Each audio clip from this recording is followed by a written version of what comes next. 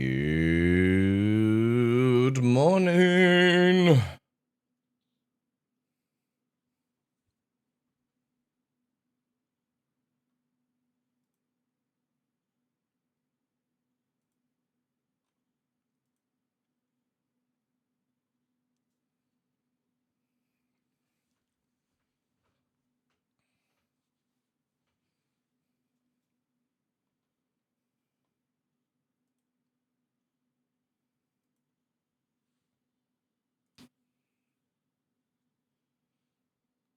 Welcome in. Hope you guys are doing all well and all that good stuff. All right, this is not working.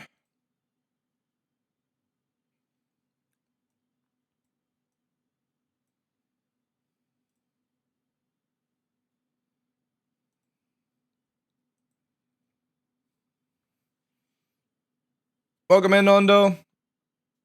Harkzeus, good day to you.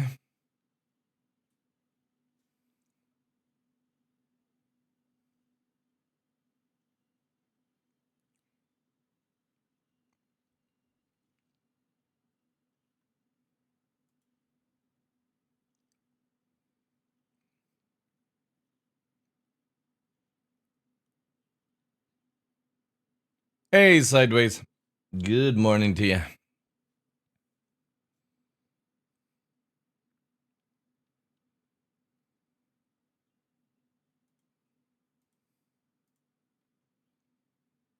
Justify.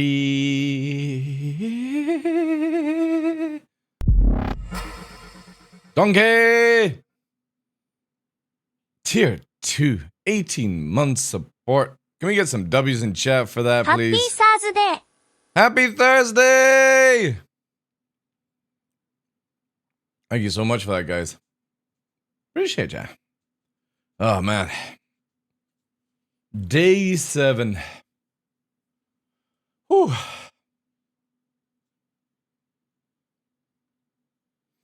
Day 7. Actually, I should put a tweet out, right? I should really tweet today. Just to see if we can get some more action.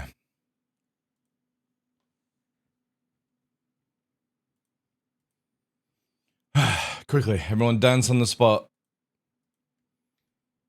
Touch your toes. To the left. 1, 2, 3. To the right. 1, 2, 3. Stand up.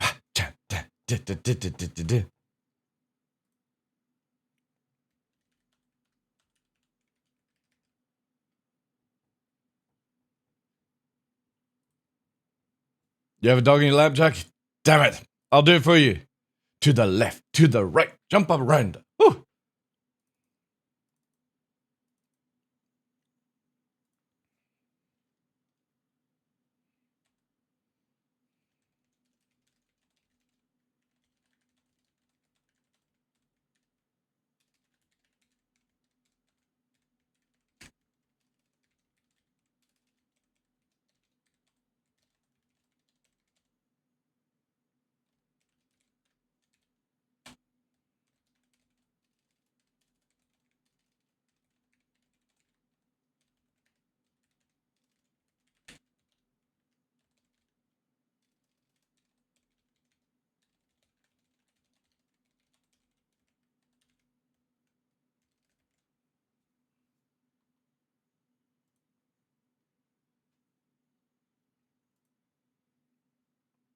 Hey, Danny. How you doing, dude?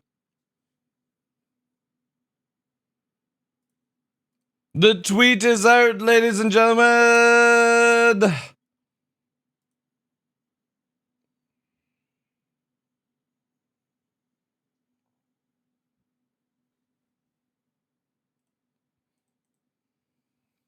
Ooh. Good morning, ladies and gentlemen. I am your host, Michael the Darklaw Lawrence, and welcome to another episode of The Darkness here on Twitch. It's day 7 of the Hype Challenge, ladies and gentlemen. Also, 7th of December as well, which is awesome because soon,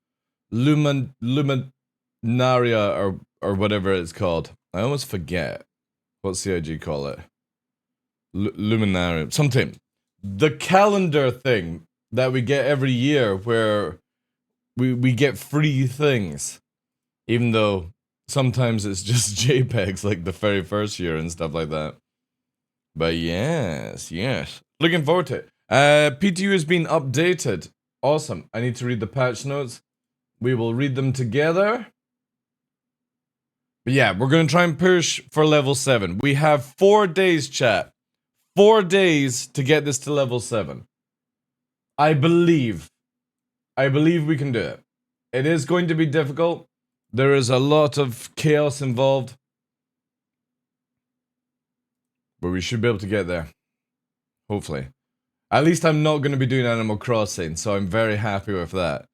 If we had got to level 10, I would have had to wear a pink fairy outfit and have fairy wings with a trucker's pink cap and have to play Animal Crossing. So lucky I'm going to be avoiding that this year. You are not the only one that's happy with that. I'm saved! Anyway. This hype challenge has been amazing, especially as it does actually allow me to take some days off at Christmas time or holiday time, whatever you want to call it.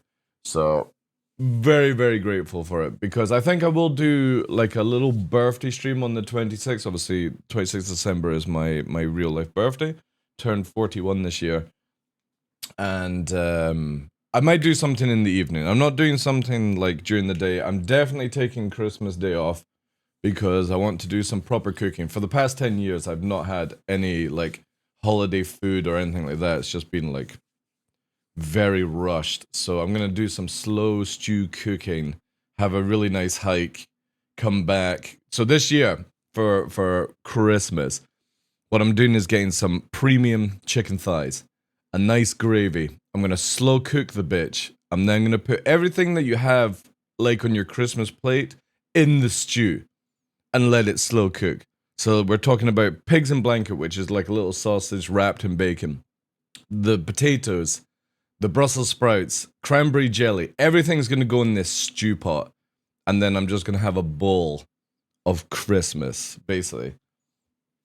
Because that's my kind of eating. I really don't like plate food, you know, where you have it on a plate, and I just don't like that shit. I really like bowls of like stew, soup, kind of like rice, stuff like that. I'm very, very happy with that kind of stuff. So yeah, slow cooked Christmas dinner. That's what it's going to go. And then obviously go hiking pretty much all day, which is wicked. I'm not even going to look at social media. But yeah, I might do something on my birthday in the evening, which is just, I don't know, maybe play some VR or something like that. I don't know. I'll see how it goes. But yeah, that's just the guys keeping the hoop. Obviously, you have until the 10th to get involved in the giveaway, ! Giveaway in chat, ! Enter space max if you want to fire all your tickets. If you've got points down below in the Twitch area, start transferring them, chat. Super easy to do. There's 4 buttons to press. One person can only press it every minute to avoid spam. But obviously you can have 4 people press it every minute, basically. Look, there's Joe, 25k, Edison dropping the 5k, Pagan with the 1,000, there you go. So that's 1 ticket. We're going to be changing this up for next year, where I think I'm going to make it where every 500 is 1 ticket, and obviously it raises it up, right? Just to give people a little bit more from their actual Twitch points and stuff. Obviously you can drop bits, gifts, subs, resubs. They will extend the XP, but also they also give you extra tickets. If you're a subscriber, I do believe you get 5 times the luck. So if somebody has gifted you a sub, this is why it's super important to say thank you to them, because not only do you have 30 days of ad-free viewing on the channel, but they've also given you 5 times the amount of chance to win in the giveaway, which is huge, right? So yeah. All right, let's quickly have a check out here then. Known issues. Yep. All right.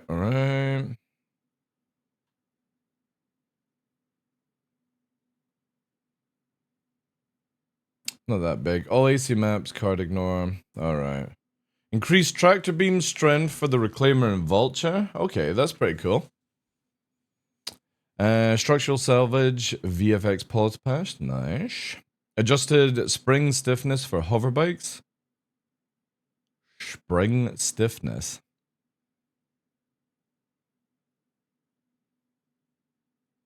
How the fuck does a hover bike have springs? Is it just like something in the code that makes them spring up? Do they fly up into the air, or like, I don't get that one. Oh, the amount they bounce on the ground. Why can't they just say that, man? Adjusted the amount the hover bike bounces on the ground. A fucking hard-coded, like, nonsense that you gotta work out. Updated the R9 shotgun to an ammo count of 18. Whoa, whoa, whoa, whoa. How many rounds did it have before? 8? Did it not? Was it 10? Was it 10? Ooh, wow, that's a lot more pumping. Man, I like how they're adjusting the guns now. That's pretty cool. Hey, BB, how you doing, dude? Chestpad as well. Welcome in, guys. Donkey, thank you very much for the tier 2, dude. Yeah, that is huge. That's 8 more rounds per mag. Fix an issue causing enemy ships to not spawn unless the player is within 12 kilometers of them. Should be now 20 kilometers. Okay. Fix an issue causing vehicles to stream out much shorter distance than intended. Whatever. Multiple replace me balls. Alright, we'll check that out right away. Construction materials and RCM should now be sold to Orson. Right. Fixed an issue causing lore. Okay. Master modes, ship engines, powered on. Oh, right, nice. We can actually play master modes today. Woo! Awesome. Or hopefully. Fix Reclaimer, all variants, PU vehicles. They really need to hurry up and get rid of all the variants of the Reclaimer and just make them into skins. They have to start doing this, man. It's the same with like the 600i exclusive and the F8 exclusive. They just need to say F8. Like everyone else, you just need to give them a skin. It needs to stop, man.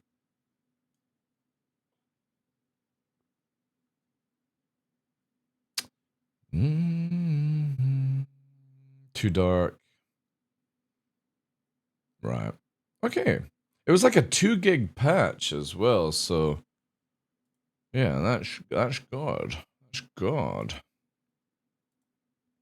Let's load up. One thing I have to remember to turn on when we load this is the emissions. The emissions. So they've nerfed the FS9, if anybody didn't know. It's now lost like nearly half the amount of rounds in the magazine, which is huge actually if you think about it, because there's no more like just spraying and praying kind of stuff, which I'm very, very happy about. I am very, very happy about.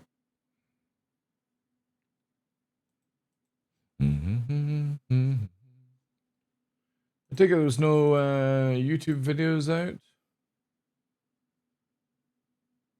Let's have a look.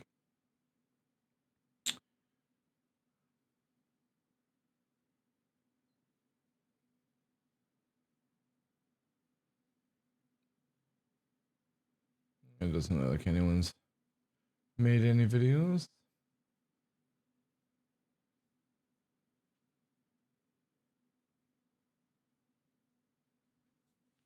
Socks is now following. Yo, thanks for the follow, dude.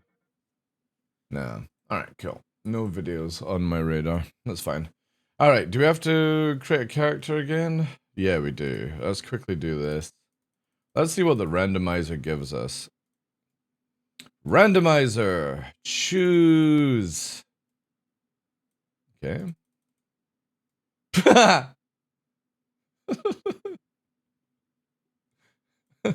Kind of looks like Ollie from YouTube.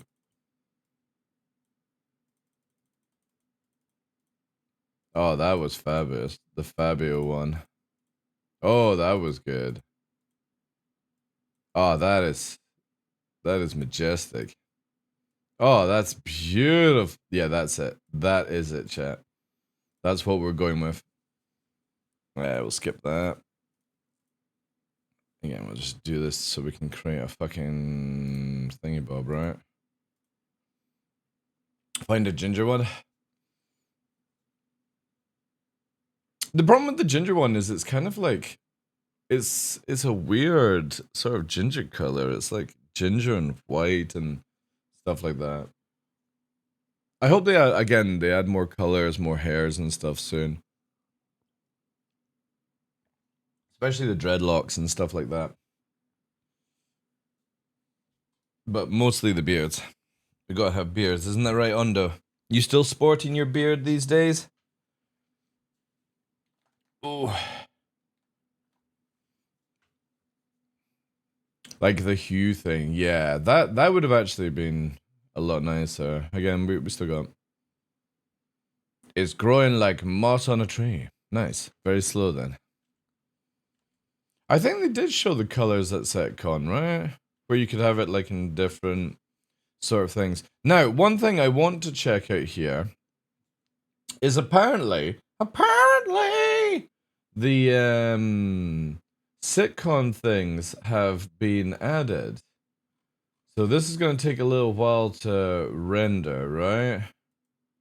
Give or take. And it's meant to open up, right? These are like, yeah. So let's do this, right? And watch this. No. Is it like here? There, watch this. And voila! That's pretty cool, eh? That's pretty cool. Why is the dice so big? Because watch when you throw them on the ground. Where is it? They're giant plushies.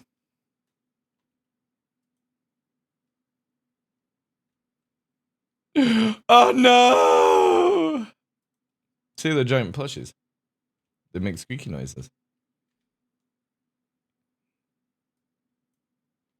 Right. We're meant to have the this is gonna be difficult with it, like there's the sitcom trophy. So let's do that. This is meant to...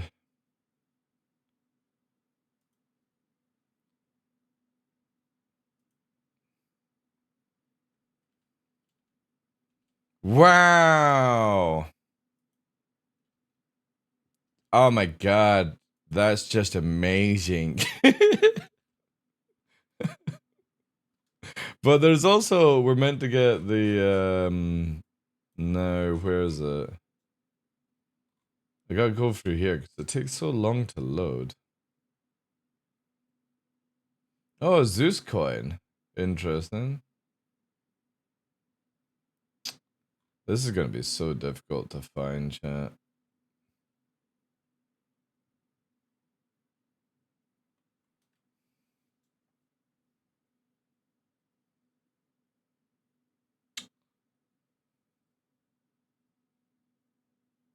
If it doesn't actually load. This is it here. Alright. Let's place our fucking toolbox down. Wow! And you get free multi-tools and tractor beams. Pretty cool, eh? Interesting, like, is there a way to close it, though? Ah, here we go. Wait.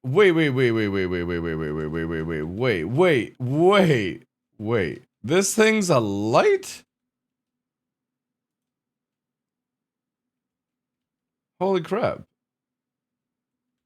Wow, this is actually pretty cool, man.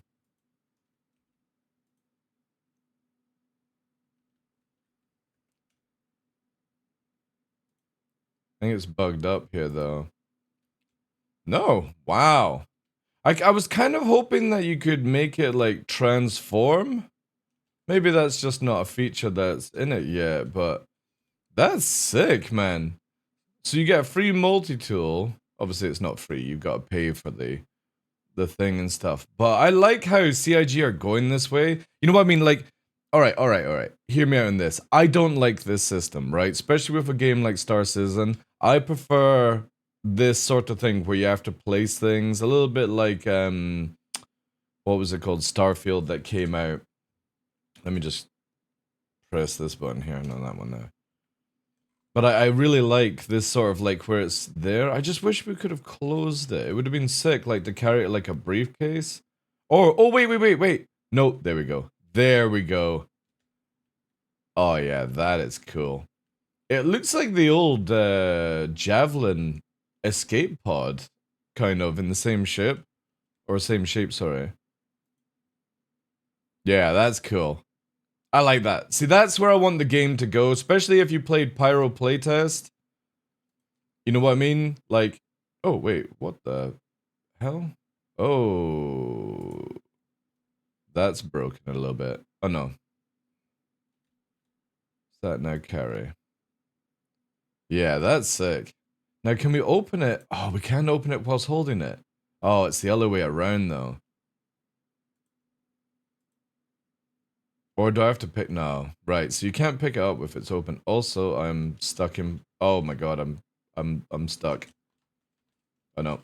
All right, we help. I think it's on my feet.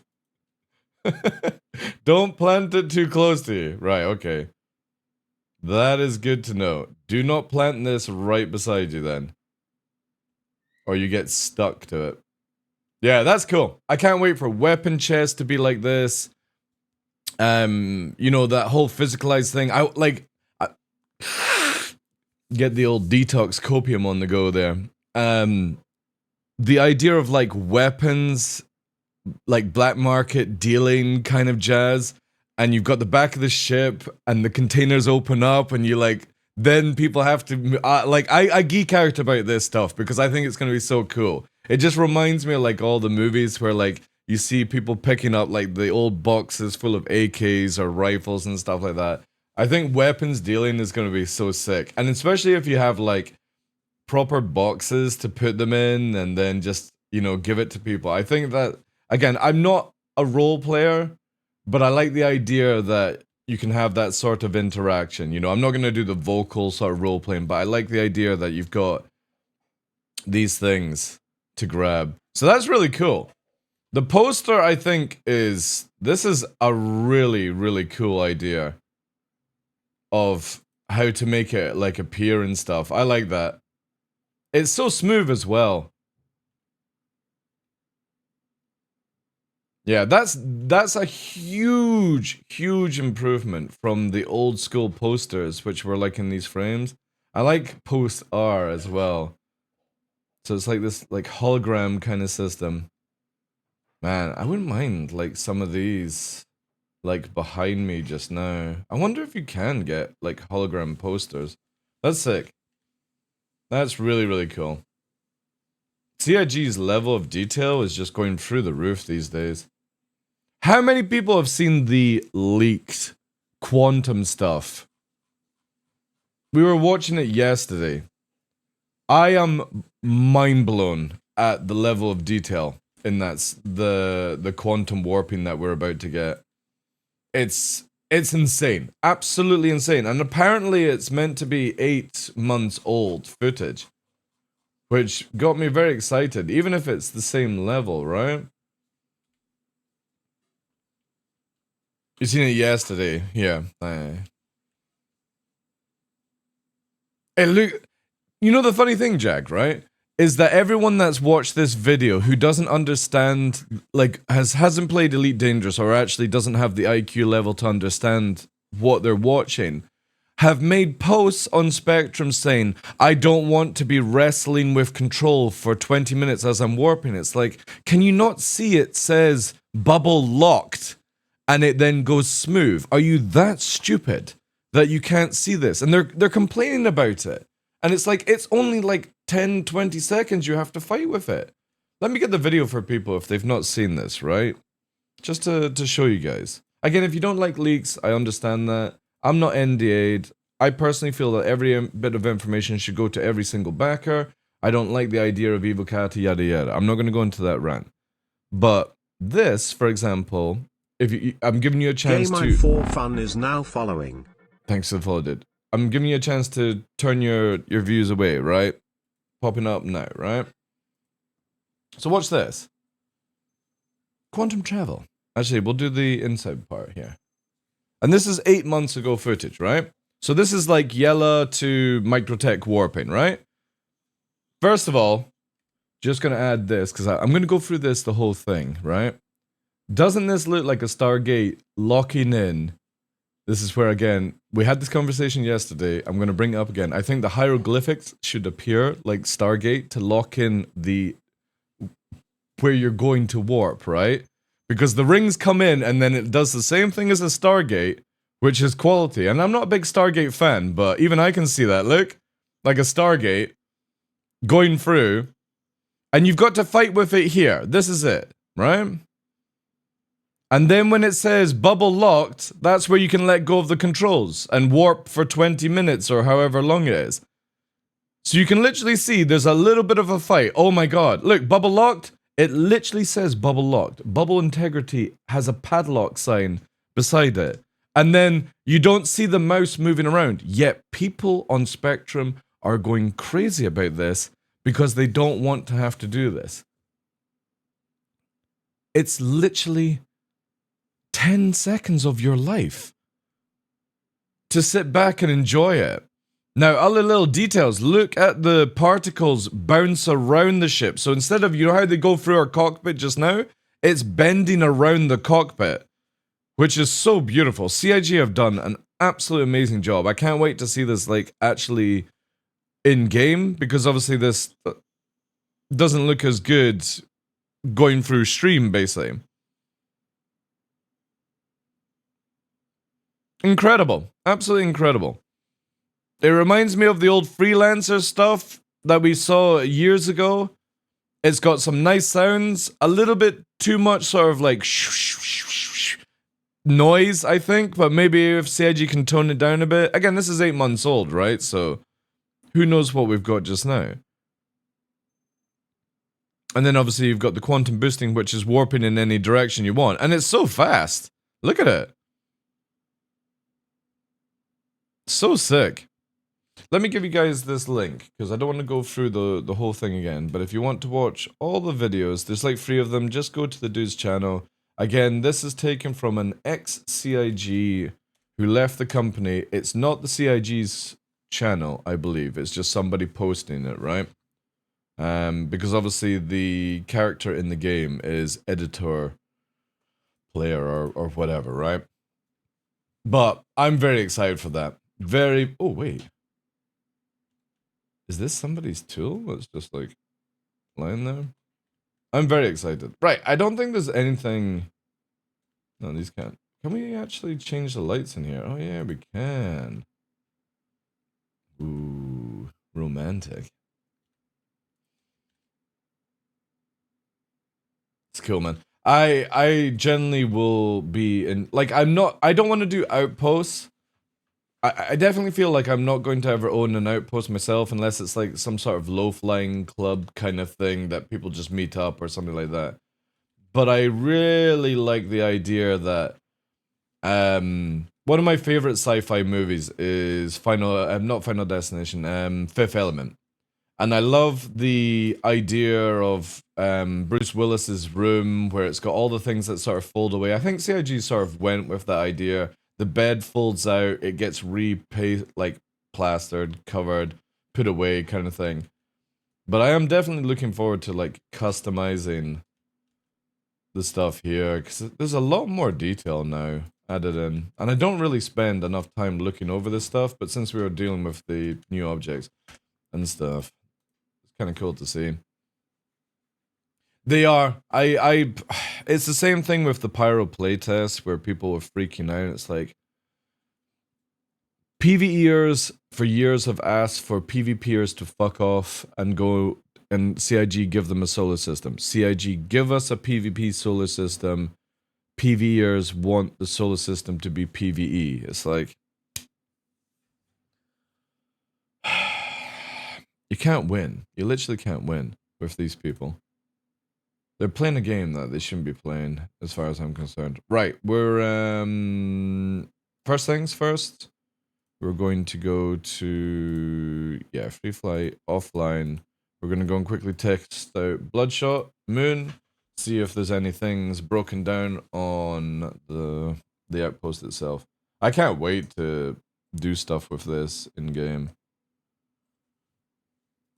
Because this location here is actually a location on Microtech. Which is really cool. There's a lot more stuff being added in. But this place looks really, really good. I hope there's like some sort of missions to come here for a reason. But this thing has been bugging out a lot. So just come in here. There's some really nice features as well, which I don't know when they got added in, but basically, see that fire there? I can cook myself alive as a meal for the gods. Which I'm hoping that we'll eventually get fire very soon. Do you jump out and... I hope this doesn't work in the PU. I've not tested the PU enough, but yeah, it brings a gun out automatically. But yeah, look at this, right? So not taking any damage just below me. Jump in the fire. There's my health, 95, 90. So you take a 5% tick every time you burn. Which I think is cool. I think it's a decent amount. I would personally prefer 10%. Just because I feel like if you're on fire, it should be actually quite scary. But yeah, right. Let's check out the buildings. Make sure there's no little hole areas. It's looking good. That's still working. The lights are still broken, right? So this is still broken. This will need to be fixed. But yeah, there doesn't seem to be any weird holes. Basically, the weird holes is you fall through and you go to underneath the ground. But it's just the bad textures, it looks like. So that's not bad. That's better than yesterday. Yeah, nice.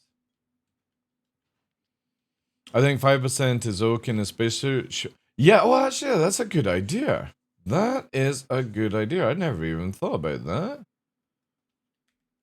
Oh, no, we can't take armor off. Boo! That would have been sick. I was gonna try... Hey, like, how you doing, dude? I was gonna try and take my armor off. I would have to do this in the PU. And I don't know where this location actually is in the PU. If somebody knew exactly how to get there, we could test it out. But if anybody does that testing, so it does 5% when you're in a spacesuit, I'd be very interested to know if you take more damage when you're not wearing a spacesuit. Because then I'd be happy with what you're saying, Test Battle, right? That would be cool. But we can't take our armor off. Oh, wait. Wait. There actually might be a way. I love how the fire puts you into combat log as well. That's cool. So, if you get hit by fire, you can't alt F4. That's funny. So basically, if you get hit by fire, we can't do this. If we do this, offline mode, bloodshot. No, wait, we need to, no. Can I do, I need this online. Wait, this is online. Offline, online. Can we take our armor off in this mode? Alright, okay. There is a very high chance this might work. I don't know though.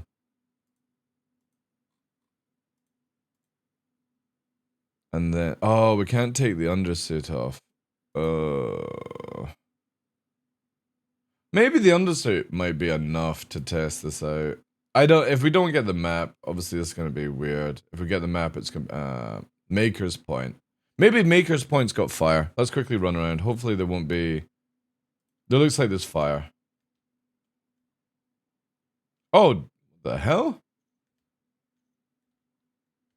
What the hell's wrong with me? Whoa, whoa, whoa, whoa.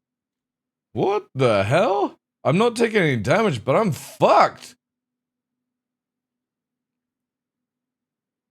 Is this because I can't breathe unrehearsed anymore? I'm not dying, dude. Yeah, I'm not dying from it. Yeah, perfect health. I'm just absolutely fucked. Wow, that's cool. It's like I'm drugged. I can't even go third person to show you guys. But I'm drugged. I can't. I'm staggering around the place. Hippie smoke? Dude, yeah, I'm absolutely wrecked. Right, let's see if it does 5%. Let's cook ourselves. Oh! It does less. I wonder if it does less damage. That's interesting. I wonder if because it's a smaller. Oh no! Fuck's sake! All right, that's not gonna help us because we need to have it where we're at the. Oh, I think the game's locked up as well. No.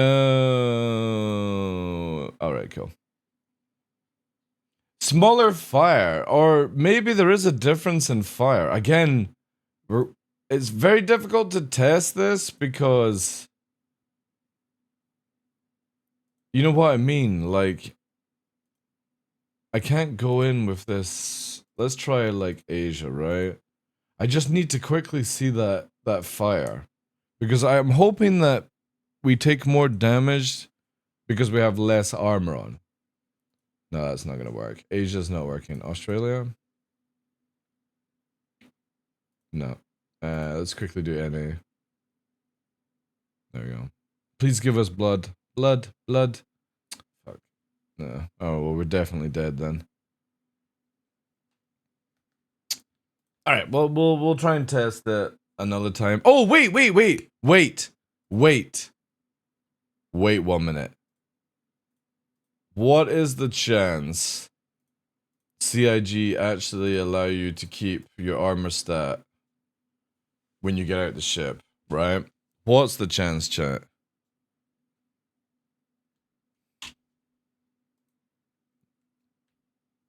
Yes. Nice. Okay. So I can't test it with like full skivvies on, basically. But we can see if we take more than 5%.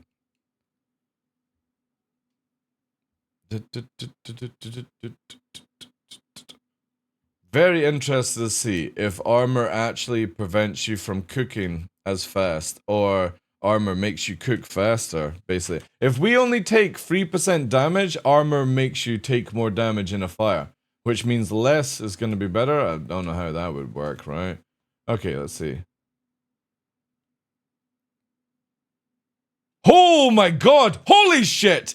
And we're bleeding. Okay, armor actually protects you from the fire. Wow.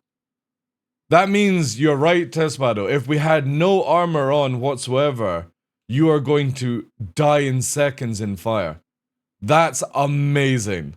Again, it was 5% tick in full armor, and we're just wearing an undersuit, and it went to 81% instantly, and we're bleeding.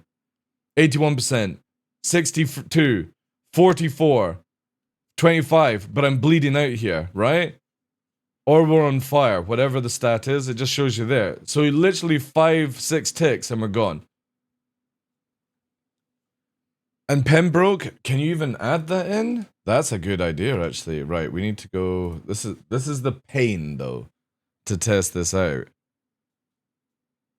Let's see what Pembroke does. I think I should be able to put on, right?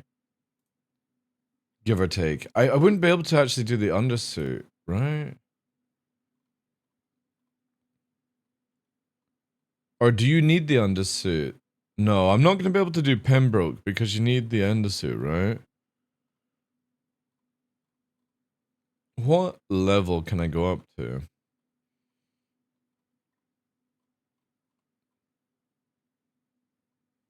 Okay, we'll do the sunbeam, right? Sunbeam stuff. will be fucking Bumblebee. Where is it? Maybe I should have done something from the top, right? Alright. What does Bumblebee get? Oh, okay.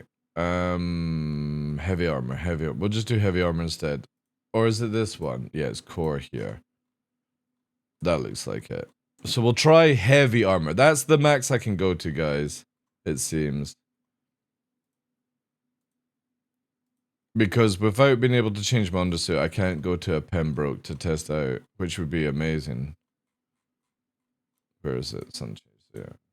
Okay. Let's see what this does then. This is really cool though. Free flight, any map, let's there, launch. Maybe the percent reduction for armor gets calculated on the fire damage too. Who knows, man? All I know is that I think this is the first time you can actually cook from fire, right? I can't remember ever. To be fair, there's not really a situation where I've been jumping into a fire. Yo, Scorpion. Dude, thank you very much for the 17 months. W's in chat, please, guys. Also, TDL Elliot. Thank you, thank you. 17th month TDL cheers. Thank you, dude. Appreciate that. Remember, you can change the TTS, guys, anytime you want. It did damage, right? It can English. Sometimes she's good. Sometimes she's good. Sometimes it's just very buggy. Let's go around this way. Okay, so 5% was light armor or medium armor. Let's see what this does. 4. This does 4%. So yeah, Pembroke might be 2% kind of jazz, right? Look at that. And I can just fucking pop meds to stay alive. We don't have any of the bleeding damage as well. So that's amazing. If you're in your undersuit, you start to bleed or burn. I would imagine it's the same thing, right? It's just got the bleeding icon. But when you're in armor, you can take fire hits. Now, hear me out, chat. This is where like a flamethrower weapon system would be really good. Because then if, say, there was like xenomorph type creatures, you could go in and use fire, and if people up in front are in heavy armor, they would take less damage and be able to heal through it. Because again, it's just popping meds, right? To stay alive. That's really cool. I would love to test Pembroke, but we would have to find the location of fire. And then have to... Oh wait, you said Orison. Where is the Orison fire? Where is it on Orison that you can go on fire? At the bar? Oh, I don't know where that is, but we are at Orison. Let's Pembroke and see what that happens. You can just search Bloodridge in Verse Guide and get the location to the place. Yeah, but you know what I mean, Swedish. It's going to take us more than like 20 minutes to get to it, and I've got so much more other things to test. If we can just do it quickly at Orison and a Pembroke, that might be the same thing, right? It might be different fire because the smaller fire gave us smaller damage compared to the big fire that did a lot more tick damage. So I think it actually depends on how big the fire is as well. So we'll Pembroke. We'll quickly test this one and then we'll move on to the next thing. No, they don't pay. My job is to stream Star Citizen, dude. I make money from doing that. No, CIG do not pay, dude. That's why I never understand when people, when they're doing giveaways, say sponsored by CIG. When you're sponsored, you're getting paid to do something. Like, I don't know why people do that, man. It's so weird. I'm sponsored by CIG, even though they don't give me any money for being sponsored. But yeah, I'm sponsored, apparently. It's just weird. It's like trying to get clout for no reason. No, CIG... Look at that hairstyle. That's beautiful. CIG do not. Is this one... 75? Is this the same as a Nov... God, jeez, I can't say that word. A Novikov. Is this the same as the other one? It is. It's a randomizer, Stella. This does. Oh wait, this. No, that's a frozen. Right. Okay. This Zeus. There's a Pembroke. Right. That's what we want. 125. Man, Zeus is. Wow. Zeus is so powerful. 175 and a minus 150. Holy shit. Zeus is so OP. Another reason to fucking pay to win for that armor, like. Alright, we won't have the maximum fire though, so we're bumblebeeing up out of our mind. I wish we could search for helmets.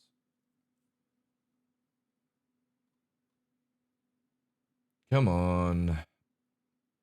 Man, this is gonna take a wee while, sorry guys.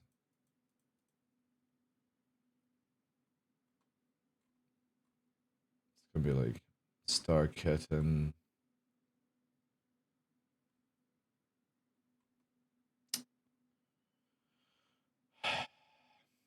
Imagine if things just worked a little bit faster. It's so slow, man.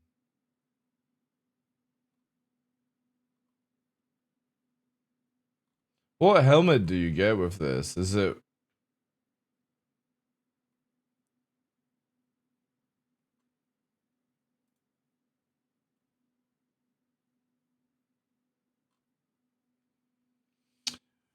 Big gold with visor. Is that it there? No, that wouldn't be it. That's not that good. Is that it? No, that's not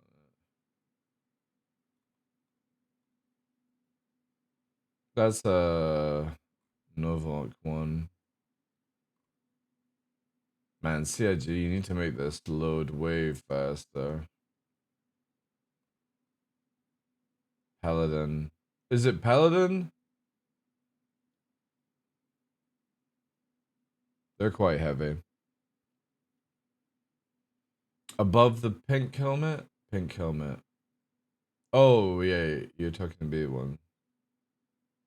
Ah, thank you. Thank you, thank you, thank you. There we go. Appreciate that. Come on, load. There we go. Right. We're Pembroked out of our asses. Where, so you said at the bar. Let's go in our heavy anti-heat system. You have it rendered? Well, it's not really rendered. It's just memeing right now. They have to fix that. That's super bad. Evolved1_gaming raided my stream with 65 viewers. Yo, Evolved! How you doing, sir? Welcome in. Let me get some W's in chat for Evolved, please. Make sure you're following Evolved as well, guys. To the left. Oh, you mean to here. Yeah. How was your stream, dude? Thank you so much for that. Welcome in. We're just testing out fire just now. So basically, if you're joining the channel, guys, you've not been watching, literally, we found out that fire has like a different effect and stuff like that. Is the bar in here? In this area? Doing very well, yeah. We are testing PTU for fire. We are now... We can't go to... Well, I can't go to the location that we were testing the fire in Arena Commander because we can't go in with a Pembroke. But we did find out that if you're in just an undersuit, you burn and bleed, or burn and die from fire very fast. But if you're in heavy armor, it's very slow with no burning effect. So we're going to go and see if we can actually cook ourselves in a fire that apparently is here. It does clean your soul, yeah. Where's the fire? Up the elevator. Ah, there we go. Right. 1%. But this is a very small flame, dude. 1%. It's ticking. Oh no, it's ticking through a bit more now as we get closer. Wait.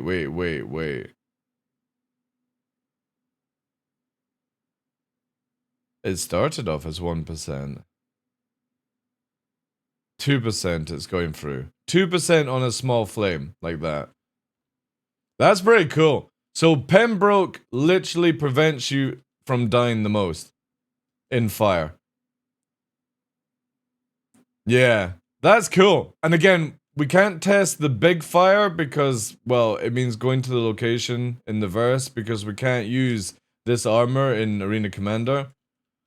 But yeah, if you are going and without, yes. Oh, I don't have a Medipen. Oh wait, I do have a Medipen. That's a good idea. Utility, I need the one Medipen. Oh, we've also got that we can use. Right. Let's jolt up. Back to 100%. Right, let's get naked. Right. Don't try this at home. Let's walk the coals. 91. It's not as extreme as the big fire, though. So yeah, the bigger the fire, the more extreme damage it does. Yeah, so this is just a little... I think generally in that big fire, you're also going to be able to survive way longer. Even running across them, takes up 2%, by the way. Yeah, that was 3% from running across the coals. Yeah, 3% from just running across it. Yep. Even if you go super fast, if I jump over... Yeah, if we jump over, we're fine. No, I took damage there. Maybe we got caught by the flame. Yeah? No, I'm at 2%. I've also got a tier 3 on the head and chest. Man, we are absolutely fair. Let's finish off the flaming. Oh no, I'm incapped! Time until rescue, 24 seconds? Ah, oh, look at that. That's smoldering. Somebody had a good night.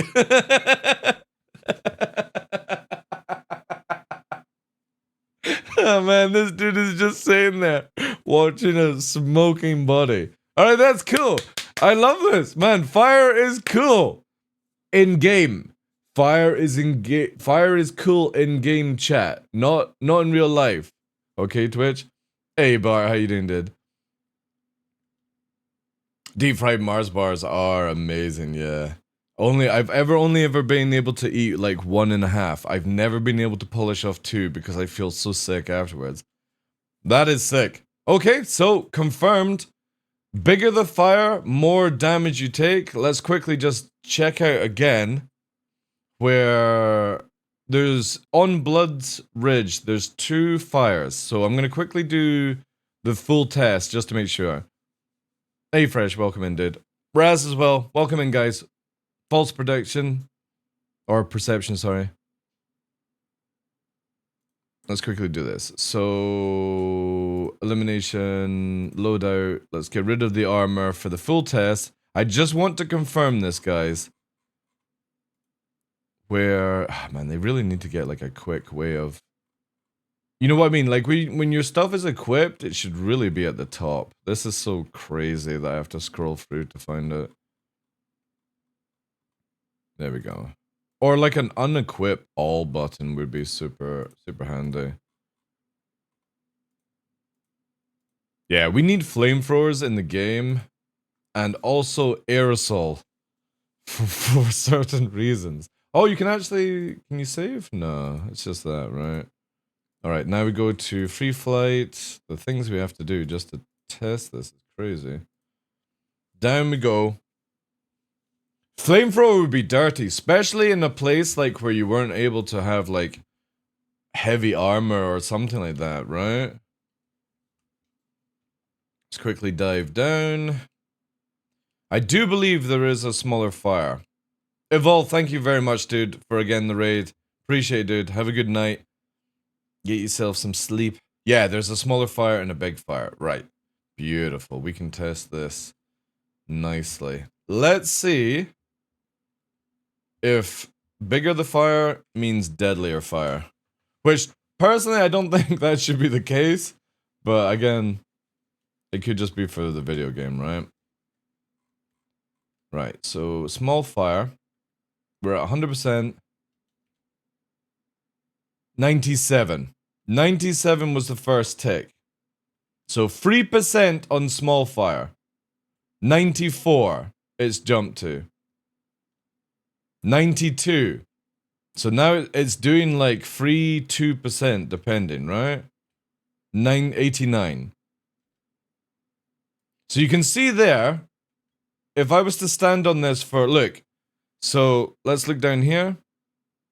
I'm not burning, chat, which, even though I'm standing in fire, I should be burning, right? 81%. Look how slow this is going down on a small fire, right? 17. Now I'm burning. Now we're char grilled.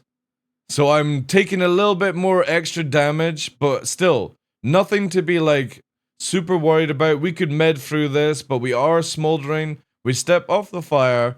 Even though it's a bleeding symbol, I would imagine it's just we are cooking, right? We are taking damage. We're going to have to pop a medi. But watch how fast we cook ourselves if we go in this. 81. 62. We're on fire. 44. 5 ticks and we're dead. That's crazy. So if your whole ship is on fire internally, this is where putting out fires in big ships is going to be so important. Because it kind of feels like with how it's working, especially on the character wearing the same stuff, right? Is that if you manage to put out a fire in your ship as soon as possible, it's going to be minimalistic damage, right? But if you are by yourself on a capital ship and you don't put the fire out in time, it's going to start ticking more and more and more on things. That's what I think is going to happen. Which is amazing. Absolutely amazing. Again, that's a ridiculous difference from just a bigger flame, right?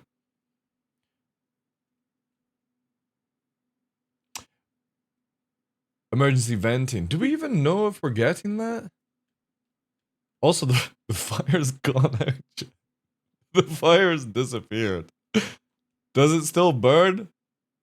Yeah, it still burns. It's still there. It's just lost its effect. It's so deadly. Like, I'm already burning up with that one. I would imagine venting does, but then if somebody's in the wrong room and you vent and they go through the the vent as well, that would be funny. That's cool. I'm really glad this. Now I'm excited to see how internal fires and ships are going to be. Because if it is bigger the flame, more damage it does. Or bigger the fire, more damage it does, I should say. That's very exciting for the future of the multi-crew. Yeah, because again, I'm not even cooking right now. To get the cook on, I have to get to 73% before the cooking begins. And I've got 3 minutes to stop the cook, basically. Just the same as bleeding. But if I get here,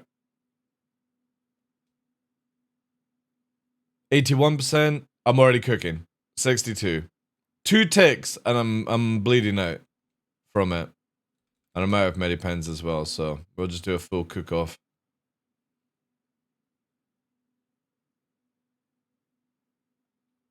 Fire started rated 103 degrees, yeah. But obviously, the Pembroke is 225. So I wonder if there's a big difference between heavy armor and Pembroke, right? Or maybe that's just going to be heat. Yeah, bigger the fire, more damage, BB, yeah. So this is where, again, as I was saying, for internal ships, and we know that fire spreads inside. Thank you, Jedi. Appreciate that, dude. I would imagine that if you're quick to put the fire out... Oh, I can't deploy anymore. Yeah, I gotta spawn new ship, new lives. If you're able to put the fire out inside a ship fast, I would imagine that it's just going to be very minor damage, right? But obviously, if you don't put the fire out, so again, look at it this way. Solo Carrick player. Mantis. Can't warp. Distorted so it can't go into nav mode. Has internal fires. How are you meant to fly, put out internal fires all by yourself, right? And shoot. Defend, all that stuff. Yeah, I saw that as well, Bart. Yeah. So now you have the panic going on and the fire extinguishers and stuff. I'm glad with that because it did look super derpy with the NPC just walking straight into the fire. But that's cool. That's really cool.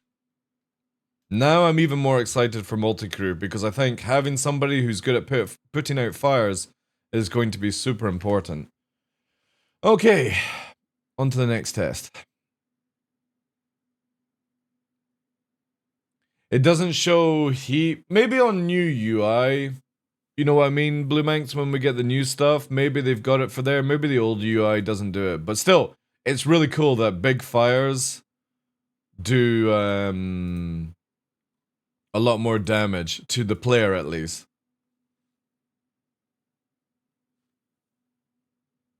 Well, this is the thing that I'm very... I'm looking forward to, Salah, when it comes to multi-crew and physical damage, is we know that a pack of fighters can't kill a hammerhead, right?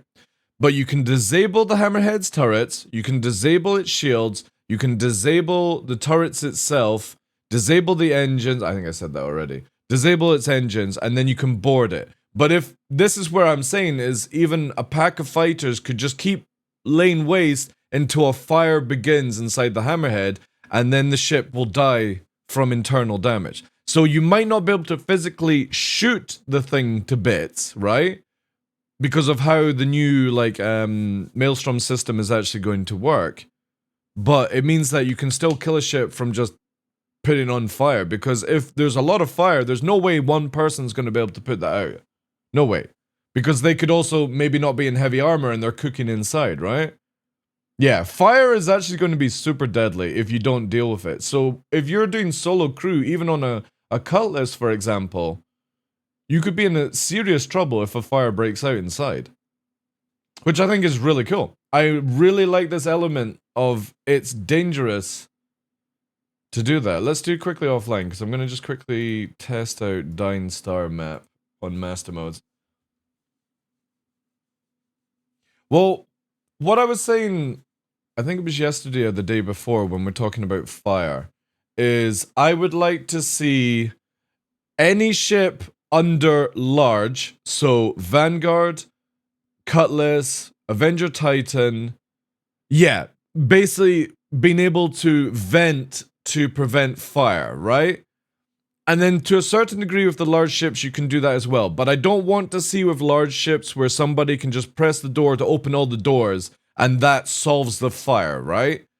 I think it's good on the smaller ships to do that, because maybe if you're in atmosphere or something, you know what I mean? Like, stuff could go flying. However CIG make it. But I don't want it to become an instant get out of jail kind of card where... Oh, it looks like they... Oh, they fixed it! Holy crap. Man, that is fast. I reported this to DJ literally 2 days ago and CIG have already fixed it. Oh no, never mind. It's broken. It's half fixed. It is half fixed. So when you get close to it, basically the loads are not continuing it.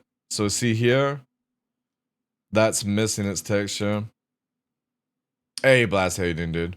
There should be something that protected, like, fire suppression. Yeah, I would be agreeing to that. But again, I want it where... Yeah, see, look. It's maybe just a load issue, then. That's a lot better than the other day, which means that CIG might have been working on loads. There needs to be a way where for, like, smaller ships like Cutlasses and Vanguards and stuff, that you don't always need somebody to put a fire out. But I think when we move into the large, big ships... Yeah, that's a load issue. And the capitals, it shouldn't be just I vent and I win, right? It's got to have engineering gameplay. So I'm all for smaller ships being able to deal with fire by yourself by a quick method like a sprinkler or something, but not not for capitals. I think that definitely requires you to have some fire crew on board, or somebody that knows how to do fires, right? It'll get very cheesy if somebody can just start pushing buttons from the pilot chair and win, basically. Multi-crew needs to be where you're multi-crew, right? And if like, oh, but I want to do more cargo, there's no harm in doing shorter runs for less money. You just do more runs and eventually you make the same amount of money. If you think about it, right? I don't like the idea that people can just do these big ships by themselves. I think 2-3 people minimum for like a Carrack or something, because of the volume of size inside the ship. That void crew type thing. I've looked into that. I think Henkin was playing it, right? You have to get everyone in flight suits and helmets within. Well, that see the thing is, that's also another thing, Flashheart. I've never, you know what I mean?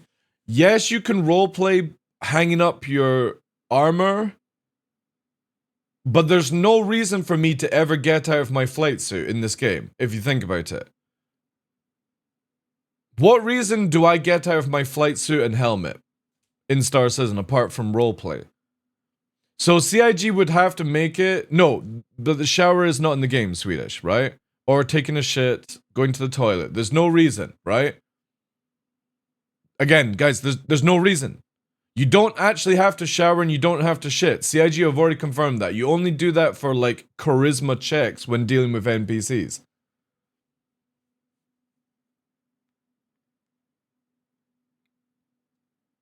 Pilot seats and gunner seats should simply not allow you to wear armor. But then how do you deal with that on like a capital ship or something like that, right? For a normal pilot, like an Arrow, I think you should have to wear a flight suit, not heavy armor. I would agree with that.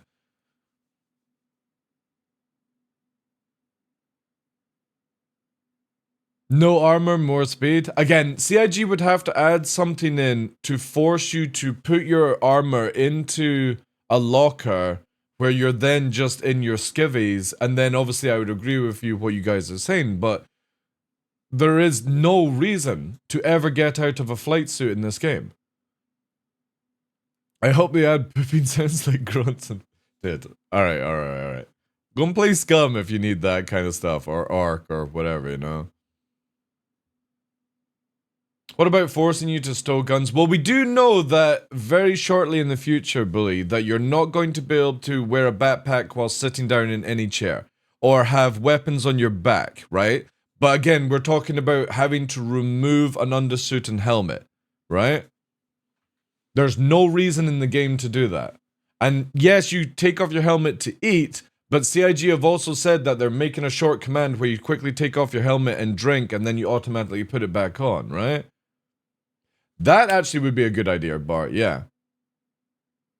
That would actually be really good. If you wear normal clothing and you're just on the bridge, then you don't have to eat and drink and stuff. There would be a reason. They have to add something in. Either that everyone's just going to walk around in Pembroke armor and be like, oh look, there's a fire inside the ship. I'll just deal with that, and there's no like, oh, I can't get to my Pembroke because the fire's blocking the way kind of style.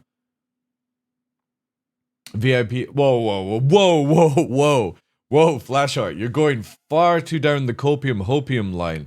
You're VIP clients. Let's just get the ability to play the game first before there's a VIP status, right?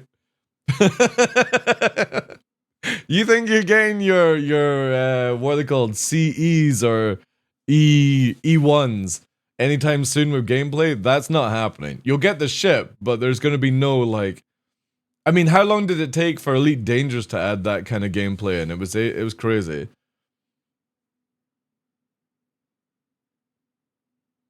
Yeah, that could be another way. Bart, yeah. Playing the game is hopium. I thought it was Xmas time. Yeah, well. Again, you have to look at it from a logical point of view, a gameplay point of view, and will players actually do it point of view. Because CIG always say they go to the level of realism and they dial it back to fun. If people are already complaining about having to spend 10 seconds of their life holding the quantum bubble when they're warping, how much are they going to moan when they have to take their armor off so that they might be a little bit, you know, non-flame resistant, basically. Yeah, there's never a reason to use it. I never move anything from my start zone either. Like, you know what I would really like is they talked about it a while back where it was like the Firefly sort of outfit, long jacket, holster for pistols, and you had like a little bit of a Kevlar kind of armor, but you couldn't have a helmet and stuff. That just went right out the window. Pouches, yeah, that's true. They're again, maybe in the future when we actually get fire, they might make it.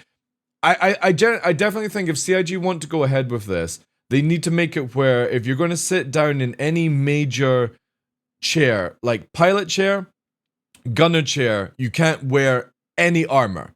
You can wear an undersuit, but you can't wear any armor. I think that's where CIG need to go with it. And if you're going to be a pilot for an Arrow or Gladius or something, you have to wear a flight suit. You can't wear heavy armor and stuff like that. Yeah, but we're talking about having to deal with fire's pox, right? You know what I mean? The idea is, the conversation was about internal fires inside a ship. Why would you be like worried about it? Because if you're running around in a Pembroke, you're taking less damage and stuff like that. CIG have to bring in something that forces somebody to load up their armor into a locker so that they can do all the stuff around the ship. I agree with that as well, Swedish. We used to actually have that, by the way. We used to actually have it where... Does anybody remember when our armor loadouts were tied to what undersuit we wore? So you could actually put on a different undersuit and all different armor would like morph onto you Power Rangers style kind of way. We used to have that, but you could also have it where you went to at Grim Hex or Port Olisar, there was this yellow like locker thing that changed you out from your armor to your undersuit instantly. So we used to have all these things, but CIG removed them for whatever reason if they're going to add it into the future, right? Are all chairs made big enough for heavy armor? They are, sadly. They are. But, again, CIG have confirmed many times that they want it where pilots in light fighters or medium fighters will eventually not be able to wear medium or heavy armor. They will have to wear a pilot suit to get better G stuff, or they'll be able to wear like light armor, basically. But eventually you're not going to be able to wear heavy armor in these ships. You're also confirmed that you're not going to be able to sit down in a chair with a backpack on and a holstered weapon on your shoulder. You can with a pistol and a knife, but anything that goes on your back will have to be stowed, and it's not where you drag it into the ice system. Eventually, you will have to put it into a rack. But they have never said that you couldn't sit in like a pilot chair in a Carrack in full heavy armor. Heavy armor should double as a coffin. But that's the only things that they've ever told us about. They've never given you a reason to not be in civilian clothes. Yo, Smashley. Man, what are you doing up so early? Thank you for the 5 gifted subs. Can we get some vibes and also some W's? 5 subs for 5 years. Appreciate that. We're doing like a 10-day anniversary thing along with the UK hype thing, Smashley. But yeah, I decided to split because normally the anniversary and my real life birthday are on the same day. But this year, after 10 years, I'm taking a day off for Christmas because I've not taken a day off on my birthday or Christmas in 10 years. So we're doing that for the first time. I'm actually going to make some proper food for once. Thank you so much. And if you did get a gifted sub, guys, please say thank you to Smashley, as not only do you have 5 times the chance of winning in the giveaway now, ! Giveaway, but also you have no ads for 30 days. Thank you, thank you, thank you. I think I'm going to do a little stream on my birthday, but I think I'm actually just going to play some VR. If anybody's into VR, what's it called? Vital VR are bringing out the F14, and it looks amazing. The emote is nightmare fuel, yeah. The funny thing is, we didn't have the emote bar in the channel, but Elliot actually came in and started going, "You're an asshole for what you did." Apparently, it's going all the way around CIG and stuff. And again, it was just a meme, right? But then I was like, "All right, you're complaining so much," so I made it an emote. But obviously, as I've told chat many times, guys, if Elliot comes into the channel and says I've had enough of the joke, I will delete all of the stuff and change the thumbnail and stuff. I will respect people's wishes. Bartishir is now following. But since he's not complaining too much, thank you for the refollow, dude. Appreciate that. Also nice to see you, Bart. Good to... I need to actually have a chat with you one day about previous things. That has been going on for too long. But nice to see you, dude. In real life, a flight suit helps more withstand G-forces more easily. Yeah, exactly. But again, in Star Citizen, you can go into a pilot chair with a heavy armor, and I just don't agree with that. You should not be able to get out of an arrow with a giant backpack, a railgun, a freaking machine gun. You're taking shots like nothing, and then you're just power tripping through. I just don't think that's good gameplay. There has to be a reason for drop ships. There has to be a reason why you have pilots staying as pilots and not becoming Terminators, right? Or there's just no point to the game if you don't have these things. So I very much agree with CIG where you should not be allowed to get into a pilot in heavy armor and have railguns strapped to your back. This has to go. It has to go. I wonder if they're going to make it so that when you eject and land, you can take your weapons from your chair. Well, this is another thing that I'm going to bring up with that one, Dev, right? Is that I personally want CIG to make it where no matter the situation, your ship always soft defs. It just doesn't full def. It always soft def. So you can ask for a tow, you can get a repair if need be, or you can get medical beacon service, right? But if you always instantly die in this game, there is no point to any of that system unless you're in a party that prevents it. So for me, when you soft def an atmosphere, when you hit the ground, you should never explode.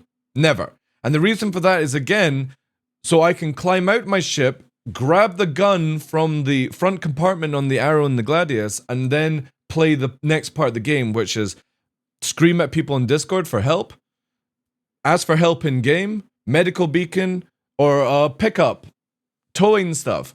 But CIG have to make it where soft def does not mean full def unless somebody puts in a serious amount of damage. And I hope it changes with this new system because it's very, very boring always having the story of what's going on be killed off because somebody just randomly explodes. It's the future, so they should have bulletproof armors, a reason to use grenade launchers, etc. Well, right. Yes, it's the future, right? Swedish, but also apparently we've lost night vision goggles and parachutes 900 years in the future. So we can't ever say it's the future, dude, because it seems like we've gone forward in technology, but we've also forgotten some major key opponents when doing things in fighters and stuff. So yeah, I agree with you that it's the future. We should have bulletproof armors. But if we don't have a parachute, we can't use that in the game. They have to give us that first. The elevators don't even know what they're doing. Yeah, exactly. We fall through stairs, you know? By the way, I think I was too flattered to say anything, but thank you for saying that you did about me. Thank you. Appreciate that, Smashly. But yeah, it is true. Also, we need to fly again. I saw that you were flying with Gabby last night, which is awesome. Give parachute, yeah. I bound the A-Team theme in sync when I jacked on its high note. It's just so sad that when you, like, how long have we had it? It was like, so we had it's like 2015. It's either 2015 or 2016 we had the PU, right? Somebody with... I've been here for 11 years, and I can only remember, like... I think it was 2015. We got the PU, right? And planets and stuff like that. does anybody remember when we got Grim Hex? When it changed over to the PU, where we actually had Port Olisar, it wasn't the old system of going to see the lady in the telescope thing. P opened there, Kira. Right. So we've had, yeah, Tessa, that's it. Yeah, Tessa Bannister. That's how far back we're going. So 2015, we are nearly 10 years, chat. Think about this, 10 years without being able to parachute in-game. That is not acceptable, CIG. That is not acceptable, I feel. There has to be something cooked up to be able to allow us to parachute and jump in and do all these things. I can't wait any longer. And we're about to go into 2024, so it's coming up for 9 years, depending on whenever the PU actually loaded and stuff, right? So I would like to see these things change. That we need the night vision, we need the parachutes before we can have the bulletproof armor and stuff like that. That's just my personal take on that. Yeah. Well, I've said many times, there's a very simple way to do parachute right now that CIG can do. We know that Imagine they have having bulletproof armor and not have weapons made to counter. What, David? What? Made...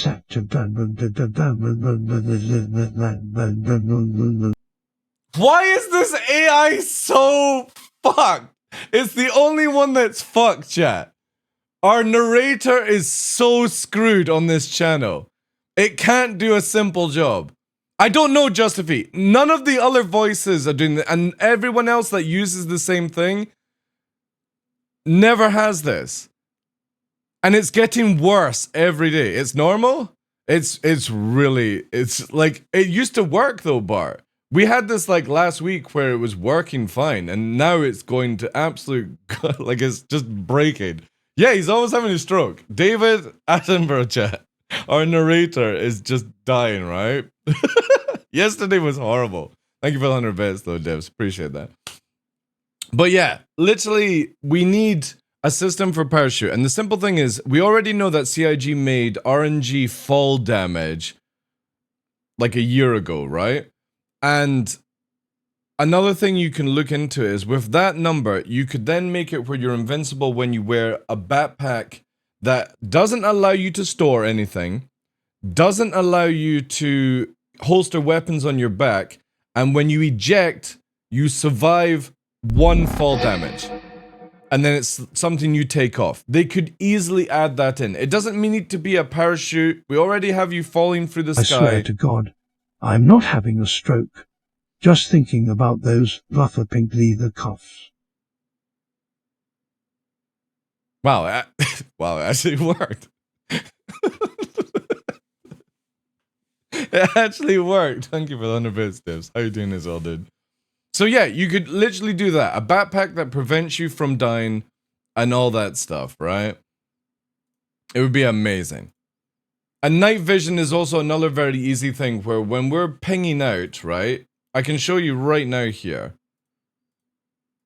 Offline, bloodshot, there, right? When we ping in the dark, a very simple thing is where instead of it being a pulse that goes out, it just is constantly on. So when we do this, for example, see? Look, it already maps out the terrain for you, but you only see it for a split second because of the pulse. Now, if this view was permanently on, there's night vision for you. Already in the game. And all you have to do is just make it where players' characters have a wire frame to it. That's all CIG needs to do. Instead of a pulse, it's just permanently on. Which means you could take away this visual for the pulse for when you're actually scanning, but the same effect. You literally can see the ground, you can see the outline of the rocks, you can see the outline of trees, everything with this vision. So why don't they just make it permanently on for night vision? And there you go. Problem solved. You don't actually need to see in the dark. We have torches and flares and stuff for that, vehicle lights, but to be able to navigate around in the dark, you just need a little bit of a wire frame, right?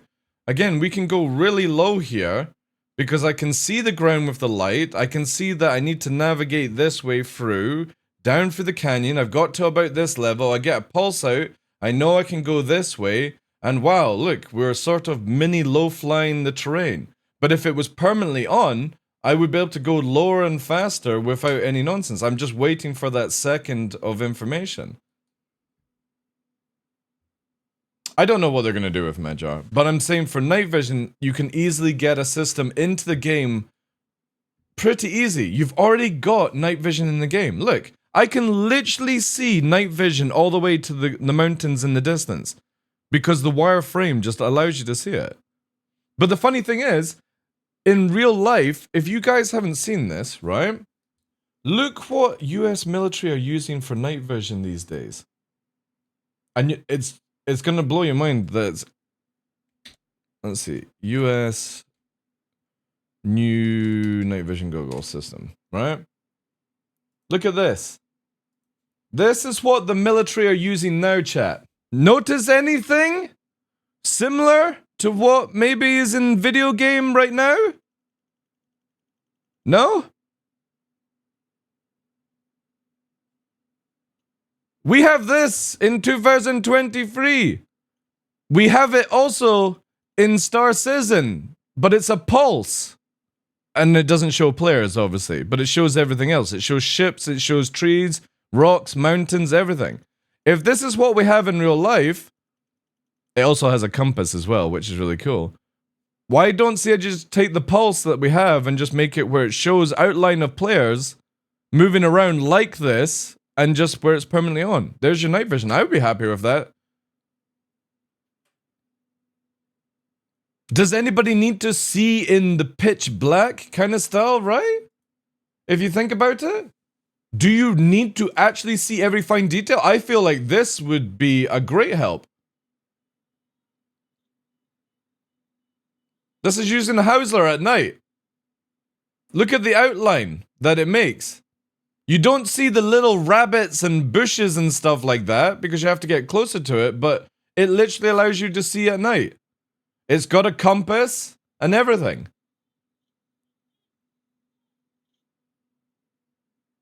And it also doesn't blind you like old style night vision does. There's somebody using a torch, right? But old night vision, you'd be like, I can't see, it's too bright.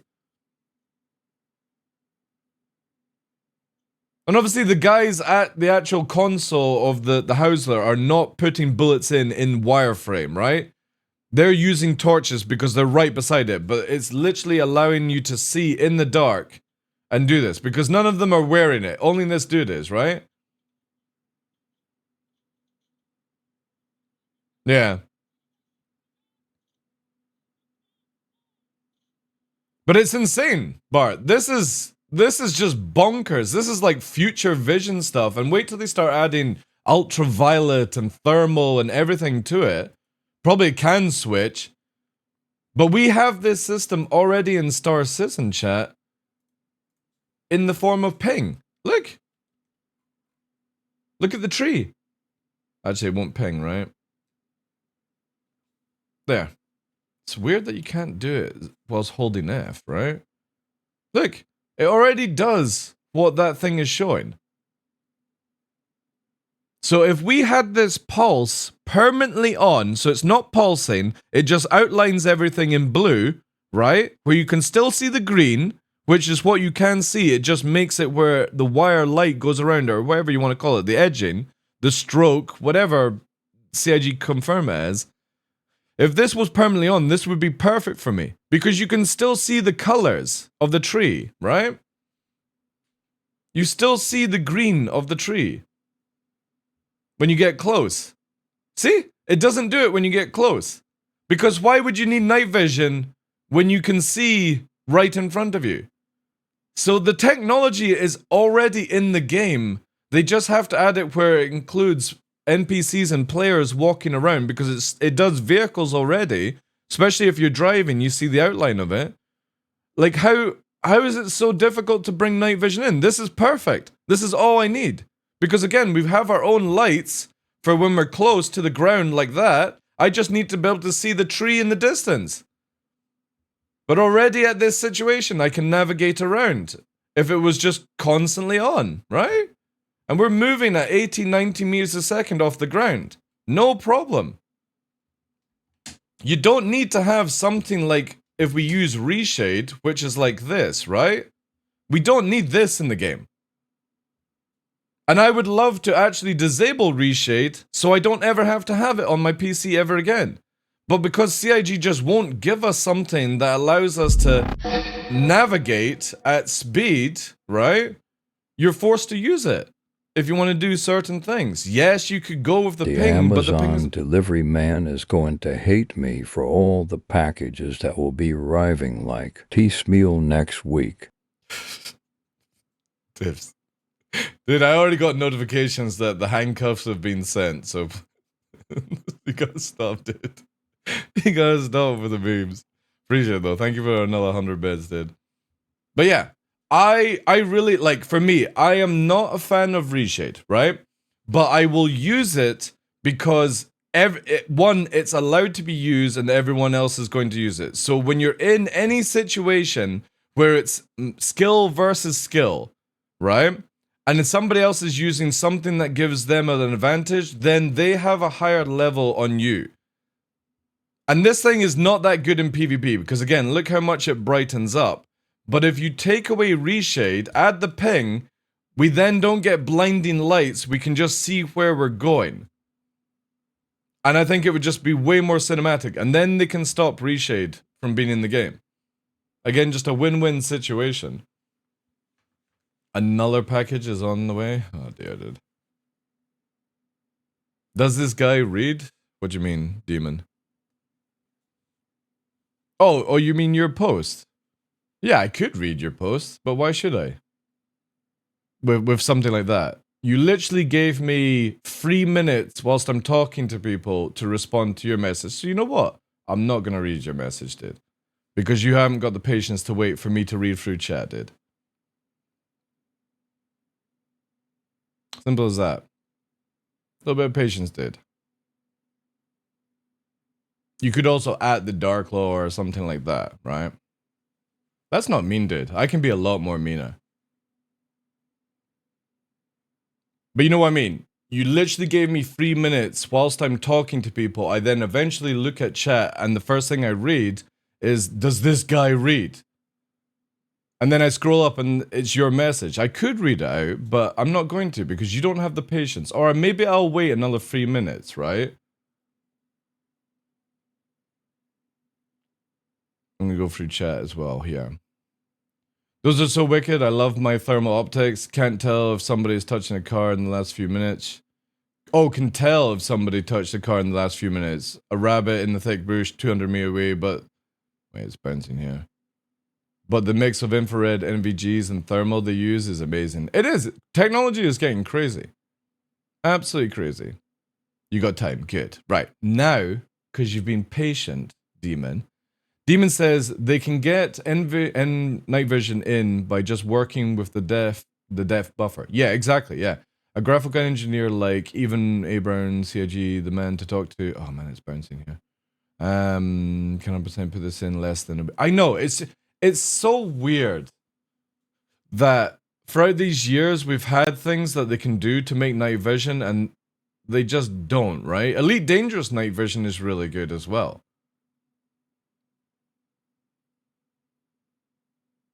I hope we get it. I hope, like, after they get Vulcan in and other things like that, there's no more excuses that they can pull. Because, again, you can get something. You can get something in using the pulse that we've got, which just permanently stays on, or you have something where it just does, like, reshade, where it just makes the... Like, it's just a built-in reshade. It just makes the gamma go up a little bit or something like that. Beard says, TheDarkLaw, you are so slow, man. Read quick. I am silly and teasing. Yeah, I can go a lot slower if you want. Does this TheDarkLaw guy lift? TheDarkLaw? Do I lift? I've not lifted in a year, no. Ever since Luna passed away, I've sort of just spent a year of sort of depression kind of thing. But I'm gonna get back into lifting. The problem is I can only do 110 kilograms because that's all the weights I have. So I need to build that back up. It's cool, but it's over a year now. We've got Nyx. It's just, yeah, it's like one of these things. I had Luna since she was, exclamation mark Luna, if anybody doesn't know the story. I had Luna since she was 5 weeks old. So it's not so much like losing a dog. It actually feels more like losing something a lot more meaningful than just a family animal and stuff like that. It really, really hit me hard. Where it's not like I suffered from depression, like clinical suicide depression for 7 years. And I didn't use any therapy or drugs to get out of it. Luna got me out of the depression. So I got Luna, and basically working with her and stuff, it got me out of all that jazz.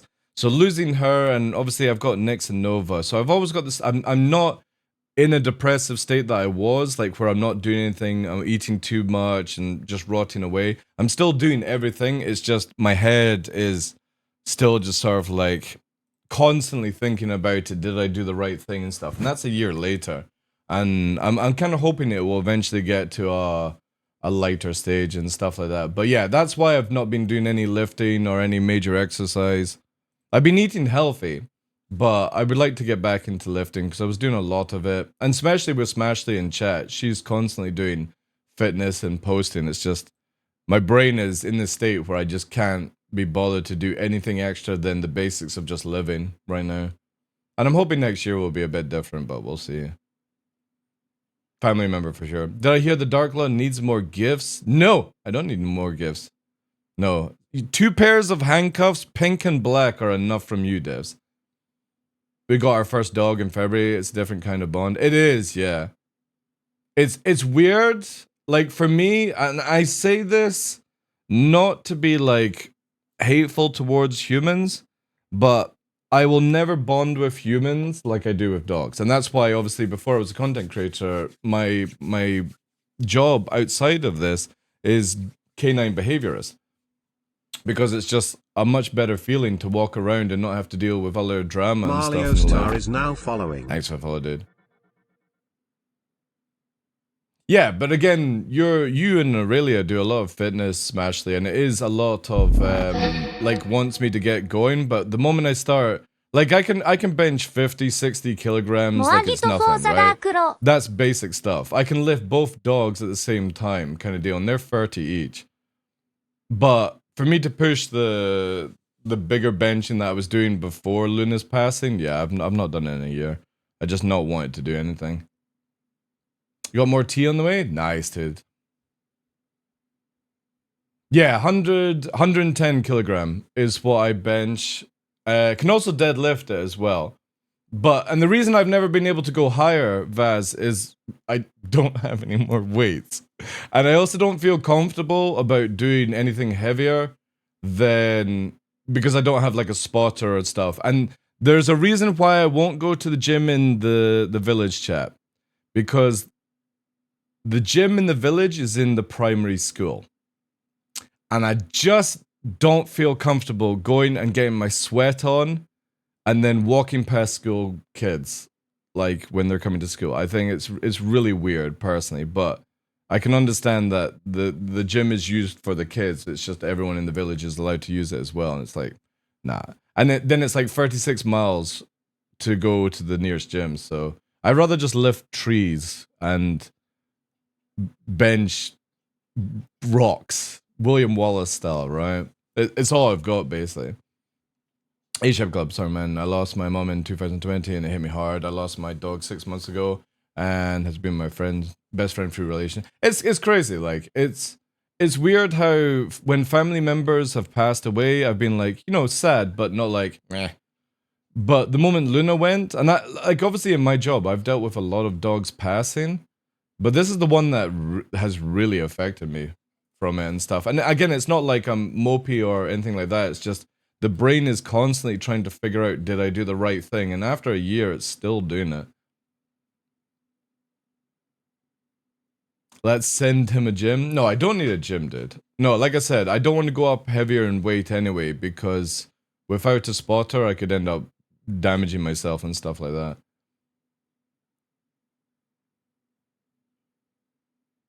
Yeah, I do a lot of that stuff. Well, I did. Again, I've not done anything major in a year. And I want to get back into it next year, because I was actually doing really, really good. But yeah, it's like not back in time. Anyway, let's change the chat. What do we fancy doing, chat? We've tested everything that I needed to go over. Elimination, I still need to try and test, but it has to be the map. Because the free flight map of... Yeah, see, this is not going to work. I need to somehow get into the blood version. This is on Hurston as well. This one looks really cool.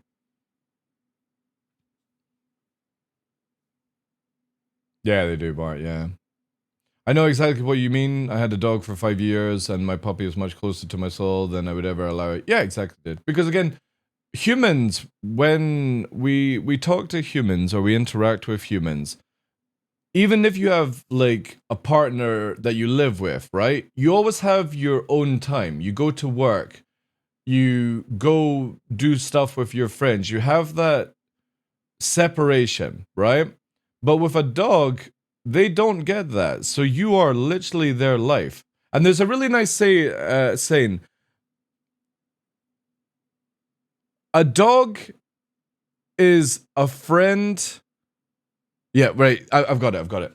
A dog is a friend of yours for a part of your life, but you're the dog's friend for their whole life. And that has such a huge meaning, because dogs' lives are basically, in our 24 hours, a dog lives 7 days. So they always do things around that sort of situation. That's why they sleep a lot longer and stuff like that. So when you lose something that's connected to you, where you are their whole life and they're a part of your life, you know, because obviously I've had Luna, I've got Nova. Nova was an ex-customer of mine. Nyx is somewhere around the house just now. You know what I mean? Like, I've had multiple dogs, but obviously for Luna, I was her only like owner and stuff like that. I'm actually Nova's third owner, if you think about it. I really don't know what to test now. Hey, Hanky Jank, how you doing? Their whole world, yeah. The game is dead these days. That's why I've been practicing a lot more low flying A-leg, because I kind of feel like CIG need to do a wipe. I know they want to like constantly work on long time persistence, but they really, really need to do a wipe, especially with this new jump town in Daymar and stuff like that. They also, hear me out, chat, CIG need to start doing it where if you're doing anything that revolves around player-to-player interaction, that's where you make the big money. They need to stop where NPC PvP missions, or NPC bounty missions pay more than player bounty missions. So if you want to make big money, you need to go to like Jump Town. You want to make big money, you do player-to-player bounties. If you do certain salvaging on illegal stuff, you have to sell it at legal places. You can't just sell it at Grim Hex and all these things. They have to do this where if you want to make the big money, and you have to have big risk. And if you want to not have any risk, then it's you're doing smaller cargo runs, you're doing things that don't involve other players and stuff like that, you know? I didn't say every patch, A-leg. But we've not had a wipe in like 6-7 months, dude, right? And there's a lot of people that play like me that would like to have a wipe. So I feel that CIG should allow people to opt in for a wipe. I lose my ships every patch. Then, dude, it literally takes no more than a week from 0 to having like 50 million in the game, A-leg. You know what I mean? You can have your 890 that you've bought in-game within 5 days. It probably doesn't even take that long, to be fair. So when people are like, I don't want to lose my ships every patch, they don't need to do it every patch. But yeah, I would agree with Midge that they should wipe every 6 months. Yeah, Care Bear, me and myself and Puppeteer did an ERT where literally we made 40 odd million from one M2 that was full of Weevil eggs, right? Yeah, exactly. Yeah, as Bart says, you can literally pull a hammerhead in an SRV and make 250k. There's in the current state of the game, there's no need for people to go, oh, I don't want to farm my own ship again. It literally takes a week. And if people don't have a week to play, then why are people moaning, you know? Yeah, exactly. It's super fast right now, and we know that money's going to change in the future. But for somebody like me who has made a lot of money, reputation is done. Whenever there's a new patch, there's no reason. I have no reason to go to Jump Town apart from to shoot at people or be shot on myself, right? So that's why I've been spending a lot of streams just low flying, because I'm literally out of things to do. Like, why would I go to Orison when it's still broken after like 3 years? And with the new Jump Town locations, they're really, really good, apart from the Hurston one, which is very laggy. But Microtech and Daymar are so good for different format of combat by bringing in different ballistas, because there's so many places for snipers to hide and stuff. Well, eventually that is going to be the case, by the way, Billy. If anybody didn't know, eventually CIG will be adding in where you get one free hangar in the game, depending on how many packs you've got. And if, say, for example, you spawn everything at Orison and you start to store things at Hurston, you have to pay taxes per ship. That was the plan all along for extra hangars. So if you're somebody with 100 spaceships, good luck at the tax when you start moving everything.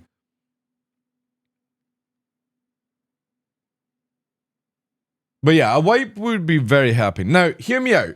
No wipe in 322, but I think when we get the first stage of replication layer, I think there should be a wipe.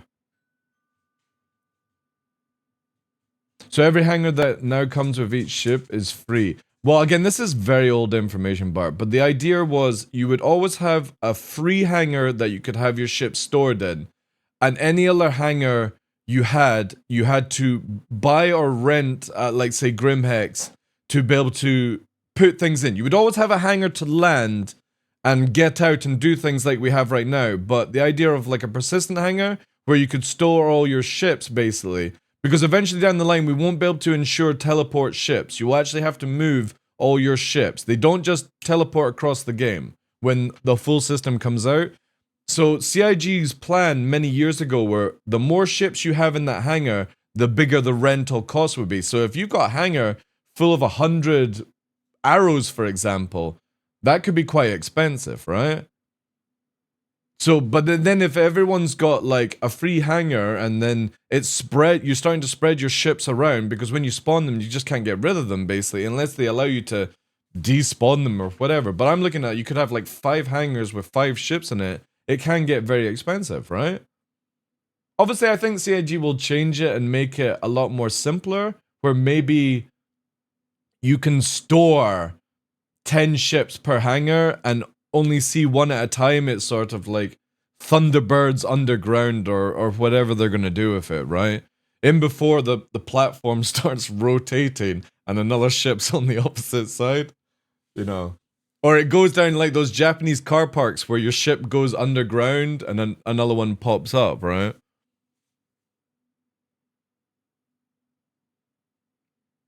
Yeah, that could be a way they could do it, Billy, yeah. So you basically have like the large hangar or the capital hangar, you rent it out, a bit like Grand Theft Auto 5, where you can put as many cars in to sort of the thing, you know. We've not had a wipe since... When was the mistake that they made? It was 318. Was it 318? 319 was the last wipe? It was like at the start of this year. We've definitely been over 6-7 months without a wipe. And I personally would like one. Like, if other people don't want to have a wipe, that's fine. I would like to opt in to be wiped. Right? I would like to opt in, please, CIG, so I can be wiped every major patch. So I can start again and play the game, you know, without being like, oh, well, I'm sitting on again 14 million. I've got all my ships, I've got all my mods, I've got all my guns. What have I got to play the game for? Dude, if they wipe me, I'm fine, dude. I'm completely fine if they wipe me. Every major patch, so like 21 to 22, 22 to 23, I'm happy if it wipes every time. Completely fine with that. I will opt in every single time to be in that state.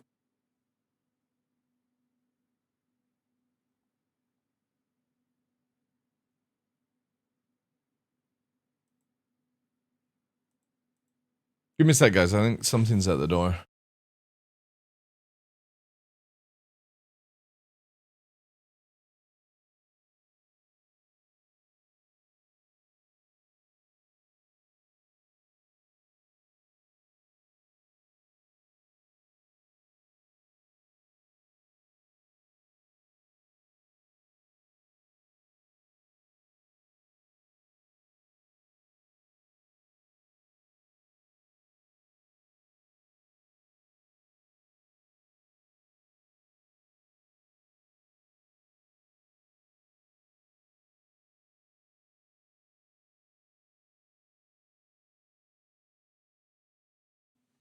Alright. Wasn't for me. No, it's not for me. Just envelopes as well. Okay. What to do, chat? As a new player, I'm scared to progress due to a potential wipe, but at the same time, I love wipes so that my org would do more group bounty hunters. Right? Exactly, dude. Exactly. I think if CIG just literally allowed you to opt in for a wipe for now, because obviously we all know that when we go to beta, there will be a full wipe. You will go into this game, and this is when money's going to be more difficult to get. You're not going to buy an 890 in 2 days. You're not going to buy an Idris in like a week and stuff like you would be able to right now. So when people make like 44 million per ERT, you're not going to be doing that when the game goes to beta, right? So there will be eventually a final wipe like that. Gear is too cheap, yeah. You know that a size 9 torpedo is meant to cost 65k, by the way. So when you launch that torpedo at Hammerhead and you're not killing it, just remember you're wasting 65k, you know? Sometimes, A-Leg, you'll do an ERT and basically it'll be like a Hercules, and inside the Hercules is full of like 32 SU boxes of Weevil eggs. And it's 250k, I think, per Weevil egg.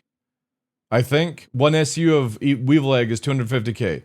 So yeah, if you find a 32 SU box of Weevil eggs and you got 3 or 4 of them in one Hercules, it's 40 odd million you make. Again, I've literally not had to grind money for over a month now.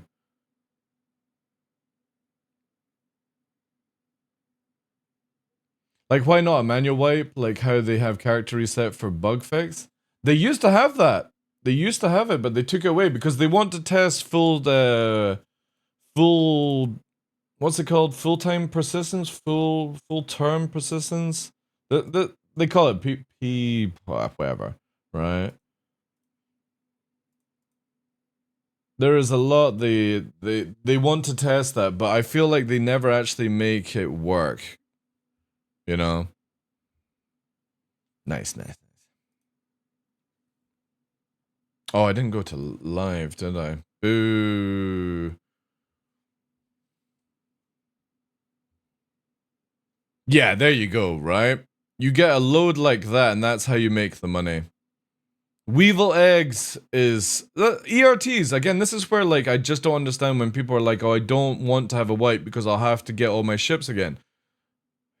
Who cares? It's so easy to make money in this game. What are you gonna do when they wipe it and you can't even make a farmer freelancer in 3 days, kind of jazz? Because that's what will happen, by the way, guys. Right now, CIG have got it where you can progress through this game very fast. Faction standings are so fast. Oh, that's a good way of getting banned then, if you go through the eBay route. And then also, like, why are you playing a video game to progress if you're just buying the money, right? Eventually, CIG will start clamping down on big transfers of money as well. So if some random dude sends you like 1,000,000 UEC, they'll be like, yeah, this is what's it called? Real-time RTM, right? Real trade money, or real money, RMT, is it? Real money trading. Those big expensive ships are supposed to, yeah, exactly, yeah. But again, a brand new player can play Star Citizen with an Avenger Titan, and within a week they have an 890. That's not right. That is not right. That will not stay like that, chat. So again, I just don't understand why people complain about wipes. It allows you to test the game and try and find out a way that makes money faster for yourself, right?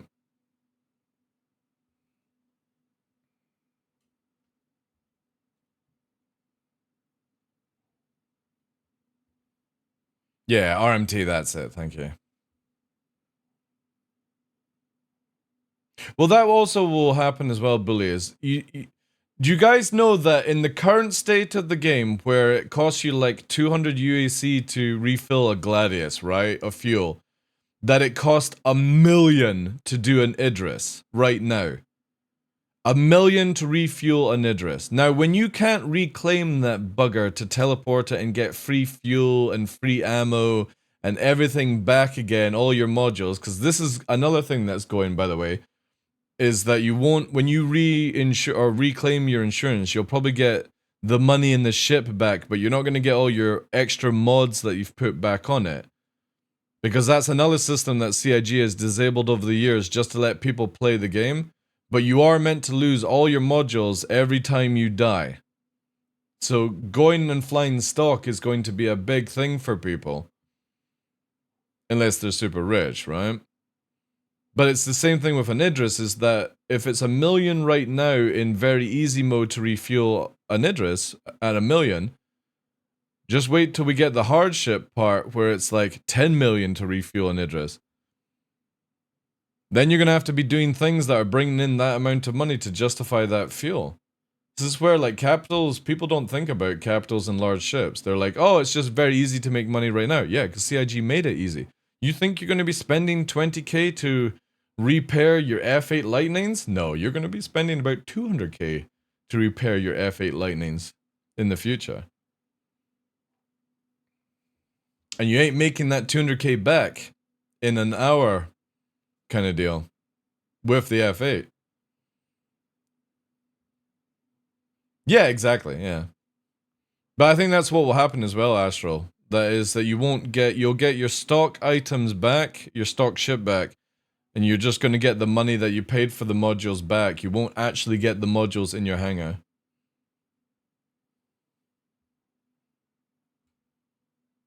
Well, the reason I think it's a lot higher now, Blue Manx, is because it's to prevent people like flying around constantly in their ships, you know?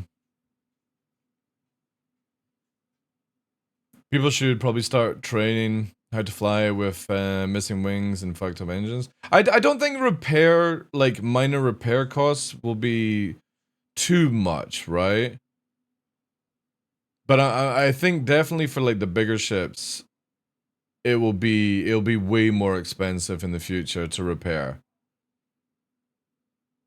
Like a damaged caterpillar doesn't cost that much right now. The big ships should definitely be expensive to run and maintain, I feel. Again, forcing you to do like group missions and stuff like that, right? It's not that I want to take away people's gameplay with their big ships, but I'm just very bored of seeing the solo player in their big ship doing everything with it. And normally it's a Carrack, right? Because a Carrack is fast, super tanky, and whatnot. So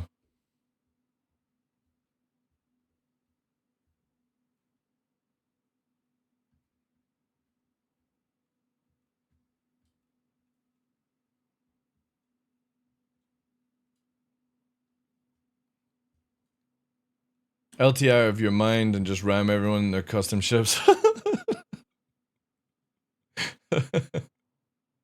Yeah, but again, didn't CIG said the more that you insure the same ship back to back, the longer it's gonna take or something like that. Insurance fraud, they've always said about, right?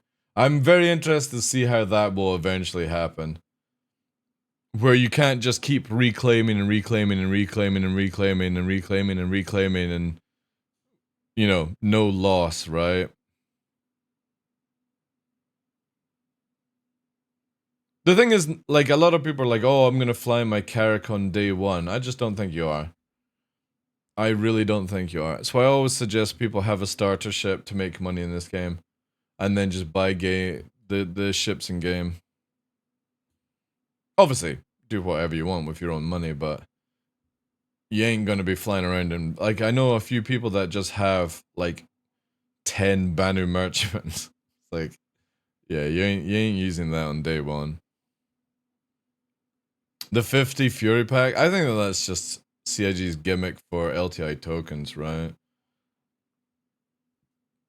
I just couldn't work out why you would ever want. Ooh, that's actually a lot smoother. Why you would want 50 Furies. Redeemer on day one? Redeemer on day one might be possible. Might be possible, but then again, you're wanting to do group activities to bring the money together, right? So instead of it where everyone's making enough money to run one Redeemer, you combine that money together, and that's how you would do it. And then you could probably do a Carrack as well, but you know what I mean? Solo Carrack on day one, no. I don't think that should be the case. I think if you're like, you've got 5 people and you're all combining your money together, and you're doing a Carrack, then yes, right? There has to be a reason why people stop just using these big things as HP shields because they're so scared to do other things. And that's, most of the time, is what people are doing. I don't want to actually learn PvP, so what, or how to escape PvP. What will I do? I'll fly around in my Hammerhead solo and just spam missiles. No gunner, nothing. Well, eventually down the line, you're not going to be able to do that.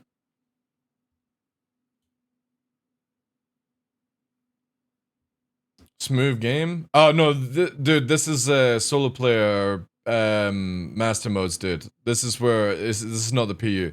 This is why we have high frames in here. We got like 60 FPS capped, basically, on 4K. No, it's nothing with my PC, dude. This is just because we're in Arena Commander, private mode. So it's nice and smooth. We have no other players to deal with. I'm just doing it because I like to...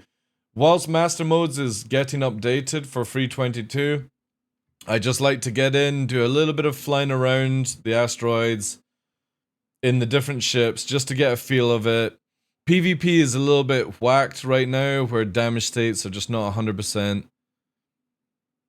But I think it's a good thing to practice and get into a little bit of a habit of flying in this system, because this is what we'll most likely have by Q1 next year.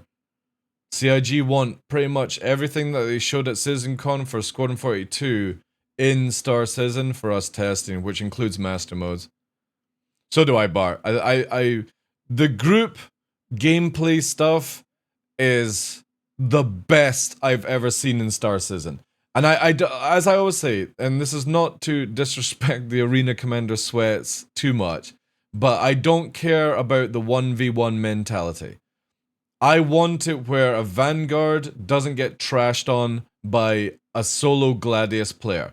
The Gladius should be able to do it, but it's a challenge. It's not easy cake. I'm sick and tired of ships not with profiles. I want to use my Saber. I want to use a Vanguard. I don't want to be always governed in the same thing. I want to be able to use my F8 and not people cry about it being OP because I'm just out flying them. I want it to be where I use it and people go, holy shit, that's a good F8 pilot. That's a good Hammerhead pilot. That's a good Carrack pilot. That's a good gunner. You know what I mean? That's a good engineer, a good firefighter, a good medic. I'm so bored of this game having no meaning apart from silly stats. and master modes for group gameplay. And again, I will always bring back to this fight that me and Puppeteer had. Myself and Puppeteer, when we were solo versus 5 players, we couldn't do anything. But the moment that me and Puppeteer were together, we took on the 5 players and didn't lose anything. Because we were focusing fire and getting them into turns and quickly mopping up. And that was the first time I've ever seen the game where you can turn the tide with good coordination and good teamwork. The first time I've ever seen it in this game. Where people are not just, I'm away to Narnia! It's like, oh no, I can't actually escape without going into nav mode and stuff. So this is really healthy for the game. Yeah. Well, as I've been playing this game, Bart, I've gone more from my sort of Eve. So I started playing Star Citizen when I had just finished off Eve Online. So I had this really sweaty PvP sweat lord, as you call it, mentality. And as the game has progressed, with how CIG are focusing on things, I just want this game to be fun. I want it to have meaning and be fun at the same time, because when you have it where you have to spend 6 months in Arena Commander to be good at the current meta of PvP, I can't get new people to come and play the game, because they won't spend 6 months on a system that will be getting replaced over and over again. And it's the same with FPS, where we eventually need this game to have more meaning for on the ground, because not everyone wants to be a pilot. Some people want to be engineers, stuff like that, medic. So I'm very excited that we'll eventually start seeing the game snowball, where it's not about just being that sweaty 1% PvP pilot, but where you will actually be a team. A group of people that can do certain things better than maybe other players, right? And I'm very happy for it. I'm actually more excited for the PvE raid stuff than any new PvP mechanic. And that's crazy for somebody who, like me, to say.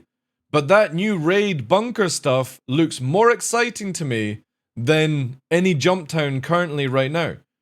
Because it means I can't just land and leave my ship. I'm going to have somebody drop me off. Then I'm going to have to make sure I've got a medic who can do tier different things. Maybe somebody that's good at engineering to hack or whatever, right? And again, obviously, if you want to be the known PvPer, then Arena Commander will still be there for you. But for people like me who play the game for just the PU, I'm very excited for next year. Very, very excited. And I haven't been excited for PvP and PvE in a very, very long time. That's why I've just done Loafline. It's the only thing that excites me in the game right now, flying around. Oh, dude, I like, when we get that raid stuff, if anybody doesn't know what the raid thing is, it's basically CIG are making these big complexes that have multiple story levels inside. And you have, the deeper you go, the more loot, stuff like that you can get from it. Some are just going to be simple where you drop things off, but some could be where you have to go and break into vaults and stuff like that. And the idea is it's where it's like 30 to 60 minute gameplay, content. So instead of just going to a bunker and it's like, all right, here we go, let's turn some servers off or kill some NPCs. This is where you have to prep for 60 minutes worth of your time. And I love that idea, where you've got the little quick dungeons, quick bunkers, to do some gameplay. You've only got 5-10 minutes to play, which would just be insane, right? But for the people like want to do, like Bart is with IMI, with Detox's Groove, where they could have like 20 people going in and doing roles and different things, and you got different camera angles, put all of that footage together, and you get like a mini movie pretty much. So I'm very, very excited for, obviously it will have PvP in it, but I'm more excited for these big raid NPC complexes, which hopefully will run okay, right? Because NPCs are pretty janky. And that sort of gameplay, you get dropped off, you're going in, Marines, you've got ammo packs, because again, you can't just carry 30 gazillion magazines in your gun, and there's going to be stoppages, and you're not always going to have a medic ship ready to go. It's just very exciting, that stuff.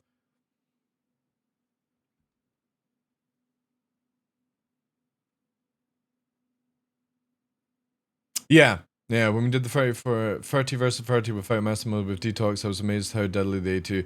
The thing with the A2, right, is a lot of the time people use that ship incorrectly. And the latest meta I've seen with A2 is they go into atmosphere and they fly upside down. Which I just feel, when you see that in Microtech, it's so goofy. Because then they're turning it into where the turrets can shoot up at people, right? So all you see is A2s flying upside down low to the ground just so they can use it. Makes sense, yeah. But for me, I've always had the idea that the A2 is a ship that should be like a C-130 with Sabot rounds, laying waste to ground troops and vehicles, not really worrying about the sky. And so the moment that all these big ships get slowed down and turrets become more viable, for me, I look at it where you would have like an A2 pounding the ground whilst a hammerhead is protecting you from the air. But that's just not in the state of the game, and it's so boring that ships are never used for the role that they were designed to do, because the state of meta in the game is where instead of having one hammerhead, it's more logical to have 7 gladius. Like, Lowfire is looking like Ostrich who lost her. Yeah, that's gone as well. I can't wait for that, man. Like, I'm just so happy to... Like, ever since CitizenCon, no joke, right? So, again, not with the whole talk about Luna, but this year has been kind of like a... kind of quite mopey with Star Citizen. Quite negative about it. But I've been just like a lot of weight taken off the shoulders ever since CitizenCon. Because it finally feels like CIG are starting to make a game that makes sense, you know? Yeah, exactly, Astro. I'm not blaming the players for doing that stuff with the A2 upside down. That's just part of the game, right? But if you think about it, we've not had a meta change in 3 years. 3 years, nothing has changed. And I'm very excited for next year. New flight, new stuff to do, new ships. So again, whilst we're doing this, right, I can just quickly pop this one. And we go from an agile fighter to a vanguard, if this works here. Let me load it into slot 2. Oh, they've actually upped the timer. That's crazy. Oof. Oh, it's bugged. That's why. Right. Let me quickly exit the menu.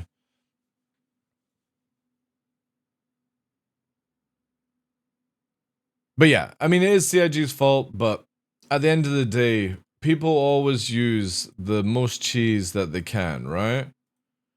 And I don't blame people for using cheese. It's just at a stage of development now where it's super boring. It is really, really boring to have to deal with the same thing in day out. So new FPS, new places to go, new pyro, new bunkers, new flight, new ships, how they feel, new navigation and warping, being able to blind warp. So instead of, oh, I have to queue up somewhere to warp, no, I can just warp straight in this direction right now. You know, obviously you can't do it yet, but that's what I'm looking forward to. But when you're flying around in a Vanguard, instead of it feeling like it just doesn't have any role, because everyone's slowed down, the moment that you afterburner, this thing does the same stuff as a Gladius, just a lot slower and a lot heavier, but this thing can also take out beating.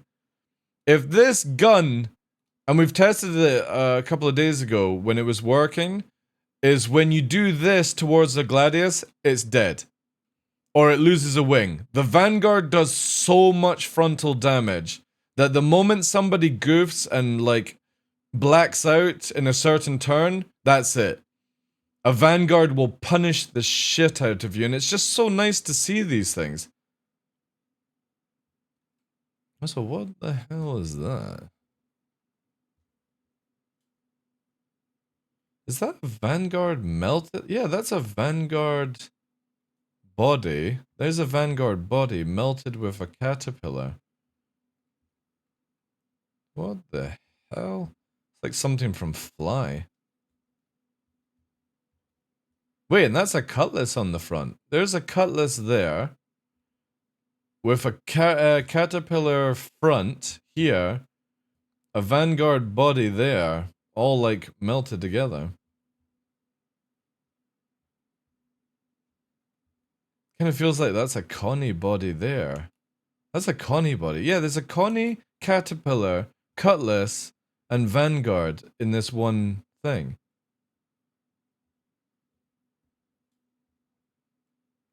Is there anything else in there? Oh wait, no, that's Cutlass engines. Cutlass.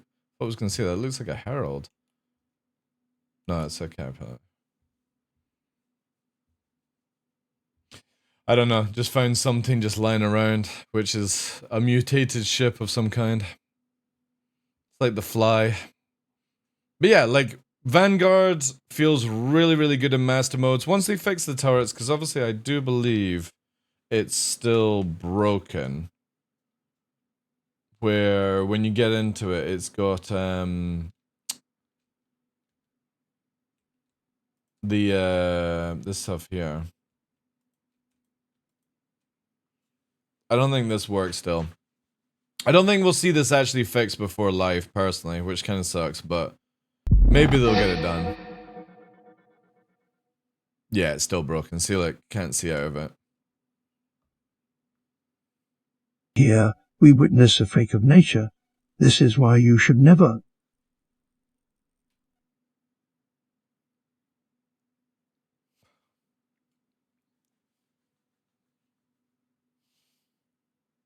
Yeah? Talent to breed the I hate you for using narrator all the time. So narrator is meant to have said before it fell asleep, Here we witness a freak of nature. This is why you should never allow multiple ships to enter quantum at the same time and let them breed in the wild. Thank you, narrator. So good that you could actually fulfill your task as a narrator and actually say it out, but yeah, thank you, Divs. He can do it. I think Divs is just making it too tactical for him, right? He has dementia, yeah. He's gone. It's completely broken. But yeah, so one of the cool things, if you guys don't know, Master Modes, the Vanguard, all the Vanguards apparently are getting dual size freeze, right? Which is huge for like the Warden and the Sentinel will eventually lose its turret in the future, but for Warden and the Hoplite, that is huge because you can put dual freeze on the Harbinger, which makes it really, really good. Like an F8 versus a gunner and a pilot in the Harbinger is crazy. But right now, obviously, the view is really bad. I kind of feel like they need to make it a little bit faster in the turret.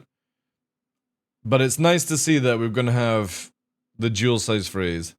No, we can't, no. I don't think CIG are going to allow us anytime soon, dude. You've got to remember, they're still not 100% complete with master modes. Yogi and the team are still working on it.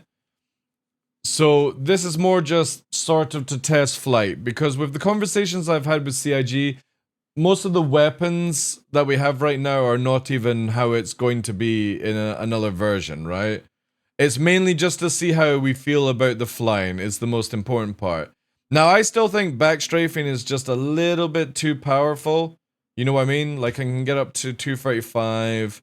You can still pull it around quite easily, but I do like how the Vanguard feels. The only thing that I would like for CIG to give us the option to disable is when we yaw and pitch, this very, very annoying arrow with our joysticks appear. And it, see what I mean? That's me pulsing my pitch joystick, and it just makes like 5 or 6 arrows because it doesn't even do it correctly, right? See there? It's one arrow when we're doing it like that, but if I pulse it, because I want to do like fine movement, it makes like 5 or 6 arrows. It's just really bad, whoever decided to put this in.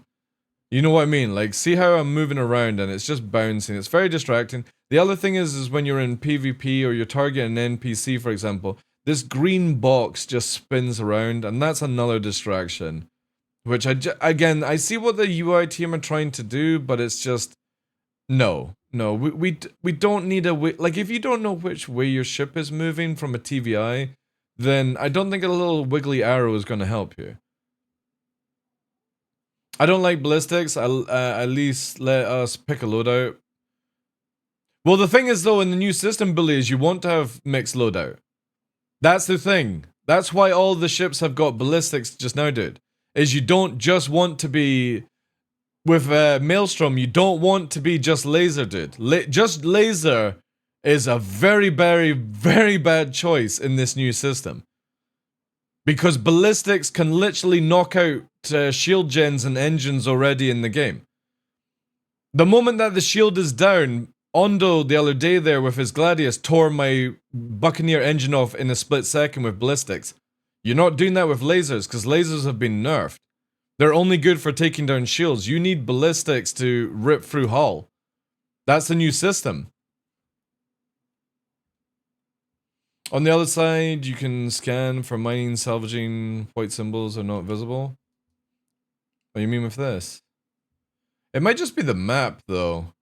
Elima Jenkins is now following. Thanks for the follow, dude. Appreciate that. Well, no, I've got there, right? Is that what you're talking about? Yeah, I've got one here. I got multiples, actually. So, distortions are changing. From what I've heard from CIG and what they've sort of, like, said, is distortion is going to be something that prevents you from going into nav mode. It's not going to be that turns you off, because how to turn somebody off is going to be targeting their power plant and blowing it up. Disabling their engines to stop them moving. Distortion is going to be something that basically slows down the rate of capacitor use and stops you from being able to get up to high speed. And when we talk about high speed, is right now the Vanguard can only do 210 in a straight, and with Afterburner it just does short of 400, right? Or 400 exactly. So when we go into nav mode, which is obviously we're engaging here, this will allow me to go to 1200 meters a second, right? We can actually showcase this. So now I'm in nav mode, I can go up to 1200. Distortion will prevent me from doing what I'm doing. That's the idea of it. Which is, it's basically like a disabling gun. But then when you do that, you lose damage. So it's not going to do any damage to shields or anything. It does very little. Yeah, basically a stun gun from preventing people from running away. So this is where mixed fleet information is so important. Instead of you just being a Gladius with 2 laser and a distortion, this is actually a very bad setup. Because you have very minimalistic laser damage and you have a stun gun. So you have no way of actually shutting down somebody's weapon systems, initial SEM speed or anything like that. So, which is huge. So what you want is a mixed fleet where maybe somebody is the damage dealer, somebody is the hybrid, and somebody is basically the stun baton that prevents people from getting away. And you focus fire to do everything in one. And if you're going with like an F8 Lightning that is just like ballistics, laser, and distortion, yes, it would work, but you've also made it where you're very weak. Distortions will be for everything, Billy, not just piracy. It'll be good for bounty hunting, but everything has a cause and effect in the new system. This is where CIG are finally getting rid of all the cheese that we currently have, and they might replace it with other cheese. But the idea is you can't just keep being in a one-ship, one-man army system, right? Yeah, exactly, Pagan, exactly. That's where they're going with it. Where light fighters go after light fighters and medium fighters, but a Vanguard in the party would be like, I'm looking for somebody that's turning badly and I'm just going to lay waste on them. I'm not going, oh, I need to backstrafe and corkscrew and do all these things that you have to do right now to survive in the game. I'm just like, right, I'm moping around the circle, look at them all fighting together. Oh, isn't that, oh, there's a guy that's blacked out. Brrr, right, he's dead. I blew off his engines. Because another thing in master modes, which is super important for people to understand, is the kill is not as important as it is right now. Blowing off somebody's wing and engine is like winning a fight. Because the other person can't get back into the fight after that. So if you're in a free versus free, you don't want to be trying to kill the person you're shooting as a team. You want to disable them so that they're out the fight and you can just quickly start on the next target. And you're not wasting time going in for that soft death. You just disable them and let them go. And that's a big thing that we've not had in the game for years. Being actually able to shoot off, like, we used to shoot off freelancer engines and stuff like that at Old Jump Town. and Connies and stuff like that. You would blow wings off other ships, and they would just be stationary, easy target. That's all gone since we lost like mass drivers and stuff. But CIG are bringing it back, where again, instead of we bring this one up all the time. Instead of having 7 people in the Hammerhead, it's more logical to bring 7 people in 7 Gladius right now. In the future, the Hammerhead is more important than the 7 Gladius, because the 7 Gladius can disable the Hammerhead, but they can't kill it. They can take out the turrets, they can take out the engines, but the 7 people will then have to board, which means that the 7 people inside have an advantage. Yes, you could keep firing it for God knows how long until it finally explodes, but you're wasting all your shots and your time doing something like that.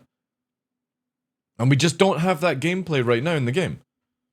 And it's just very refreshing to know that by the end of next year, all the bullshit we have right now, where group gameplay really doesn't mean much when people can just kite at 1,000 meters a second and get their shields back whenever they want, it means that if you focus fire on like a proper tactic thing where it's like, right guys, it's 3 of us. One of us is in a Vanguard, one of us is in a Buccaneer, one of us is in a Super Hornet.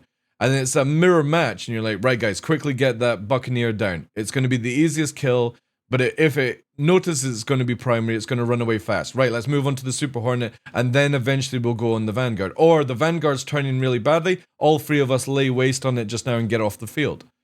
You don't have to do that, because in fights right now, you're like, right, I'm only going to go for the ship that can keep up with me, because if I start kiting around, that's the threat, you know?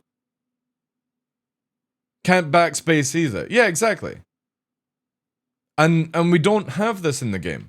You look at somebody on the field and you go, oh, there's a Vanguard, there's a Hammerhead, there's a Gladiator. You go, who cares? If they spam missiles, you just corkscrew it to break the game, right? But in master modes, it's like, right, who can actually give us the most threat? There's a Vanguard, that might be the primary. It can spam the missiles, depending on the situation, right? Or do you go for somebody that you can instantly delete with one pass?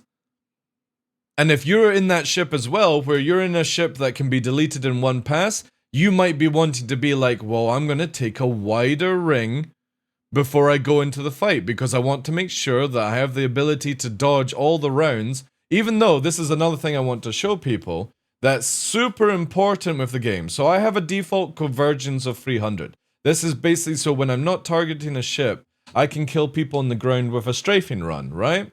But when we go into master modes, something that's really important for people to learn is weapon spread is a huge thing in the game right now. I don't think I'm going to be able to go any further than this. Maybe I'll be able to zoom like this, right? I just need to see here. And you put the camera up, right? So you can see here, when we're shooting at a target that's close to us, right? You're going to land all your shots. But if somebody's 1,000 away, look at the spread of the rounds. That's going to tickle somebody at maximum range, right? So again, hyper focus, when we're close range, all that damage is landing on the spot and dealing damage. This is why master modes is fantastic for close range fighting. Because when somebody is at far range and you're doing this to trace them, look at the spread.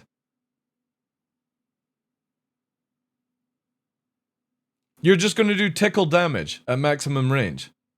Especially with lasers, right? And we don't have that in Star Citizen right now.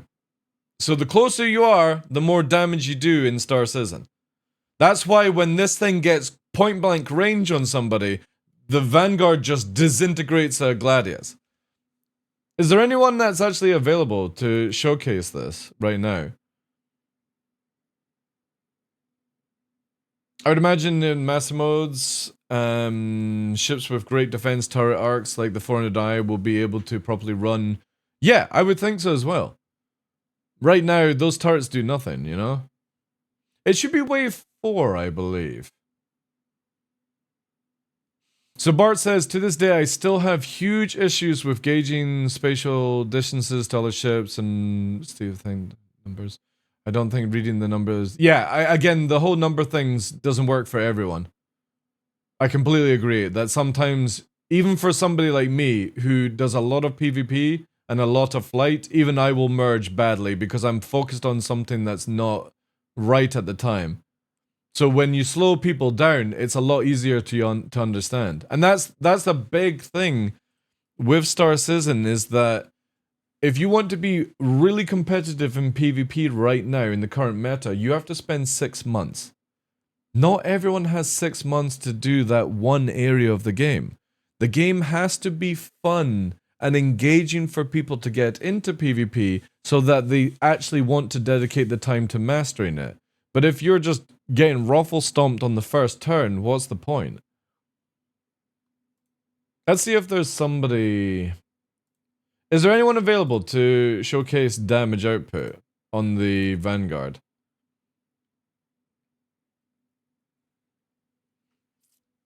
See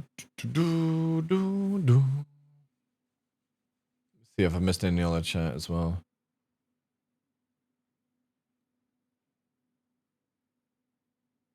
Yeah, Ondo, to me it shows that the UI team does not combat at all. Yeah, they're just, again, it must be a very frustrating thing for people like in Yogi's team having to deal with UI people that probably don't do any PvP. Are you able to load up PTU, devs? I think it's wave 4, so a lot more people should have access, I think.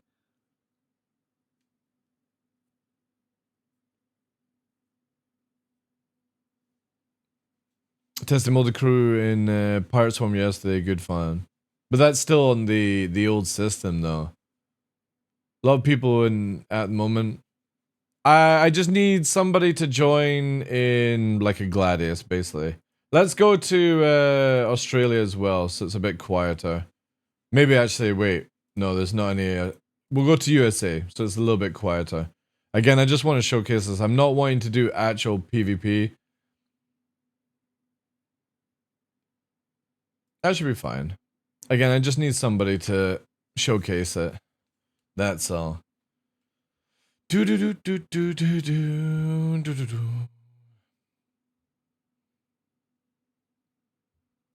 We'll go to like the back area here. So I'm on USA Master Modes. There's there. So I want people to see the difference in a frontal attack versus this ship, right? Super important. Let me get to the back alley. And this is very, very important to people for Master Mode's future. Super important that people understand this. Yeah, I've got a few people coming, devs. So whoever at the front, no, don't shoot me just now. Wait, is it just, yeah, don't shoot me just now. Let the shields regen. Sit on the front of the ship. Black gold. Just literally sit at the front for the testing. Oh my god, why has somebody got to come here and be silly? Ondo, can you go and kill that silver Aga person? Or distract them long enough for me to do this testing? There's always somebody, right? Look at them. This is why I can't wait for private lobbies. I'm so bored of it. Right. Blacksaw, stay stationary, dude. Stay stationary. How to change modes? It's just landing. Go engage warp. Change from nav mode to SEM. Right? So what I want you to do right now is I want you to shoot my Vanguard on its nose. Right now. Just shoot it. Right? All guns, all power to weapons. No, just stay stationary. Stay stationary. Just shoot right now. We want maximum damage, right? All you have to do is just shoot right at the nose. That's it.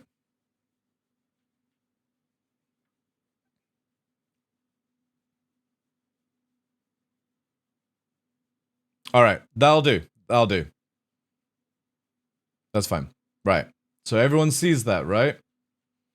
That's a Vanguard taking 1 damage, right? Watch a Gladius. If I can target.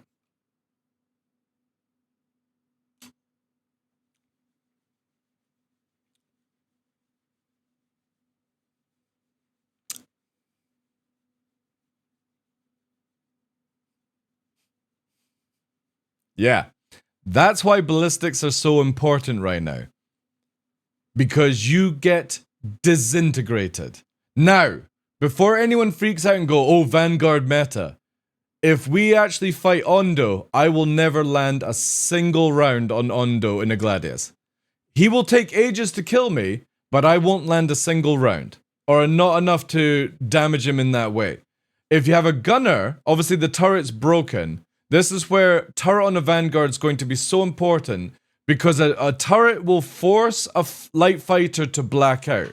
And the funny thing is, the Vanguard right now has the ability to black out, right? So if we start pushing hard turns, this thing will eventually start to go in a system where it blacks out compared to what it does right now.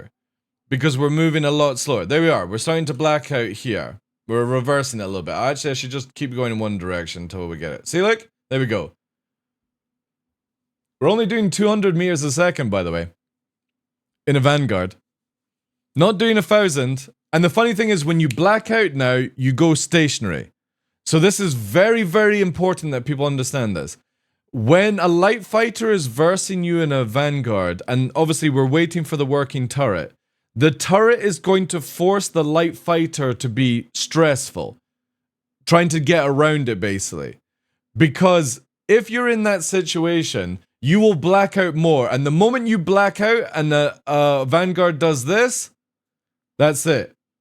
You're dead. You're instantly dead. And that's what I love about Master Modes with the current system.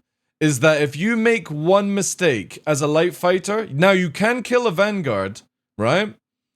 See what I mean? Like, look, very difficult for me to turn on this Gladius right now, right?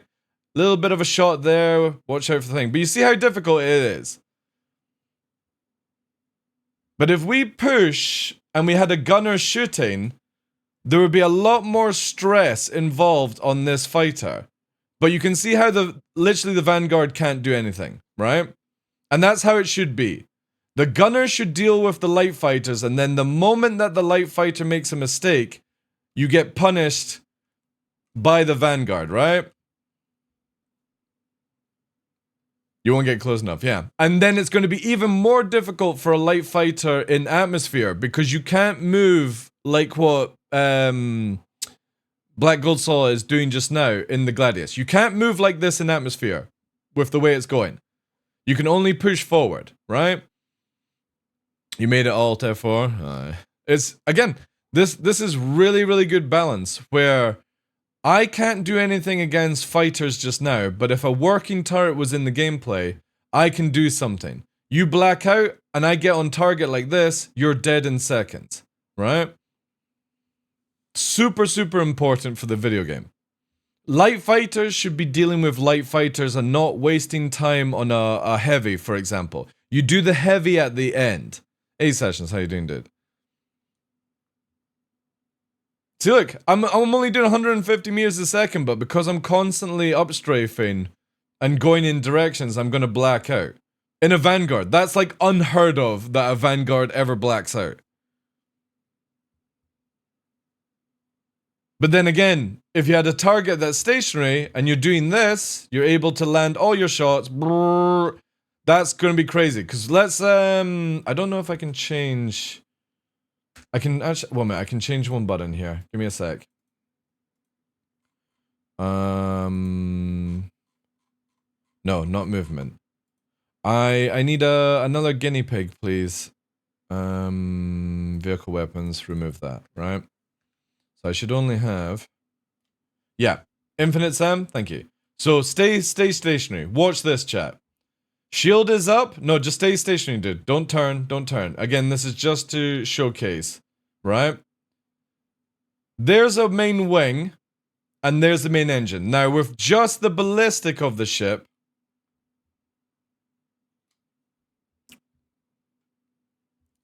that was shields up as well, by the way, chat. Now, Infinite Sam, fly around. Try and fly around, dude.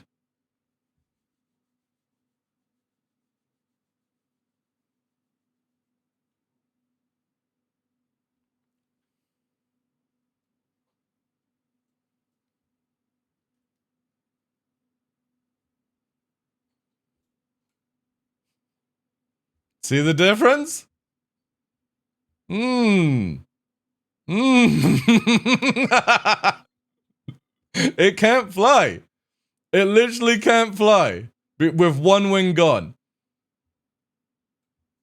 It's not. It literally can't fly. Let's quickly swap over to another ship so somebody can show you the difference on my end, right? If this thing will actually break.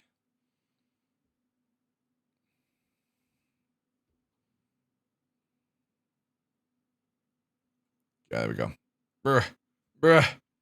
All right. Look. They're shooting me, chat. I've got no engines. Oh my god, I just killed Infinite Sam.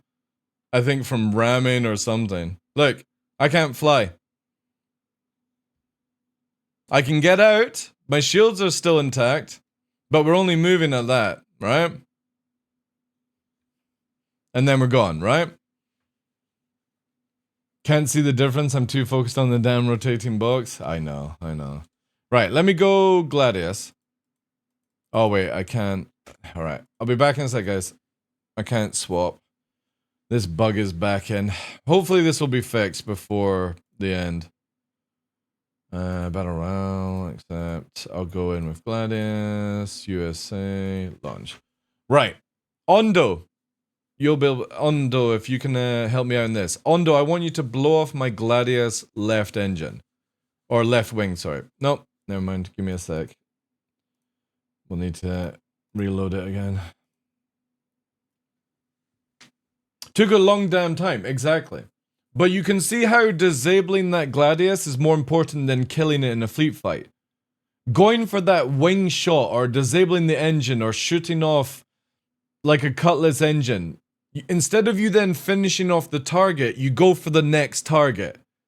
Just like you do in modern day. Like you don't, in modern day, you don't follow the person crashing down going, ha ha ha, I'm killing you now kind of thing. You disable them and then you move on to the next target if you're in a mixed fight, for example, right?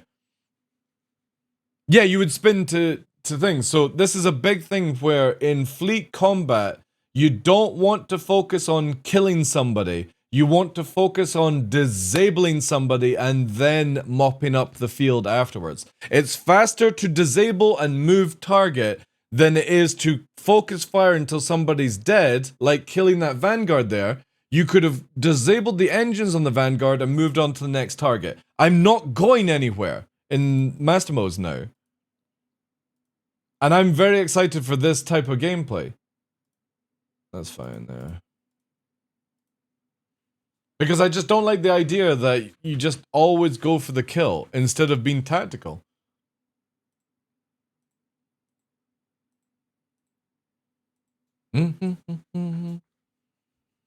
But there's just so... Even, again, this is just a very little glimpse at what we have in Master Modes to begin with. But you can already see that there is structure in the game. Let's see if I can find... Or if anybody can come and... Let's see if Ondo is here. We've got the guy that raged. Yeah, Infinite Sam, can you... I'm just going to call it Infinite. Can you just use the ballistics? So you're going to use your right mouse if that's how you've got it set up. And just basically shoot off my left wing. Or if Saw, you can do it as well, dude. Just quickly blow off the left wing.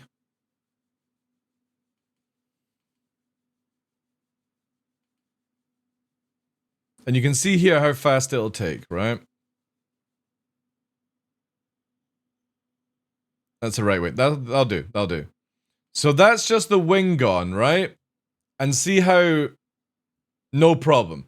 We can still fly like this. We've lost some missiles, but we can still fly. Now take a little bit more of the wing off on the right.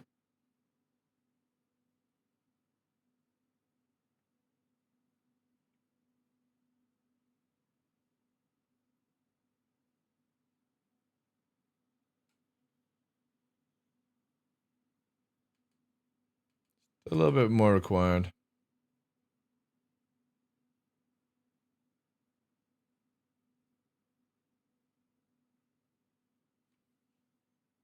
Oh, we've got somebody fucking shooting. in a Buccaneer. That's why.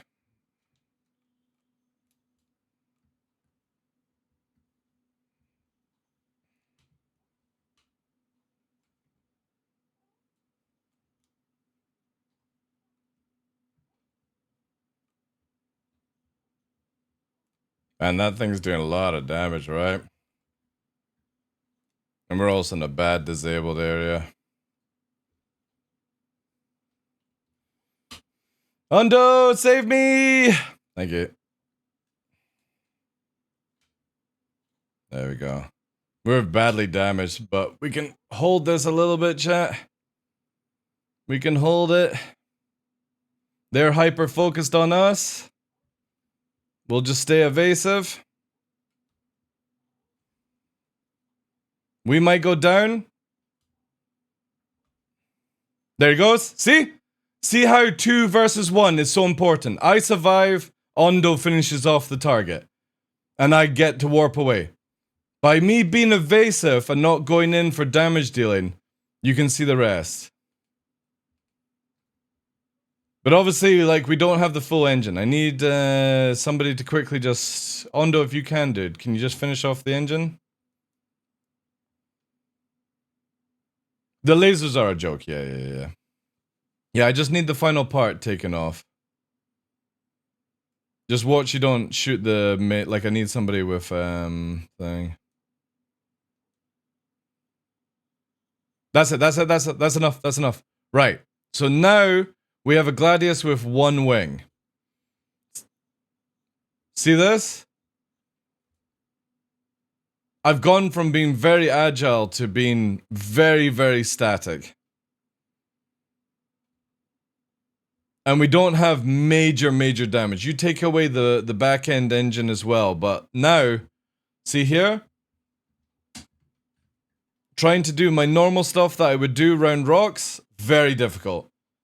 So I'm out of the fight right now. I could maybe apply 1 gun, right? Or like that, right?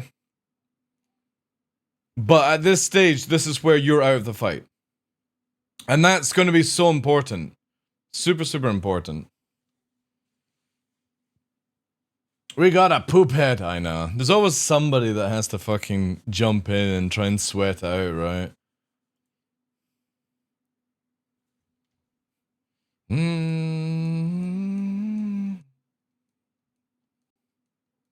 What is this? That's the Vanguard, You hit the bridge.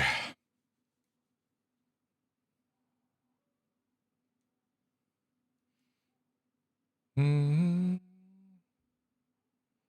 yeah, here they come. Here comes all the sweats. All the names coming in. That's funny, man. The fucking 1% group. Look at them.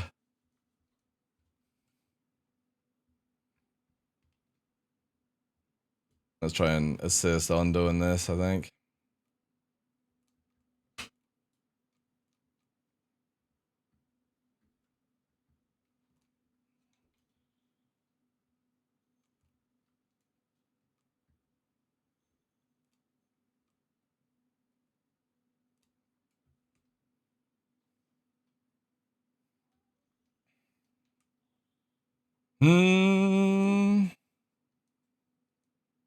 I've actually never done master mode. Nah. Alright. That's enough testing on that end.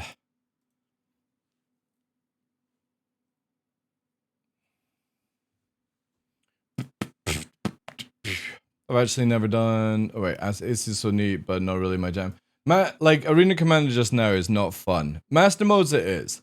That's why I kind of hope that CIG brings out, like, Master Mode Squadron or something like that. Jump in the Vanguard? Yeah, right, let's go to EU then, dude. If you want to test out something. I can't be bothered dealing with fucking El Sueto clout hunting crap.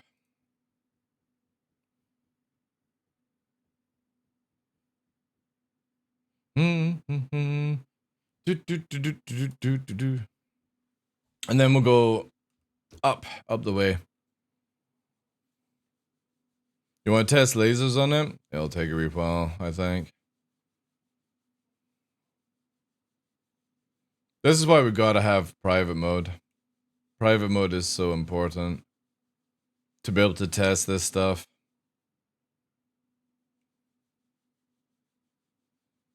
Mm-hmm.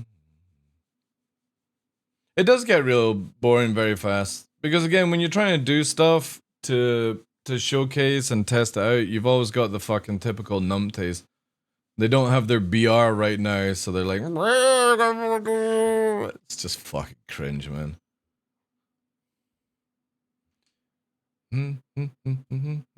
Gone of when you just fucking start flaring if people don't flare back, right? So you want to just do lasers on the front then, right? In your own time, sir. In your own time. Yeah, I've got them on shields to begin with. I forgot to do multi-crew lock, so just watch out. There might be somebody guns it.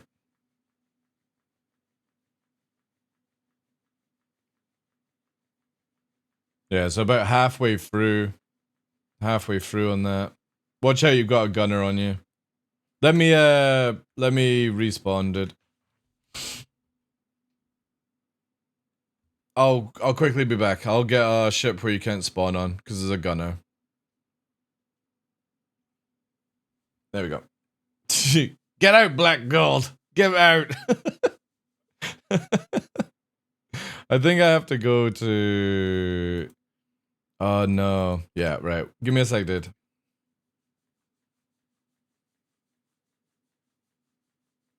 It's not armor per se, but it's, certain sides of weapons don't do damage against certain sides of ships. That's pretty much what it is. So, like, size 3 tickles bigger ships and stuff. Oh, man, I can't... Why return to simulation? 33 seconds. Yeah, I can't stop the multi-crew, sadly.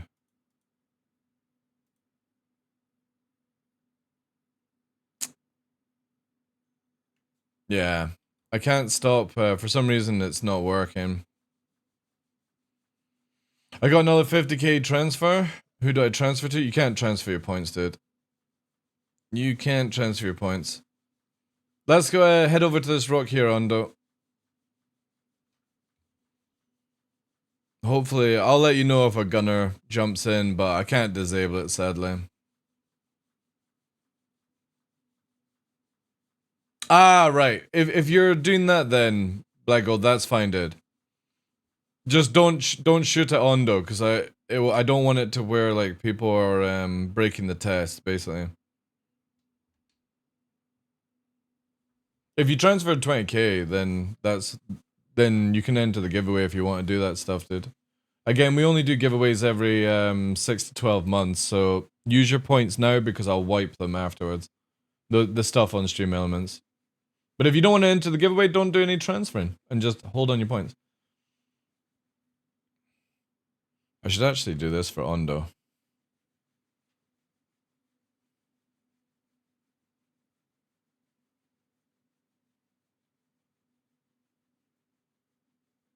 It comes back up pretty fast.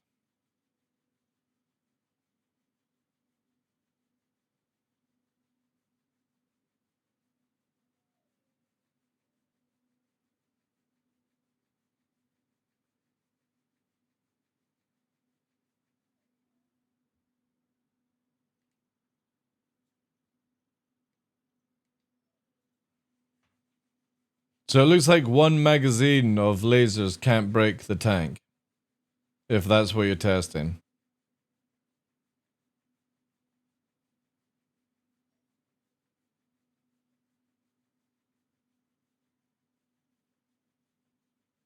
Yeah, but here's the thing. Are you waiting for a full recharge? Or why don't you wait for like half the rounds and shoot? Shoot half of the rounds. You're trying both, right? Because in master modes, it's not always about getting the full ammo. It's about being able to whittle people down.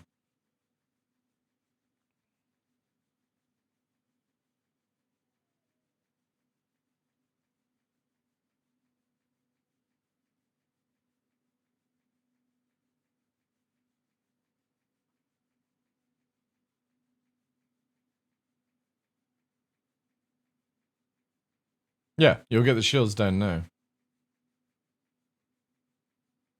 Yeah, there we go. See? So you can't always do the same mentality that's in Star Citizen right now, where you wait for a full ammo mag to go through.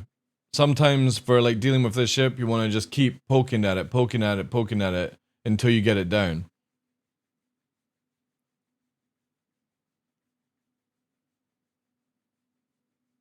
Mm-hmm.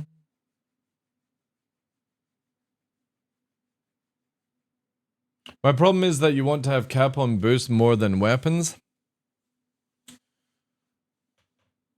But couldn't you just recharge the weapons? Right, so if you go, like, so if I go here, right, I got 69 laser, and I got 140 if I put power to weapons, right? So if I'm doing this, right, I'm engaging the fight, I'm doing a full burn.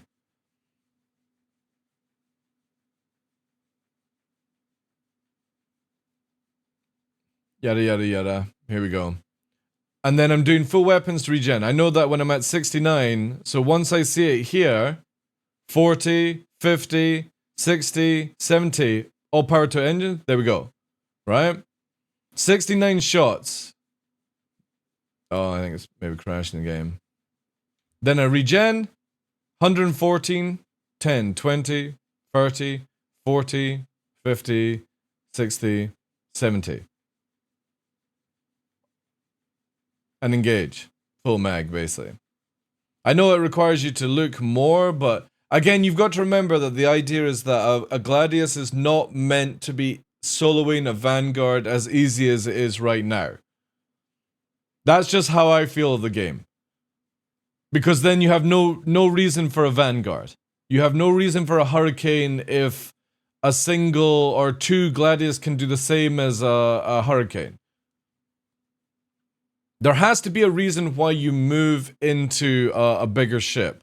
And that's what I was saying to Bart, is that if we do a 1v1 and I'm able to land shots on you, you die so much faster than I do. The difference is I have to sweat it out way more to track you as a fighter because I'm not meant to be going after ships your size. So when a bounty hunter turns up in a Vanguard in the future of the game and they see a Gladius, the Gladius goes, I can kill this if it's a 1v1, it's just going to take me a long time. And the Vanguard should go, this is not worth my trouble, I'll do one pass and then I'm warping away, right? But now people just keep spinning around and doing other things and stuff, and there's no role for each ship.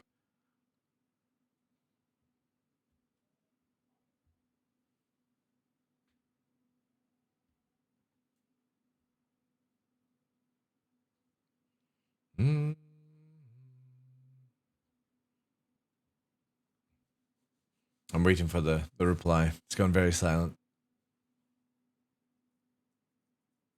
But then you've also got to remember that if it's a 1v1, you don't need to spend as much time using boost though, dude. See if you can fly around me without using boost. Right? Don't use boost. Imagine there's no gunner.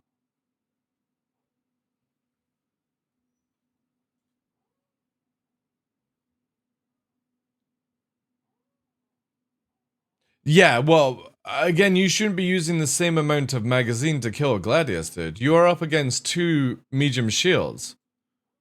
One is regenning whilst in combat, right?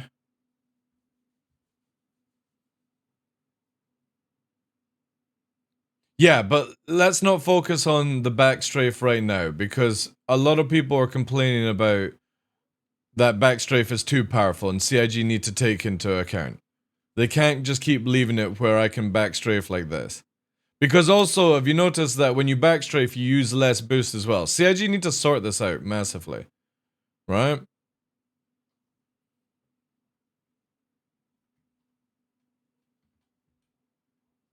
But again, it's still very difficult for me to do it.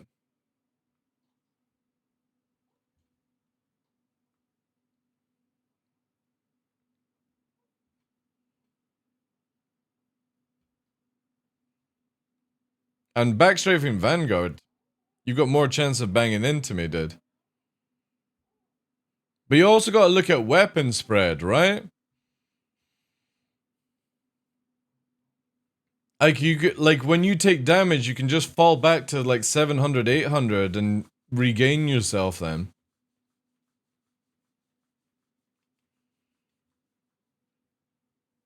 But yeah, backstrafe is still crazy. Hey Fetch, how you doing? How are you doing this goddess day? Doing well, dude. Doing well. Just finally able to do a bit of testing today, which is nice. Still obviously a few little bugs and stuff like that, but aye.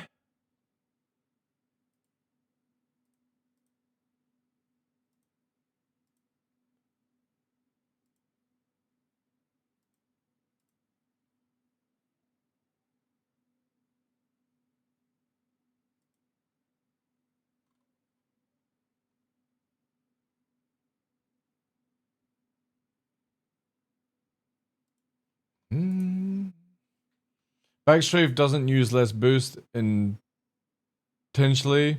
It's just as there's fewer thrusters going backwards, so boost backwards. Yeah. But it still has it where it doesn't line up to the same caffeine, right? And that's a big issue. So whilst I can go backwards, I'm using less resources than somebody going forward, right? And I personally think it should be the other way around. CIG need to change this somehow to make it that way, right? No, I'm not here for a Vanguard versus Vanguard. I'm doing testing. Bugger off.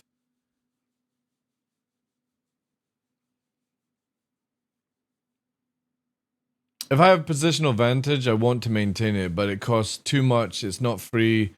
It's freer to not push for it, I think. Yeah, exactly. Again, CIG need to flip it around it. It should be where somebody is going forward, they're using less resources because they're using momentum, not where you use less resources going backwards, right? Just because you're using less thruster power. Because again, everyone just then goes backwards and does this stuff. Obviously, again, you saw in that fight against the Buccaneer, Ondo, with 2 Gladius on the Buccaneer, it can't do shit. I was in such a bad state. And I'm just able to kite in and out, kite in and out, kite in and out to coax it so you can get on aim. The 1v1 mentality has to end in this game. It has to end.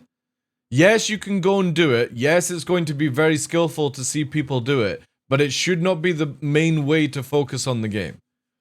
If you have 2 skilled players on you and you don't react fast enough, you die.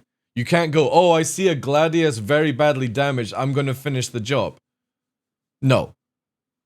That's where that Buccaneer should have bugged out, right? In that situation. That's how I look at the game.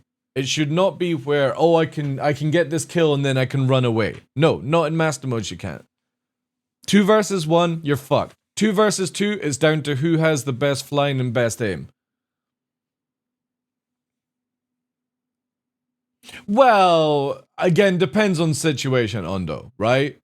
If I'm in an arrow, I can still get away from an F8 doing certain things in a 2v1. I was in an arrow the other day there versus 2 F8s and I killed 1 F8 in my little arrow, dude. 2 F8s versus 1 arrow and I managed to kill 1 F8 before the other one ran away. So, but in Master Modes, you wouldn't be able to do that, dude.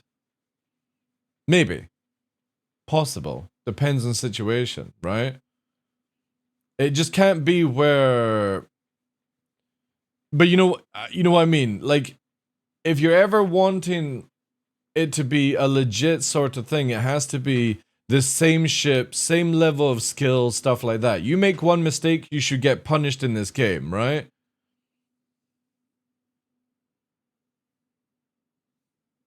Yeah, Care Bear, yeah. But what I'm saying is with master modes, it opens up the possibility where like you can have a Vanguard and a Gladius work together. A Gladius and a Vanguard in the current state of the game is a useless combination, right? Even in space. But the Vanguard as a support DPSer, to say you're having a turn fight with an arrow or a Gladius, I can then lay huge amount of damage on it in master modes. And that's again another really important thing to take on master modes, is that instead of it being 2 arrow meta or 2 F8 meta or 2 Gladius meta, I can come in my Saber with a Gladius and we can actually be a viable team.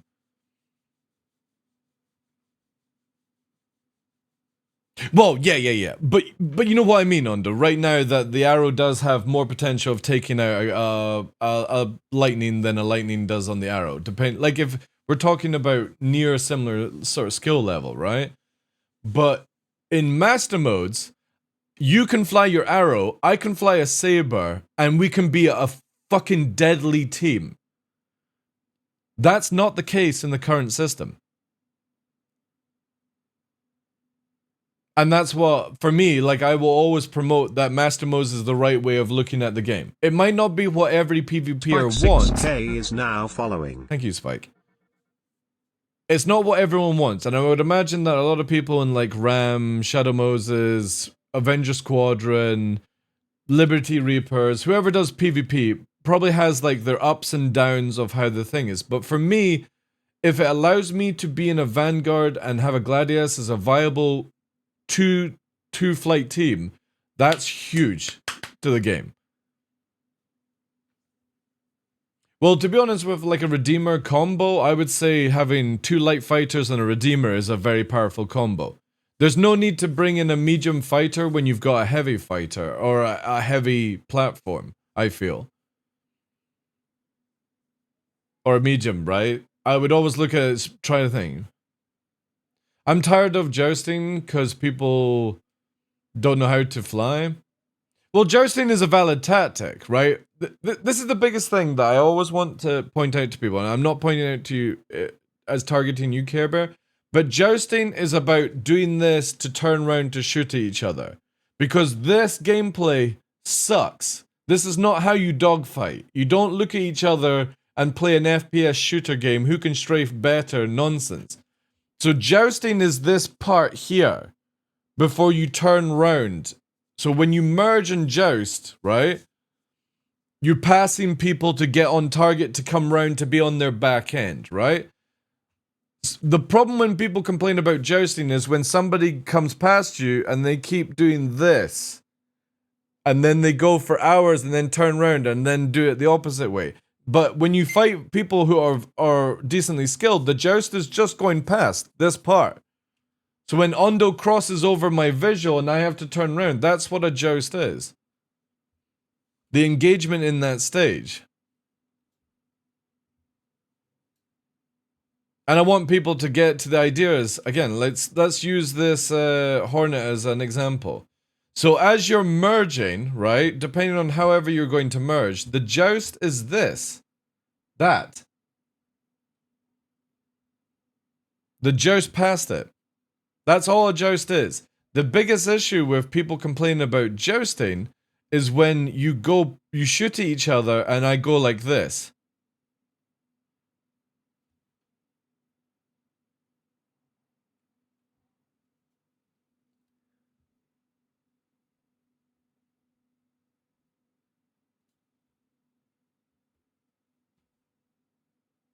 That's what people complain about, right?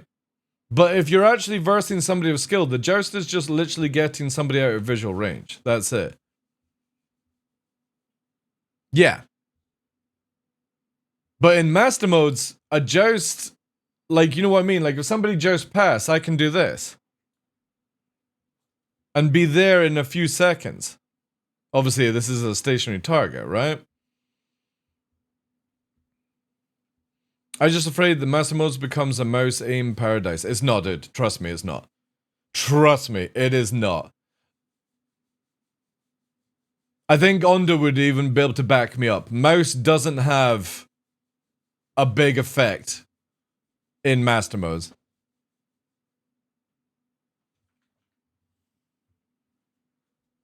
You don't know yet. I kind of feel like versing people with mouse. Like, when I verse Battlestar, I don't feel like how it would be if I'm playing the current state of the game. And I think he would agree if, like, he was available for a comm chat. Battlestar uses mouse and keyboard, and when we fight in master modes, it's Snuff very Samson close. is now following. Thank you, dude. But the thing is, in current state of PvP in BR, he kicks the shit out of me, dude.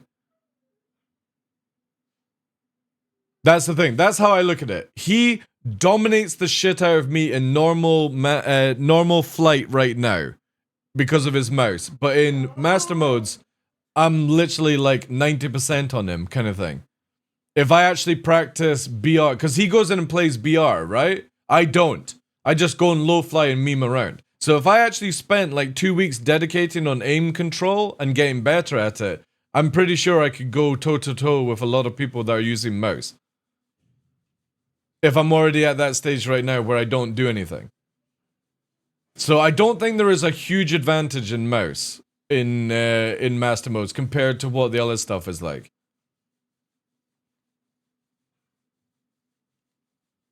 I think it is, like, again, I look at what you were doing to me the other day, Ondo, is more impressive than somebody with a good aim. You're able to do these little turns mid-combat and get around me kind of thing, right? That's going to be way more important.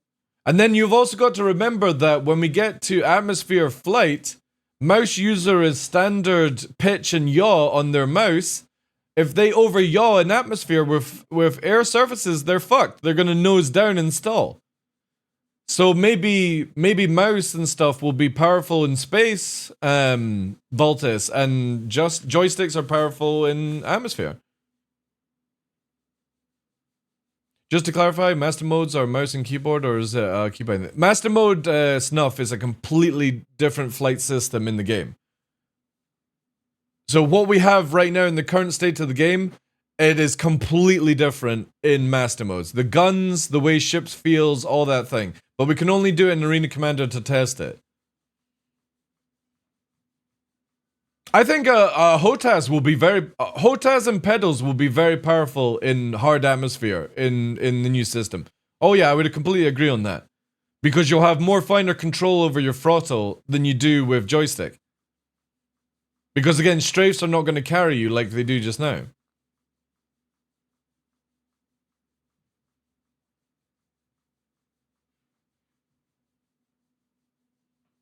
If you're new to the game, Snuff, plenty of time, dude. None of all this stuff that we're testing will be out until like Q1 next year.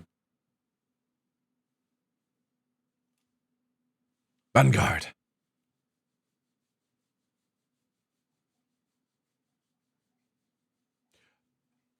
It is a placebo effect, but also there's a lot of stuff removed. So like corkscrews, the buggy trichord movement and 45s have been removed from the game bar. You can still trichord, but instead of it going up in a straight line kind of movement, it goes up in like a curve now. So you can still trichord, you just can't go instantly over the threshold of speed. You can still use it to move, just not as what it is before. So when you take away a lot of the feel, your aim is now able to get on target because of it. Yeah, you're able to, because everyone's slower and they can't do the cheese. Obviously in the future there's going to be a lot of cheese that will arise and CIG will have to constantly change metas and all that stuff, right? That's a given. But right now... Negligent_Care is now following. Thank you for the follow, dude. Right now, it's so much easier for joystick users to actually get on target. Because you can go into Arena Commander just now and fight mouse, like left joystick mouse users, and it's just not fun. Because they're on a different level to you in the current state of the game, and they've been in Arena Commander for so long. But when you come into master modes and you verse somebody sweaty, you can actually do damage to them, which is a nice thing. So this is why, like, PvP, somebody of high skill level right now will still beat you in master modes. The difference is, instead of it being an absolute slaughter on one end, there is a chance you can inflict dangerous damage to them before you die, you know? And I think that's, again, where I keep bringing this up. Master modes is so important to the game because even if you are dying, if I'm landing some ballistic shots on somebody, they're also a serious thing, you know? Hey, Ray, how you doing? You're using a space helicopter setup, so have you got a collective? You're not using a collective, are you? That would be interesting. I don't think anyone uses a collective. No. Right, so what are you doing then? Your left stick is what? Dual primes with TPRs, right? So what's your setup then? Forward, backwards on the left, right, up and down, twist or something? How do you actually have it set up? Do we think we'll see the Apollo next year? I do think so, Axes. Because there's a lot of talk about new Tier 1 medic gameplay for next year, and to do that, you need the Apollo. Does that mean there will be ability for alternative keybinds in Atmos versus Space? For Space, I have the right stick doing pitch and yaw, but for additional... again, the world's the oyster, Deco. I don't know if you'll have different things. I do know that CIG are adding in analog movement to keyboard, which means that when you press keyboard just now, you do 0 to 100% movement. They're adding in a setting where you can press it and it sort of drifts it a little bit. Pedals push is yaw. Right, so toe brake is yaw. Oh, no, you're doing that way. Toe brake is throttle. Right stick, x-axis is roll. Yeah, so you're flying exactly like me, dude. If you do exclamation mark flight, I think it's flight, in chat. So let me do this here. This is pitch and roll. This is forward to backwards, left, right, up, down, and my pedals are yaw, 100%. I don't have anything on the toe brake because I want to save that for if there is actually an air brake for atmosphere. So I don't want to learn like a habit of forward and backwards and stuff like that.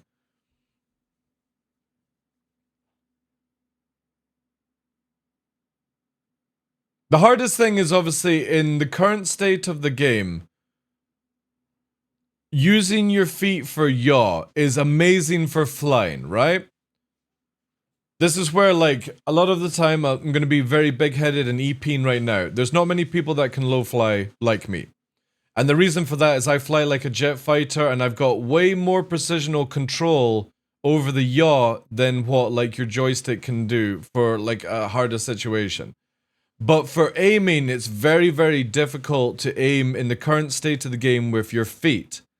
This is why Atmosphere Effect will have a much better vibe to it, where you'll be able to do turns and stuff on people. But right now, I've definitely noticed I can land more shots on high-skilled ceiling players better in Master Modes than I can in normal state of the game. Even Ondo, right? So Ondo, like if we were to look at a skill power level, Ondo is like 9,000 and I would be like 1,000, right? But even in the fights that we were doing, I'm able to get his shields down and inflict damage on him. I will die because obviously he has 8,000 power level skill above me, right? Just in his example. But the point being is if we were to go into BR flight right now, I wouldn't be able to do anything to him. I might be able to tickle his shield, maybe get his shield down, but there's no way of actually inflicting any damage. And that's what a lot of people need to like hyper focus on, is Master Modes finally allows you to not be as competitive, because that requires time and effort, but you have a much so instead of like, this is your current state of the game where you have to be like huge, like, so if this is like the standard level, this is how far you have to put yourself to be at that level. Master Modes is sort of like that now. Instead of it being quite a big gap, it's like this. So you only have to do that final part to tie it in. And there's always that big thing. I remember a while back, everyone was saying This is how you have to fly. You have to have your left stick doing up and down, left and right. Your pedals need to be forward and backward. Your right stick needs to be pitch and yaw, and that's how you're going to be the best. No. That's not how you become the best. How you become the best is literally putting in hours and hours and hours and hours and hours and hours of effort in.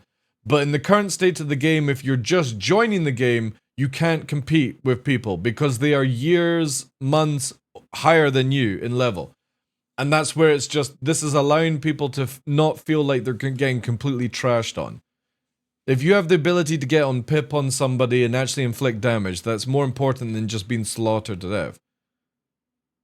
And then there's all the other bullshit that's in the game, from circle strafing or corkscrewing that literally negates missiles now in the game. That's how bad it's got. And you can stop people from landing like full volleys on you, and then people backstrafe at full speed to get their shields up whilst doing the odd little poke at yours to keep them down kind of thing. Then they push in. There's so much wrong about the current flight system that just allows the cheese to cater, right?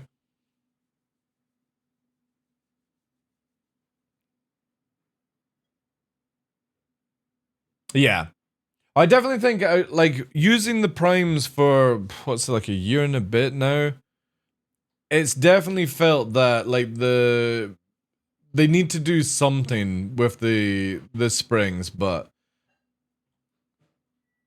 who the fuck is in my turret? Somebody is shooting. With forward backstrafe, can you use backstrafe as a space break, or is it better assigned? So, right, the difference between, like, so I don't use space break at all. So the difference with, if you look here, right, as we're moving at 200 meters a second, if I backstrafe afterburner, you can see my speed going down. Actually, no, you can't because my camera blocks it, right? So let's get up to speed again. There we go. And we backstrafe afterburner. But in this process, I can go up, left, and right, right? But when you're going forward and you space break, activating space break now, I can't strafe left or right, see? And it slows down a little bit faster. So space break is faster than backstrafe, right? Vashnair raided my stream with 14 viewers. Yo, Vashnair, thank you very much for that raid, dude. Appreciate it. So space break is faster than backstrafe, but when you backstrafe, you can left, right, up, and down. When you space break, you can only pitch, roll, and yaw. You can't change the strafe axes. So it's, you kind of want to use both for certain situations. If you're going in a straight line and you want to go into a merge, say you're coming in for a merge, you maybe want to space break quickly, backstrafe, let go of it, and then merge in, right? Doing certain things. With the axes, well, with space break right now, I can yaw roll, but I can't strafe. Space break doesn't allow you to strafe. Look. Now, because space break's run off, it's moved. Space break does not allow you to strafe at all, apart from the line you were going. But it does allow you to rotate. So you can use pitch, yaw, and X. But you can't use your strafes. Again, I'll show you, right? So right now, we're flying forward. If I activate space break, we're slowing down. I'm strafing now, see? Strafing? Nothing. Nothing's happening. But I can pitch, roll, and yaw. Right? And as soon as I let it go, it changes direction. This is why when you're backstrafing, you can strafe left and right when you're coming into a break. You don't want to use both things. Space break is much more aggressive, and I hope it's more aggressive in atmosphere in the future. But this is where I was trying to say to CIG, it would be better for using backstrafe to be double the speed at slowing down, and you just then take away backstrafe until you're having to land or something to get rid of it. But they can't do that. They have to redo the whole IFCS, and I'm sort of like looking at it, not to harp on at CIG, but it's kind of like, did you not think about doing this from the very beginning? Like, why for all these years have you constantly allowed this to get worse and worse and worse with not making it the obvious? just in combat, take away 6 DOF and make it 5 DOF. And if you want to slow down, you have to slow down aggressively. But then if you want to land, then you can use 6 DOF. In combat, you don't need 6 DOF. You only need 5 DOF. But they didn't do it this way. They want to have a World War II dogfighting game in space, but the obvious is taking away the thing that causes the issue the most.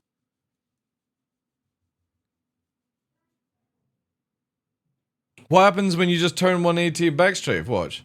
Right, so this is what happens when you go forward at maximum speed in Afterburner. So we're doing 400, we then turn round, and we backstrafe, we go down to 250. You can't backstrafe at the same speed as going forward. The problem is it's still too fast going backwards. It needs to be down to 100. 100 ms maximum speed going backwards in this format. Because again, you don't need to go any more than 100 when you're trying to land. If I'm going to land into a place, I don't need to come in backstrafing like this at 200 meters a second, do I? This isn't fucking Taxi or, Fast and the Furious 2. I don't need to go through the traffic going backwards. There's never a situation that you need to do that in this game. When you're coming into land, you're also going to be doing stuff like this, right? We're down to 100 ms. I want to navigate round. I want to reverse into this area, 60 ms. You could even make it 150, but 250 is too fast in the backstrafe. Far too fast. Backstrafe should just be a little positioning thruster, not reverse. Yes, I completely agree. But CIG can't do this because the IFCS doesn't allow it. Which is really sad. That nobody thought that this is how it should be. And we're going to deal with a system that opts for backstrafing as a turret instead of going forward and having to actually dogfight.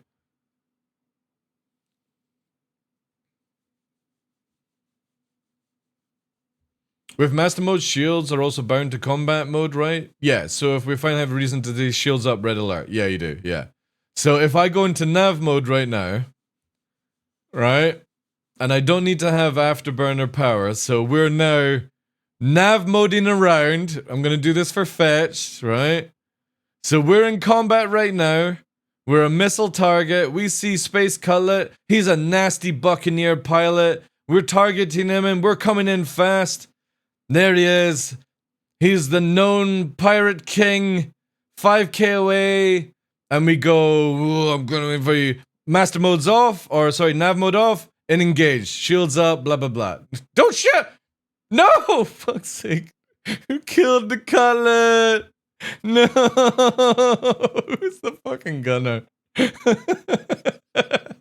Sorry, cutlet. I forgot, there's somebody in the fucking seat. He was red and respawned. Alright, okay, cool. But you can see there, you've got your disengage and warp around, be missiled kind of thing, come in, Oh, you're in the turret, Blue Max. Alright, that's fair enough then. That's fair. So we're nav moding around. We've got no shield. Oh, by the way, can you shoot the turret whilst we're in nav mode, Blue Max? Are you actually able to do that? No, good, right. Because Tough was wondering if, like, the turret gunner could shoot missiles down, but to be fair, I think that would be very OP. So again, nav mode, we're blasting around. We're able to turn, we're able to use afterburner, yada yada yada. But then as soon as somebody's on top of us, we can turn master mode or nav off, and you can see our shields coming back up there to near max, very fast. Yeah, I just remembered that just now, whilst we had somebody on comms in a gunner seat. Again, this is what we want to make sure people understand. Backstrafing to slow down in your turns is not a bad thing. What is bad is going full speed, literally your TVI pointing out the way to show that you're backstrafing or momentum going backwards, and you're doing this. Oh, you get around me. I slow down and beam you. I go backwards, right? This is the issue with the game, where you can just literally turtle, and because you don't use as much resources going backwards, you always have the advantage over somebody going forward. If somebody is just using backstrafe to slow down and turn into the fight, that's not a bad thing. It's the perma backstrafing bullshit that this game has is the issue.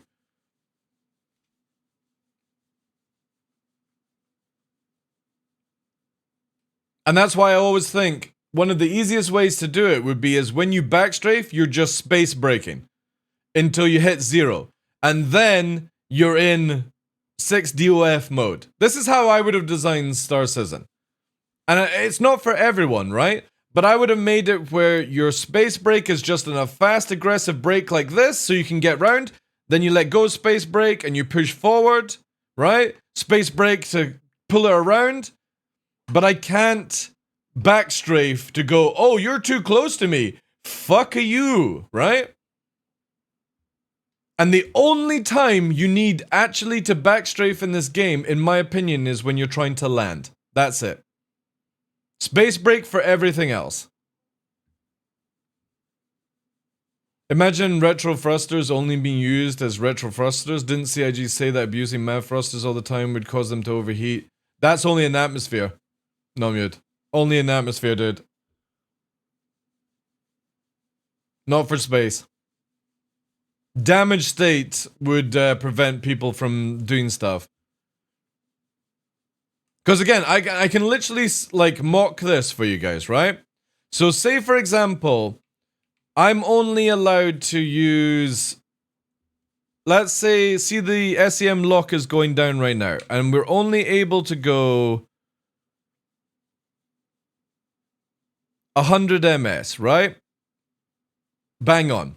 Now, in this situation, we're going to have not just SEM and nav mode, we're going to have the old school pre mode, right? And this is where I would have gone with Star Citizen. You have SEM mode, which is forward, left, right, up and down being mirrored, as left and right is mirrored. Forward, and everything else that we've got just now. Nav mode, how we have it just now. But you would go into pre-mode to land, which would then bring 60 OF. So whilst you're in SEM mode, you only have space brake. So again, we're cruising towards it. Space brake is on to slow us down, but we can't strafe and turn. Space brake is off. We're into pre-mode. We can only go 100 ms backwards now.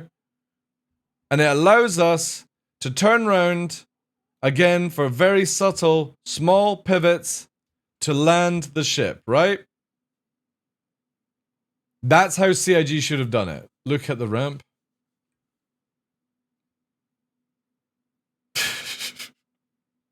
There you go. Bye! Did you just blow up with a nade? That's funny. But this way, CIG could have made a great combat game without the cheese. So simple, and I just don't understand why CIG can't comprehend this. You don't need to backstrafe and strafe left, right in combat. You just need the ability to slow down in combat. And if everyone has it, you don't need to worry about it. Again, this is me using space brake because I'm going forward. Space brake is engaged. See, I can't strafe, but I can turn, release space brake, and go in a different direction. Space brake. Change direction. Space brake. Change direction, right? You don't need backstrafing in combat at all. No, don't touch me, little Vanguard. No. And away we go. Who's chasing after us? Vanguard away.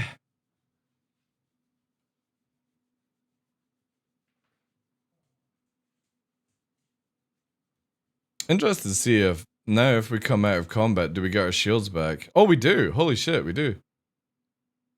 That's funny.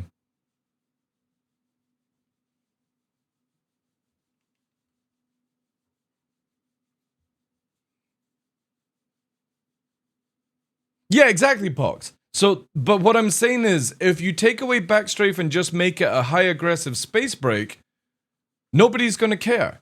And then if you want your 6 DOF, you just have it for landing, and that's it. There's never a need. If two people can't reverse strafe, you don't have sphere fighting then. You just have somebody that passes you, and you can use space break to slow down, and then turn round, right?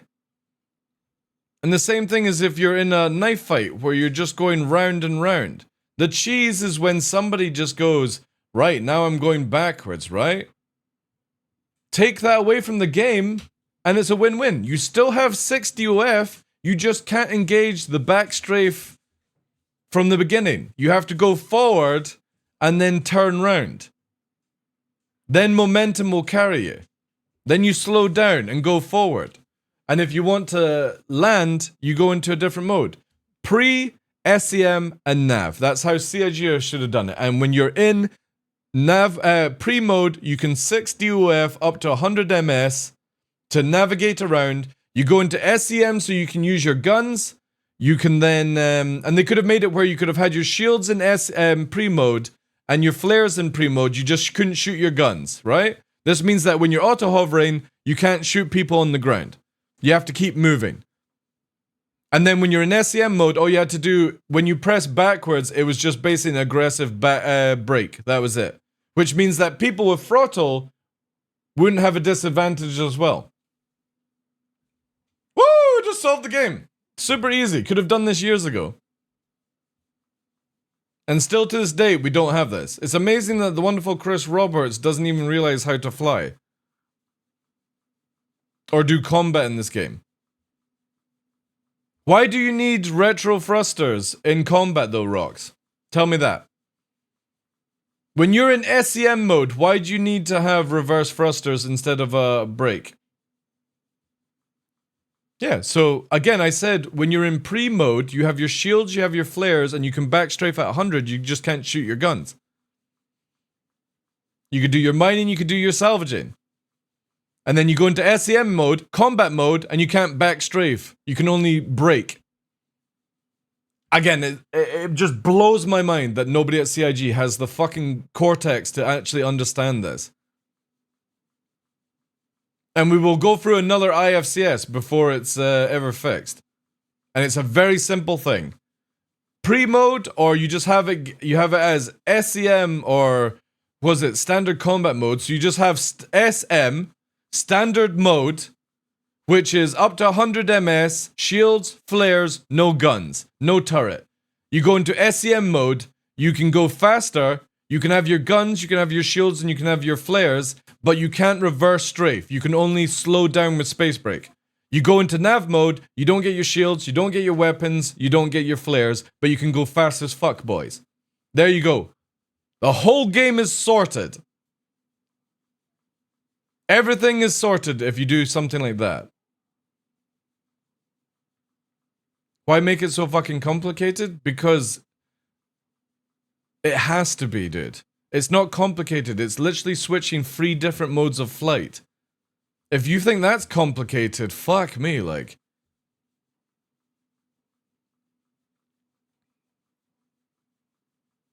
Star Wars Squadron was actually really good, Pox. And this is coming from somebody that didn't play it. Because that's actually how you do space combat. You don't allow people to backstrafe. All the best, again, TIE Fighter, X-Wing, games that Chris Robert worked on never had backstrafing. This is the only one.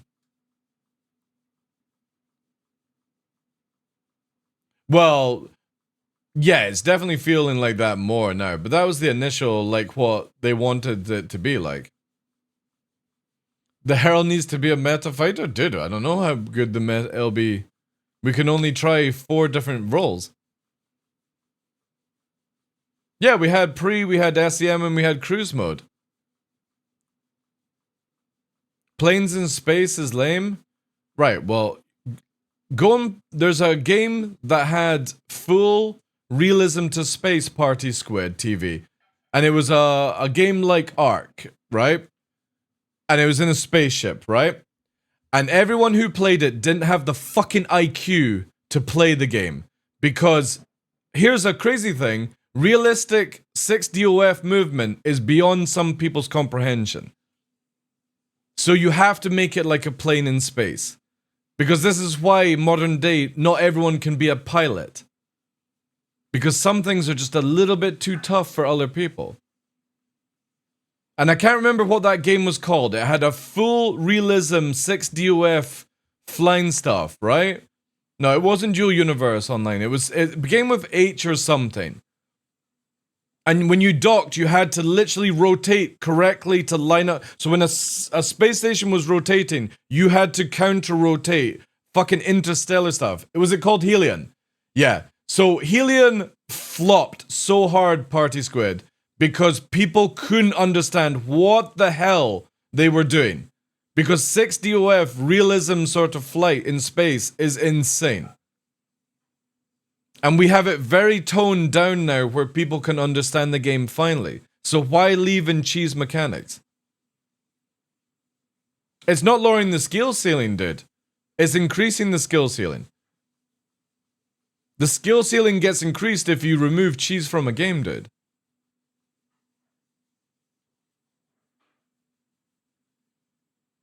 Because if everyone can just do the I win, go backwards fucking button at times, that's not skill. That's just knowing one mechanic to get out of jail. You take that away, that raises skill ceiling.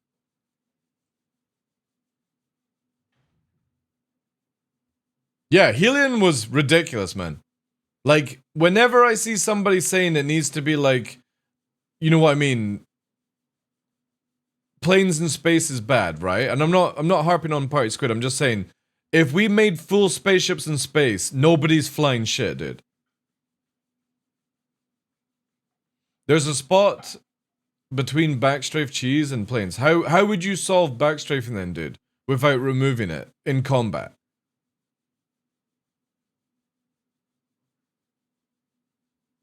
Like, if there's another way, I would love to know about it. I would love to hear it if anybody's got an opinion on it. And I won't, like, belittle or anything like that. The only way I see getting rid of the cheese is taking away backstrafe completely in combat.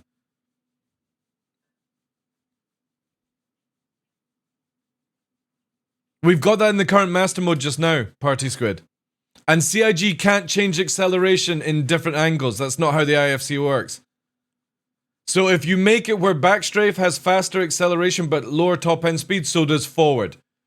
This is the shit we're in, by the way. IFCS cannot be configured in different ways. You buff backstrafe, you buff forward strafe at the same time. You buff forward strafe, you buff backstrafe. They can't do it any more than the egg. The problem is the egg still allows you to go too fast. And if you lower it down to 100 going backwards, you need to make it where it accelerates faster to be a natural brake. Again, pointing back to just remove fucking backstrafe and make it space brake. Until you're in a different mode for landing and navigation for Industrious, right? You can't do it. Doesn't work that way, Panthers, right? Doesn't work that way, dude. If you increase the G's and lower the top speed and stuff like that, it affects everything on the thruster. The IFCS does not allow you to individually convert it. I literally spoke to Yogi on this. It does not allow them to do what people are asking. This is why I say just remove backstrafe in combat. The simplest solution. Make it where when you pull back on your throttle, it's just space brake. That's it. And then make it where you switch mode out of SEM to SM, standard mode, which only allows 100 maximum thrust in every direction, right? Again, CIG don't have the time to keep redoing the IFCS. I like, this is one of the things I always like to harp on to people, not to, like, be disrespectful, but creating IFCS is no joke. So Yogi and the team can only take what they've got, and now they're on a deadline to get Squadron 42 out of the game. We are running out of time. Because unfortunately, this has not been a big concern.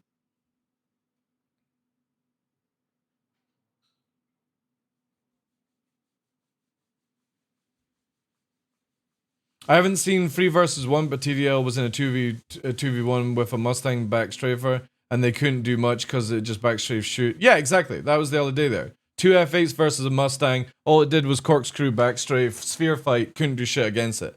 That's the current state. You can't do that in master modes. Both. Can't do that, dude. 2 versus 1, you're fucked if you do anything like that.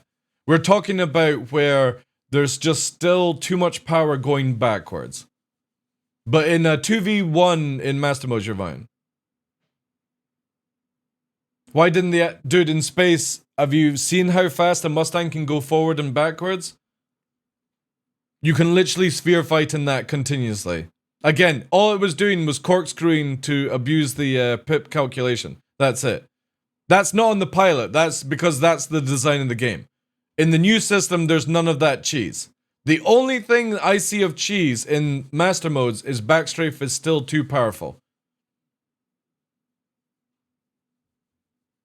Again, top end speed and acceleration is a different thing, Party Squid.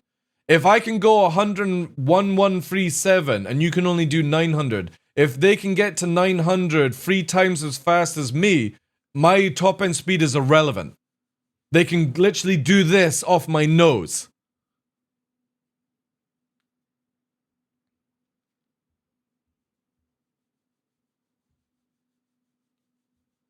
So no cool maneuvers like Viper and Battlestar Galactica. I've watched a lot of Battlestar Galactica, especially the old stuff, and I can't even remember what like you're trying to say with that one.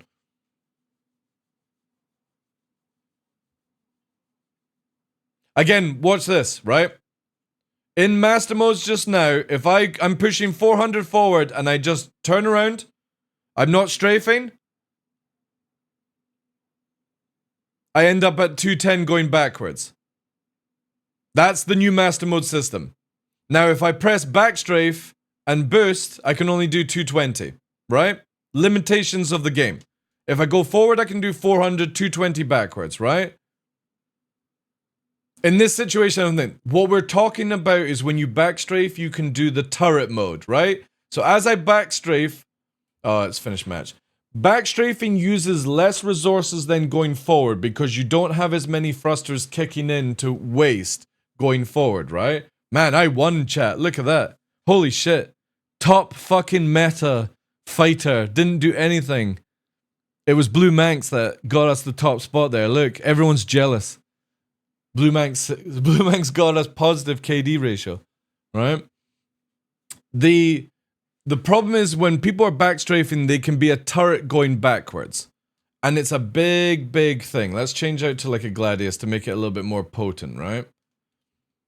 So whilst we're in the Gladius, we can do like 400, 420, 440 forwards. When we go backwards, now we can only do like what, 260, 280. So you're a bit of a target, right? If you just go backwards, you're fucking dead. Right? You're dead because somebody will get around you. The problem is when somebody gets around you and you do this, right? When they're trying to fight for position and they've got around you the first time because you suck, you can just do this as you're going backwards. And the person trying to go forward can't push on you because of how the game works. Because you're still able to just get it. They need to be able to constantly do 400 to get around you. And they can't do that because if you turn, for example, right? You can see here. Let's turn around the rock. And let's get our afterburner up, right? So going around this rock, 100, 120. See what I mean? So the person going backwards is still faster than us pushing forward to try and get off their guns. There's your issue with combat right now. Is that I can go backwards and just fucking be a turret at 300 meters a second. And for you to get around me, you need to be faster than that and you can't do it. So whoever goes backwards automatically has an advantage over somebody going forward. And CIG still after all this time of us trying to explain this, don't get it. That you can't let somebody go fast and strafe backwards in this game. They should only have a fucking break. And that's it.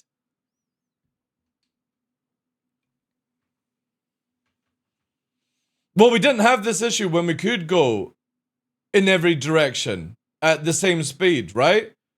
This is the biggest thing, Party Squid. If you go back to 263 or 264, we had none of these issues. The problem was, and quote, the game was too complicated to people who are in a German magazine company, so fucking Chris Roberts got everything changed again. When we had the perfect combat system that was fun, easy to get into, and engaging, and all ships had the ability to fight like Vanguard and Saber and all these things, and it was down to player skill, it got shit canned because, and quote, a German magazine were too dumb to play the game. So Chris Roberts freaked out about it because literally it was like, well, if these people can't fucking play the game, how are we ever going to sell it to other people? And to be honest, it's just like any other game. Get good. Learn to play the game. But we've gone for now so many years spiraling around and around, and we're still now getting to a stage where the game feels good, but you've left in one viable thing that's a killer. People can still be a space turret. So why don't you just design ships that are caked in turrets and stop making fighters then? Let's have a fucking rectangle that has 4 turrets on the top, 4 turrets on each side, and just let people fucking spin around.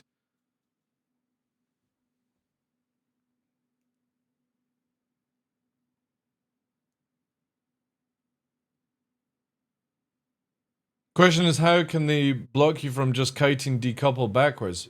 You can't. Again, if somebody kites backwards right now, right? Again, when you're going forward, the Gladius in Master Modes only gets up to just 450 forward, right? And if you're going backwards, you instantly slow down to SEM speed, right? So if I go backwards here, SEM instead is 220, right? Because it's the same as going forward. But when we engage Afterburner, see how I can't go anywhere? It's like 220 and I get 250. That's the new egg system, right? We're not talking about somebody that just goes completely backwards. We're talking about somebody that becomes a fucking pivoting turret whilst they're going backwards and you cannot push forward fast enough. So the egg needs to be a lot more different for this to happen. And this is where, we've been saying this for CIG, is when you have the egg, when you push forward, it needs to be way more aggressive. So like 600 ms when you're going forward. So that when you're in this situation of somebody becoming a fucking turret in space, you can see here trying to get around them, I'm burning all my resources to try and maintain a speed that they can do so much easier whilst evading shots.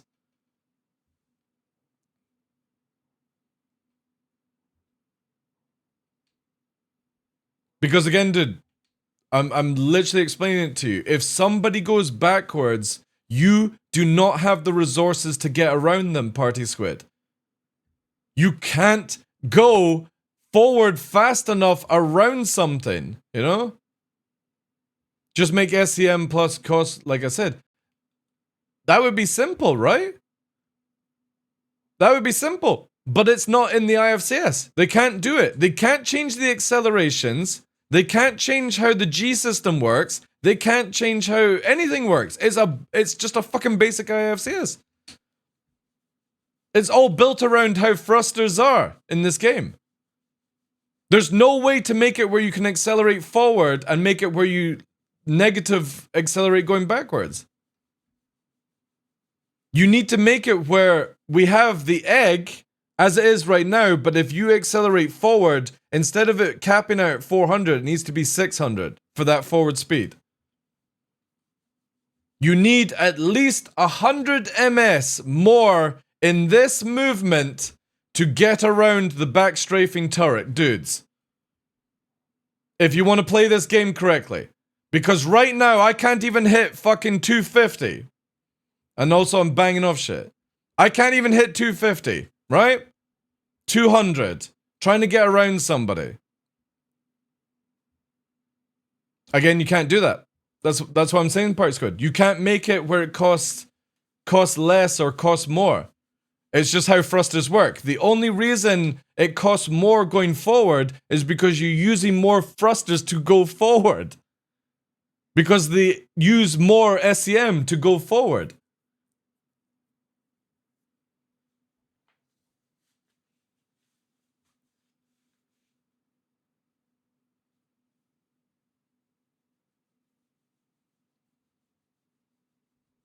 I know it is pocked, right? I know it is, dude. But you also have to understand that if somebody knows what to do in fights, they can gun somebody down by using this shit and then get onto somebody else.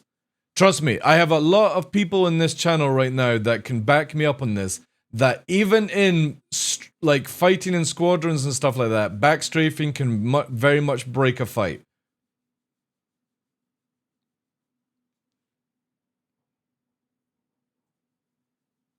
That's not going to go though, Tumbrium. Again, I've spoken to the team. It's not Yogi that wants it, it's somebody else. Very much higher up in the game wants it. There's a lot of things in our current flight system that CIG Yogi is not allowed to do.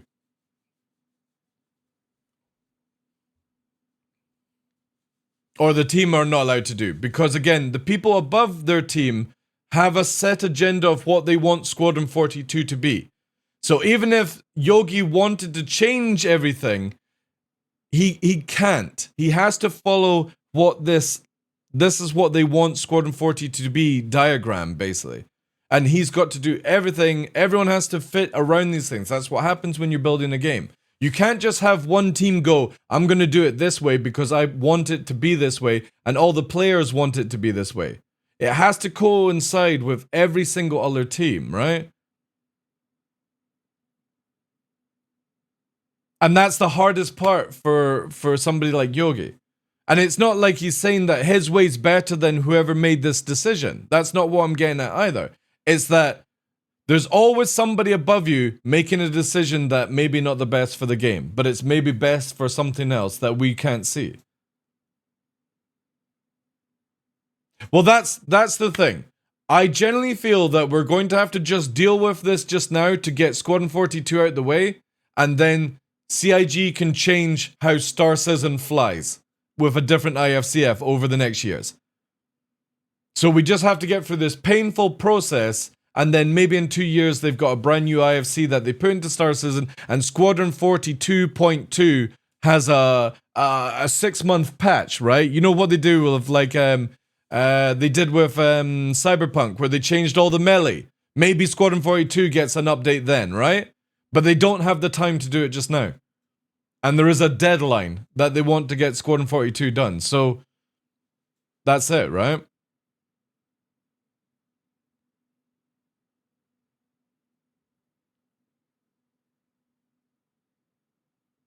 Yeah. They're fully aware, Tamburino. But unfortunately, other people have different choices.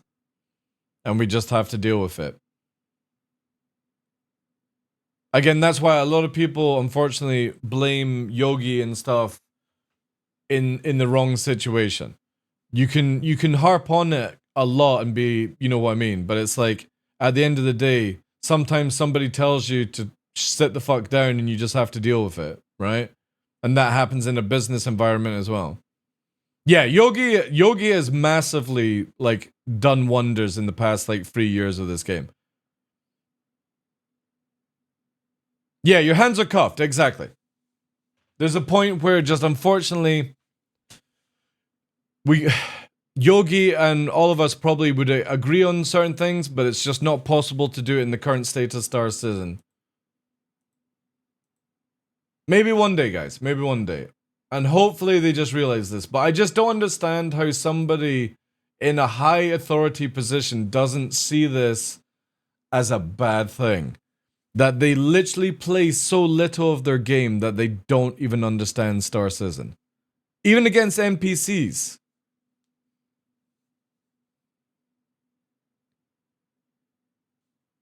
Till we hold the line, exactly, yeah. However, I will say this, not to be like a disheartening, this is like a whole negative topic. I will take master modes that we have right now in Free 22 a million times over what we have in the current fucking Free 21 gameplay. So if this is what we get, I'm completely happy. I would just like it where it's not as, you know what I mean? The gut reaction is not to always backstrafe to get out of situations. If this is what we get, I'm fine with it. It's better than any pish we've had in the past 3 years. No offense, Yogi and the team. You've tried, you've done hot fixes, you've done little things here and there to make it good. But at the end of the day, this master modes, and I said this to Yogi, I said this is the funnest I've had in combat in 3 or 4 years.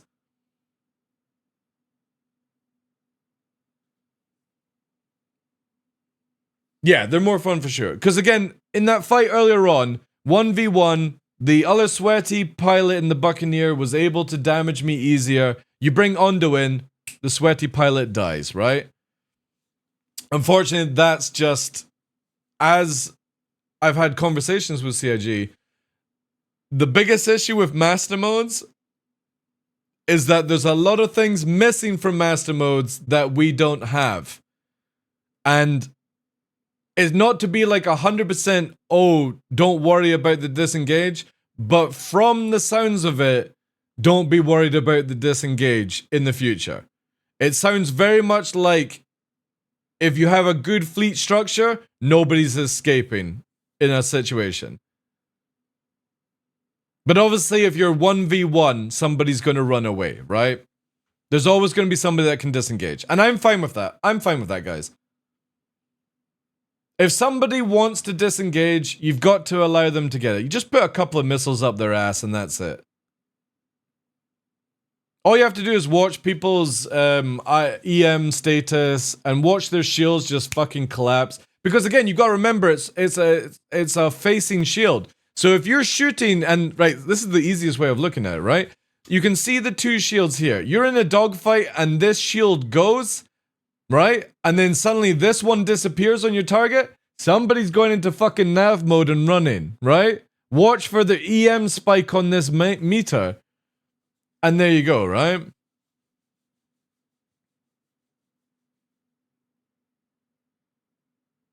I was surprised that they addressed the boost capacitor in nav mode. It was a nice touch by Yogi and the team. I think, again, you've got... It's so difficult to balance combat, racing, interceptor work, large ships, capital ships, industrial ships. Industrial for, like, hauling as well, that we'll put in the same category. You know what I mean? It's like, it's so difficult.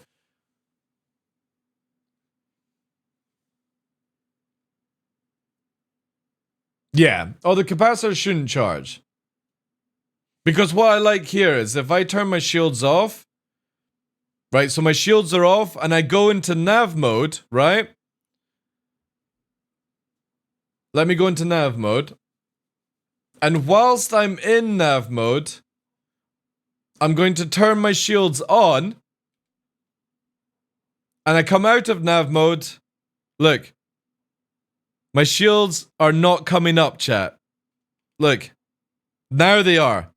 So you cannot cheese going into nav mode to get your shields up and come out of nav mode instantly to get back into the fight. If you go into nav mode with your shields down, you come out of nav mode with your shields down. Even if you warp away or move away, right? So this means that when you go into quantum jump, you're still shields down, all that shit. So the idea would be like, oh, I've lost my shields. Nav mode time, right? I'm going to run away from people. I'm nav moding around. I'm warping away from the fight. They're not shooting at me anymore. Right, I'm coming in to assist you. My wingman's in trouble. I have left the fight in nav mode without my shields. I'm coming in to fight, guys. Oh, where's my shields? Where's my shields? Shields on? Shields offline? Shields online? All power to shields? Oh, where's my shields? You go into nav mode with your shields down, you have to come out of nav mode, away from the fight, and regen your shields, and then go back into nav mode to get back into the fight. That is time consuming. That means you can't just warp away, come back, warp away, come back. You have to warp away, stop, get your resources back up, warp back into the fight, and that's how you would do it. If you don't do it, you're fucked.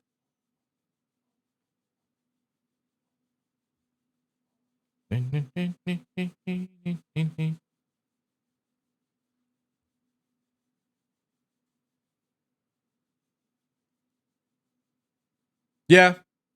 Well, it's the same thing when we had SEM mode. We only went up to like 300 meters a second. And then they brought in cruise control because people were too scared. Do you know what the original javelin speed was meant to be, guys? This is going to blow your mind. The original javelin speed was 50 ms at top speed. The Idris was 95. That's what your top end speed was meant to be in Capitals before they brought in cruise control. The original design. Your top end speed, so your fucking thing. Let me go back in here, right? Let me bring this down. So we're going. There's 14, 30.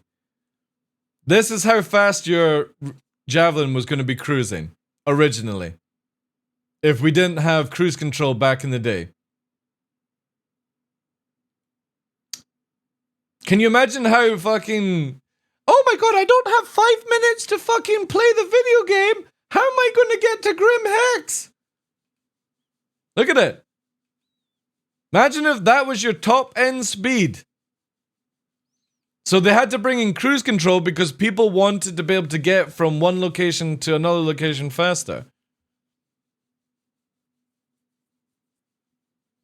And this is where, like, the whole nightmare. Cruise control, you used to be able to engage cruise control and go around in a big arc and come back on somebody.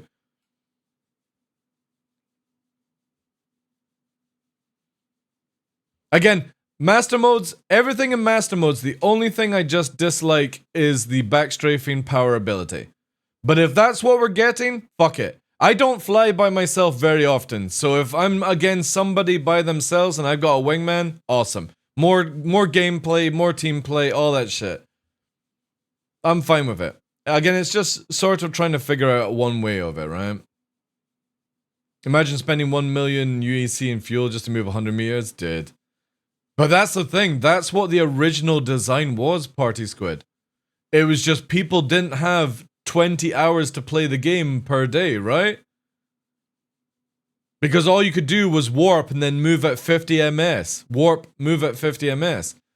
Not many people would enjoy that, right? I personally would. If you're moving a giant fucking behemoth through space, it ain't exactly meant to fucking do Gundam maneuvers whilst it's flying around fucking asteroids, right?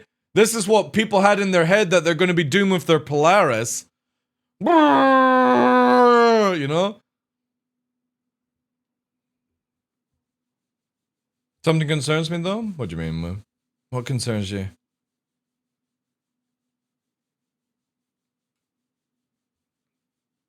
But that's when all fighters were doing like 300 ms. I think it's difficult to look on it with the Buccaneer. Because, personally, I don't think the Buccaneer should be an interceptor. I think it should be a light fighter that just drifts. It's literally in-game as a light fighter. Yes, the website says interceptor. But in my head, interceptor was going to be like, basically something very small that stops you from running away. Like tackle, basically, right?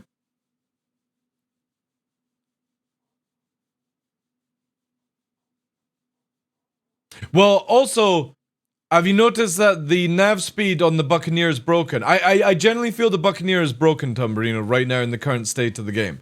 Because whilst the Vanguard, the Gladius, and the Hornet do 1200, the Buccaneer does 1300 something or 1400 in nav mode.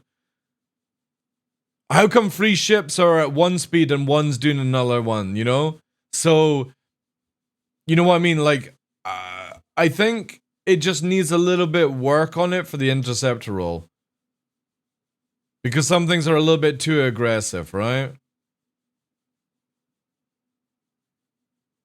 Which means that bigger ships might be slower than 1200. So Interceptor is faster in nav mode, faster in burst, but again, the burst regen is very slow in the Buccaneer. Yeah, but again, you can't look at master modes right now. CIG have done barely any work for weapons, guys. Master mode is only about the flying right now. They don't give a shit about the combat and the guns and stuff like that. All the weapons need a lot of work. And they've added in, obviously they've added in the ballistics overheat system. That doesn't mean that they've worked on certain lasers as well. Size 1 and 2 lasers don't barely overheat, same with size 4. It just needs somebody to work on it. You can't look at master modes and be panicking about that stuff. Only ever look at the flying in master modes. All the weapons and all the stuff will need to be balanced in the next 6 months.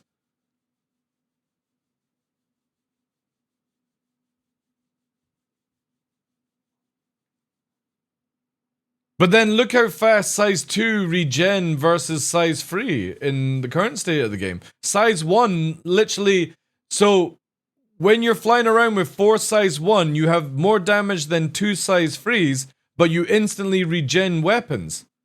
It's already bad in our current state of the game. Master modes is just, again, not everything is working or set. You've got to give CIG way more time to dial in numbers on guns and stuff.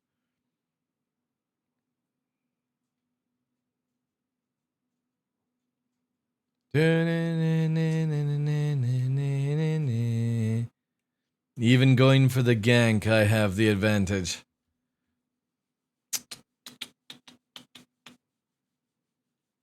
Auto aim doesn't belong in the game at all. And there's other things, right?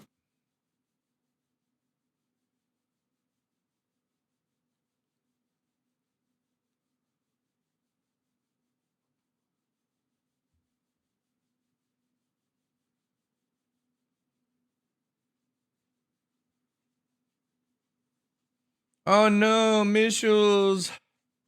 The dude fired a missile and it failed to lock. Literally wasted a missile.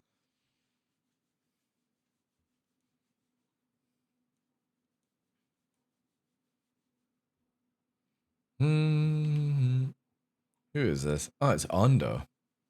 Ondo's been cheeky, chat. Yeah.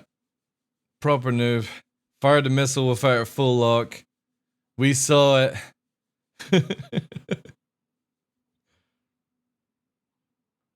Ondo, what to do is, can you fly around, dude? Just like a basic thing. Because I want to show another people a really cool thing that you can do in this mode. Like, just fly if you were, like, flying after somebody or something like that. Just not afterburning all the time. Just basically as if we're flying like a wing.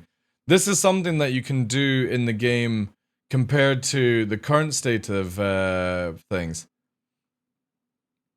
I mean, not on me, ya muppet!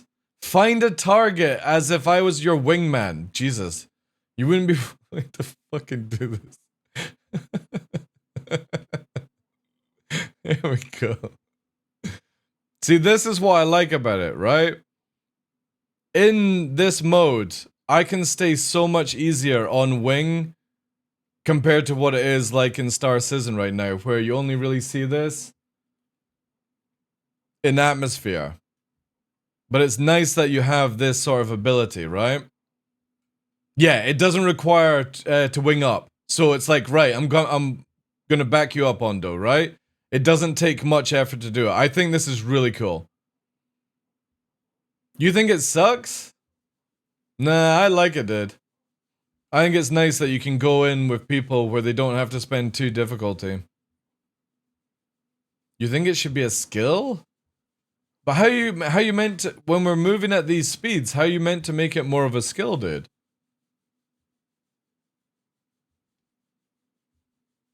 The skill would be to do it in nav mode. Right? Yeah, but again, dude, instead of us moving at 1,000 meters a second in combat, you're moving at 200. How the fuck are you making that more skillful? What's good about it is that people will be able to do things, right? The sweaty skill will be, I'm going to warp in this direction. Can you warp to me and we'll go in as a team? We'll nav up. We're linked together in nav at 1,000.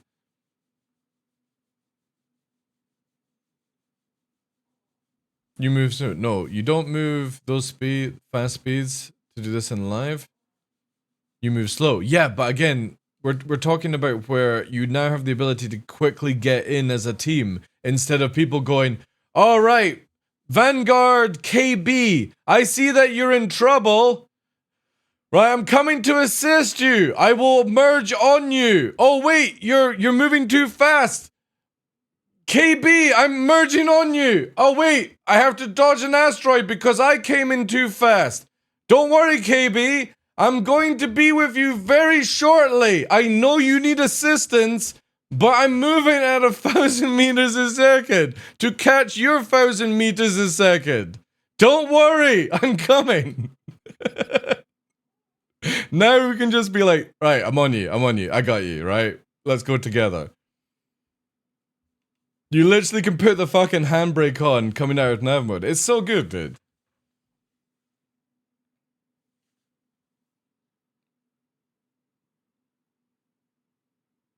No, I disagree, dude. Disagree, because me and Puppeteer were 2 versus 5 and we smoked all 5, Ondo.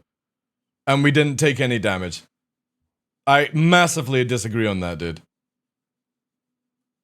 If you're 2 people and you're up against 10 people, yeah, that's just suicide. But again, you can assess a fight quite easily.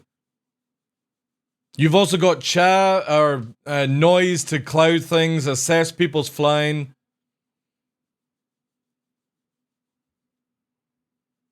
Auto aim is what gives quantity over quality. Well, I would be completely agree to remove all fixed assists and stuff like that out of the game, Party Squid. But will that sell for CIG for Squadron 42? No. Even the worst controllers in FPS game history can just use fucking controller assist to get those headshots, right? Again, I know a lot of people like Ondo and myself would like this game to be way more sweatier, but you have to look at it from the point of view that this game has to sell to the average player, and if the average player is beating you, it's because you're not good enough. That's what I'm just gonna say. You're not good enough to be able to take on the numbers you're trying to do. 1 versus 1, 2 versus 2, or like 1 versus 2 kind of scenario, you should be able to do that. But if you're up against 5 people, there's no... I have a video, dude, in a broken... the time we had the C-78 nonsense with the Talon, I took on 16 people and killed 13 of them by myself. That is fucking bullshit in a video game. 1 or 2 people, right? No problem. 2 versus 1. You should be able to come out of it with better fighting, right? Better aim, better maneuverment, stuff like that, you know?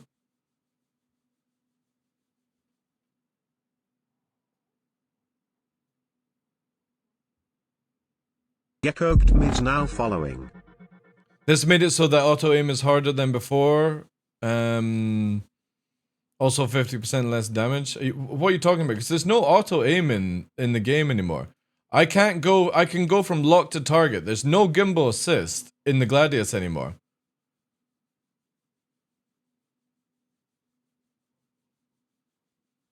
Not at the moment, right? Which means that they could be reworking it, right? Hey Gecko, thank you for the follow, dude. How's things?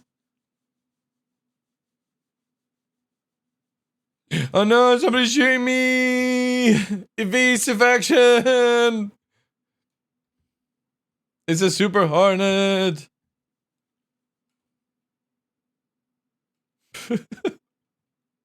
It's like approaching the rock as well. Hello! Hail and well met, citizen. That's a lovely backstrafe.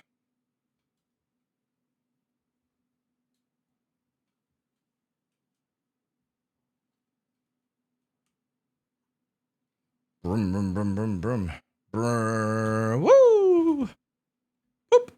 And up and over.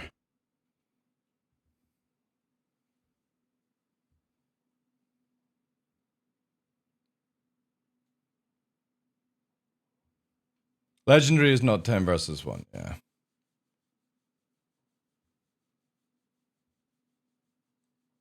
Keep auto aim out. I don't think they should have ever bring in gimbal assist, right? I'm a big fan of not having that. I like the idea that if you've got head tracking and mouse, I can shoot like this with my head, right? And you can do this in the current state of the game right now. In other ships, it's a lot more difficult or easier, right? I don't like that they ever brought in gimbal assist. I think they should have always kept that one out, right? Dude, you go and play any flight game, you cannot 1 versus 20. We're not talking about World of Warcraft where your fucking magic missile extends the world of Narnia and you'll get the blue maiden with the big boobs. We're talking about a flying game.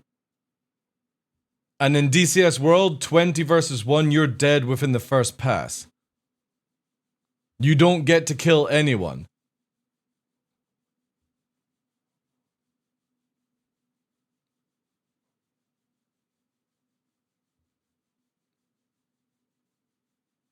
Yeah, because again, who cares about 1 versus 20? If you can kill 2 versus 1, I feel that's more skillful than 1 versus 20.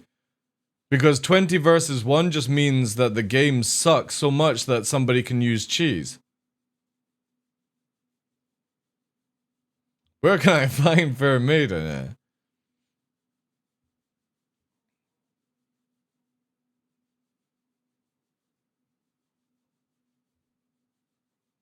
That's how I look at it. Again, it's just my personal take. If you are able to 20 versus 1 and you're the one person, there has to be some seriously broken gameplay that you're abusing. And at the time, I was flying a Talon that had guns that could fucking shoot people out of their cockpit, right?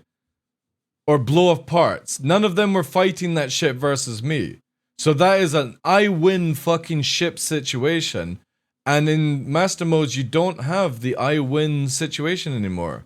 You have it where, yeah, 2 versus 1 is better, but if you're good at your ship, you might be able to kill somebody in seconds. Again, Ondo, dude, when we were fighting the other day there, you blew off my Buccaneer's fucking engine in under like 3-4 seconds.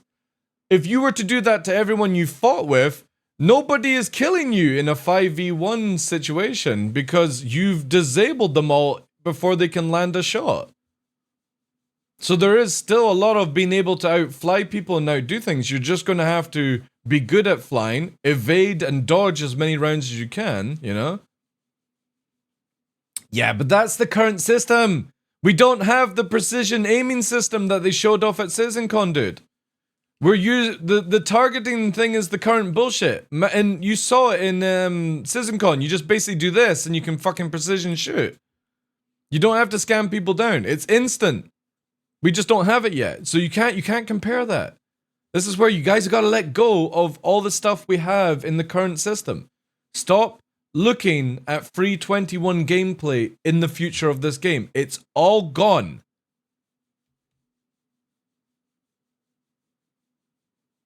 What if you had 6 gunners on one ship versus 6 solo pilots? Well, they already showcased that 5 fighters can't take out a hammerhead in the new system. You can disable the hammerhead, you can kill its engines, you can kill its turrets, you can kill its shields, but you can't blow it up. That's what they said. You would have to have it where it does internal fires, basically. So it's still a 6 versus 6, whatever, yeah. But then the 6 people that are in the fighters then have to board the hammerhead. And I'm fine with that. I think that's a good thing, right? I'm fine with that. The 6 people in the fighters shouldn't always be the one that win in this game.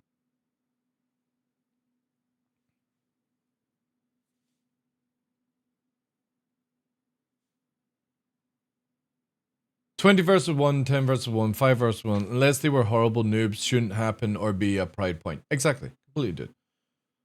the men, I think actually Tumberino says this real. The main protagonist syndrome is also insane. Yeah, because everyone, this is where the biggest things with sweaty arena commander pilots, and I'm not going to say if they're right or wrong, but they are wrong. That it shouldn't be about you being able to shit on 100 people without dying. Right? Because if it was any other game, you would never be able to do this sort of stuff. We don't move around to be able to, like, if you were in a Gundam versus a normal tank or something, you get the protagonist, right?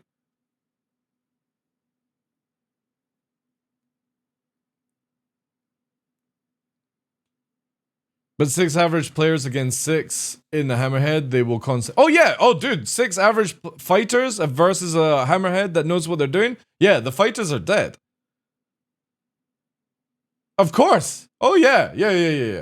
And that's how it should be. You shouldn't be able to have somebody that literally just got out of nursery, you sit your kid down on the keyboard, they roll their face over the keyboard and they beat your Hammerhead. You can't have that.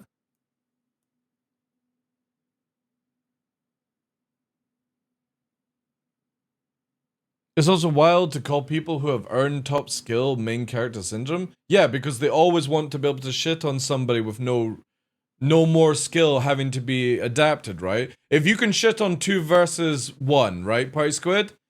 Then why can't you 3 versus 1? Why can't you 4 versus 1? Why can't you 5 versus 1? Just because you can't do it there and then, you know? Nobody's doubting player skill, but it's always the thing is, oh, I need to be able to shit on as many people as possible. And that's not how you build a good video game, dude. If you can 2 versus 1 easy, but you struggle at 3 versus 1, then you need to adapt your skill to 3 versus 1. It's the same as Battle Royale games. Have you noticed that a lot of high-skilled players go into Battle Royale 3 versus 1? They go in by themselves, and they clap other people. That's because they've got to that level of skill where they can deal versus 3 versus 1, you know? It's about the skill, yeah. So it's the same mentality when I see somebody say I'm in an arrow and I see another arrow and I'm like, oh, it's Ondo and an arrow. I don't go instantly, Ondo's better than me, I can't possibly fucking win. Then you've already got a mental block there. I go, it's an arrow, it's Ondo, I'm gonna fight my best. If I lose, I lose. I'm gonna take that knowledge that I've gained to try and focus on things better. Not just go, oh, well, I've already fucking lost. It's somebody better than me. Might as well pull my pants down, rub the Vaseline up my ass crack, and hope for the best. Sometimes you have to take off your own limiter to get better.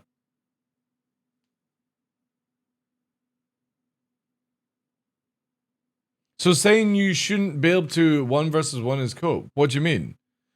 Again, there's a big difference where you can 1 versus 10 people if they come at you 1 at a time, or 10 people literally sitting on top of you, right? There's a limitation of that level of understanding the game. It's not cope. It's, if I'm versus 2 people versus 1, that's fine. But if you have 5 people on you at the same time, you haven't a hope in fucking hell in this game.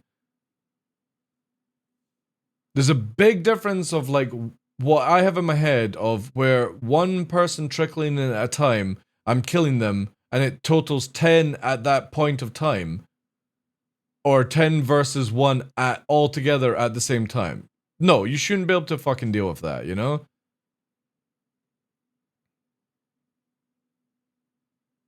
Again, it's 10 people shooting at you. Even if you were the best player in the world, if 10 people are shooting at you at one given time, what are you going to do? You're not fucking Neo where you're dodging bullets and stuff. Eventually you're going to take damage, you know? But you've also got to remember that even if somebody has 10 fighters, right? And this is how I always look back on it. If you're in a 1 versus 5 and they are shit, they can't aim, you can do something about it. But when you start adding in 10 people, you have 10 times more the chance of somebody with shit aim landing a shot that fucks you up, right? But if they're trickling in one by one, you can mop it up. Your 25-man fleet can take on 50, long as it's not 50 at one given time. Because then the percentage chances of them actually landing a critical shot is so much higher. That's not trying to take away skill from people. That's just, well, that's just common knowledge, right? Yeah. That's what I should have said, like a probability calculation, you know?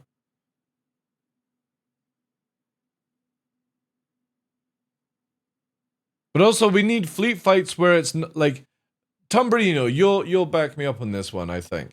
Let's take 10 Ram versus 10 Avenger Squadron, right? I'm just going to use names. It doesn't mean anything. This is just a representation of the current game. You take 10 equally skilled pilots, 10 versus 10.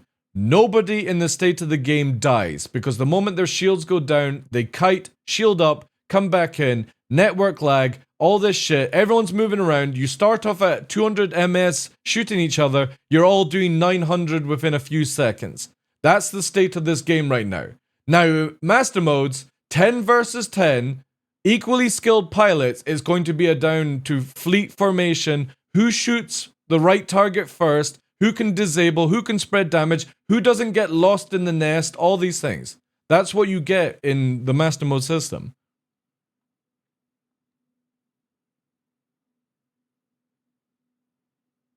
And I would personally rather see it being down to who has a better fleet formation, a better fleet coordination, not just, oh shit, my shields are gone, let me fucking corkscrew back strafe away, right? In the new master mode, we still objectively to define winners and losers. Yeah, true.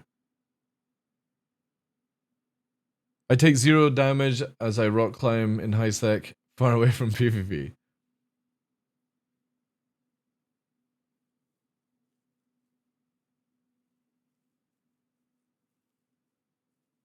Formation is Alpha Omega.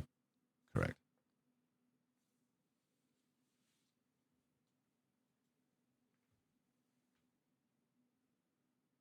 Yeah, but that's where, like, again, Party Squid is that right now it's very difficult to determine who has skill and who just has cheese ability versus 1 versus 10, right? Like I'm saying, I'm going back to my video. It's not that I'm a good pilot compared to a lot of other people. I was in a Talon with broken guns and dealing with 13 people at once was fucking cakewalk. They were coming at sabers, freelancers, shit like that, right? That's broken as fuck if I can gun them around them using cheese. Now, if you take away all the cheese, then we finally start getting to see what skill's all about.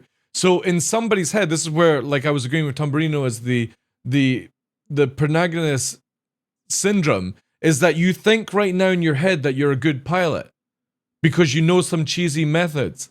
Take that cheese away, you might be shit as fuck. I'm not saying you particularly, Party Squid, but a majority of people in this game really don't know how to PvP, they just know how to use the cheese.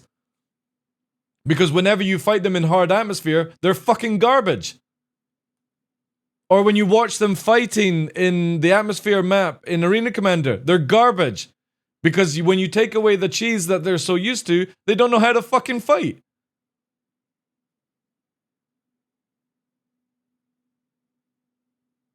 Well, yeah, okay, I would agree with you on that one. Make it skill matter, but don't balance it around nobody can 1 versus 10, yeah. I just look at it that if 10 people are shooting at you, the probability of being damaged is a lot higher, right? Right, we got multiple conversations. Let's do with Old Man Johnny and then we're catching up with Tumbrino. Old Man Johnny says, how you doing, dude? The issue with the flight model, in my opinion, is properly that the game doesn't teach you how to fly properly. So when you hit players that they have the flight model will completely outmatch everyone else. Learning curve. Yeah, exactly. Again, this is where I have that. The syndrome is that people think they're good even though they're shit. They just know how to cheese the current system, which makes them good. Take away the cheese, it just shows you that they were always shit to begin with. With the new flight, so let's go with Tumbrino. With the new flight model, it's the ease of disengage and the ability to spread the fights, which also causes the ability to 1 versus 10. Right, yeah. Or rolling behind. The ability to spread the fights in a single tower. then numbers will fuck you up. Yeah. It's not a matter of skill, it's a matter of localized DPS. Yeah, very true. But again, if you're agreeing with what I'm saying though, Tombrino, there's no way to not avoid that in a video game, right? You can't make it where you can dodge 10 guns at once. That's just impossible, right? That's how I look at it. God, man, so many conversations. Maybe I should do a podcast. Since nobody can, let's see what Bart says here. Since nobody can decide, I will just step forward and proclaim myself the new... You said Orca... Wait a minute, it burns the Orca T-Rex PvP directing 1% Sweat Lords of Past. Yeah, there we go. That's it. You have been crowned. However, you can't have Orca. No. I still am the reigning champion of 600i gameplay. It's always been that way in games like Meta. Expat says, congratulations. How you doing, Expat? Alright, I feel there's a miscommunication. Party Squid, what we mean by not being able to 1 versus 10 is not because it shouldn't be intended. It's because it already isn't possible due to the flight mechanics. You can spread fights, basically. Yeah. That's a way I'm trying to... Yeah. I think there's a lot of miscommunication here. I'm not saying you shouldn't be able to 1 versus 10. The probability of you being able to do that in the new system is impossible. So instead of you being able to 1 versus 13 like I could a few patches back, a few years back, now maybe I could take on 2 people, right? The number just goes down. If you outskill those 10 players, you should be able to kill all of them. Yes, I completely agree on that. If you can outskill them, but it shouldn't be I can do this with the cheesy method that we have right now, right?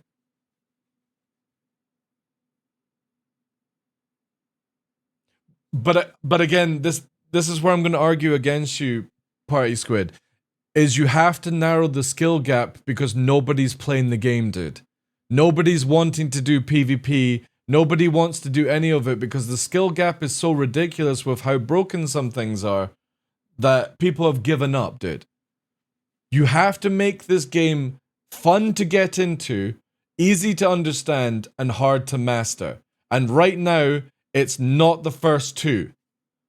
It's hard to master, but it's not the first 2. There's no fun in getting pepper sprayed by somebody that literally behaves like a fucking satellite.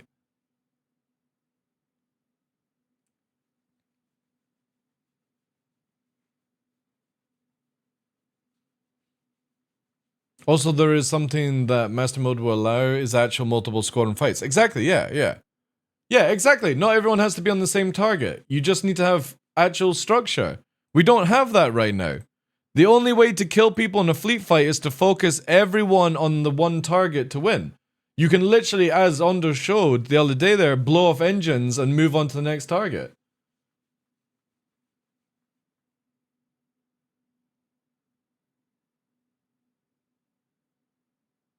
Again, as much as everyone's allowed to entitle their opinions and stuff like that, I think the way CIG is going is definitely the best way to make it fair for everyone to get into this game.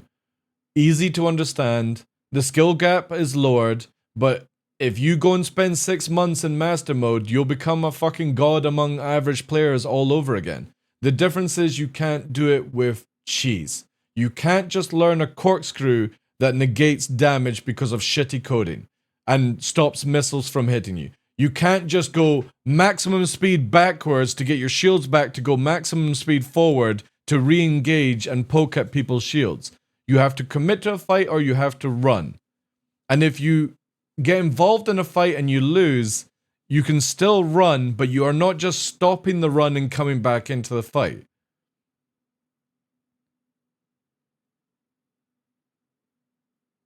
That you need to be prepared, yeah. One of the biggest things, obviously I'm not going with what your topic is just now, Tumbrino.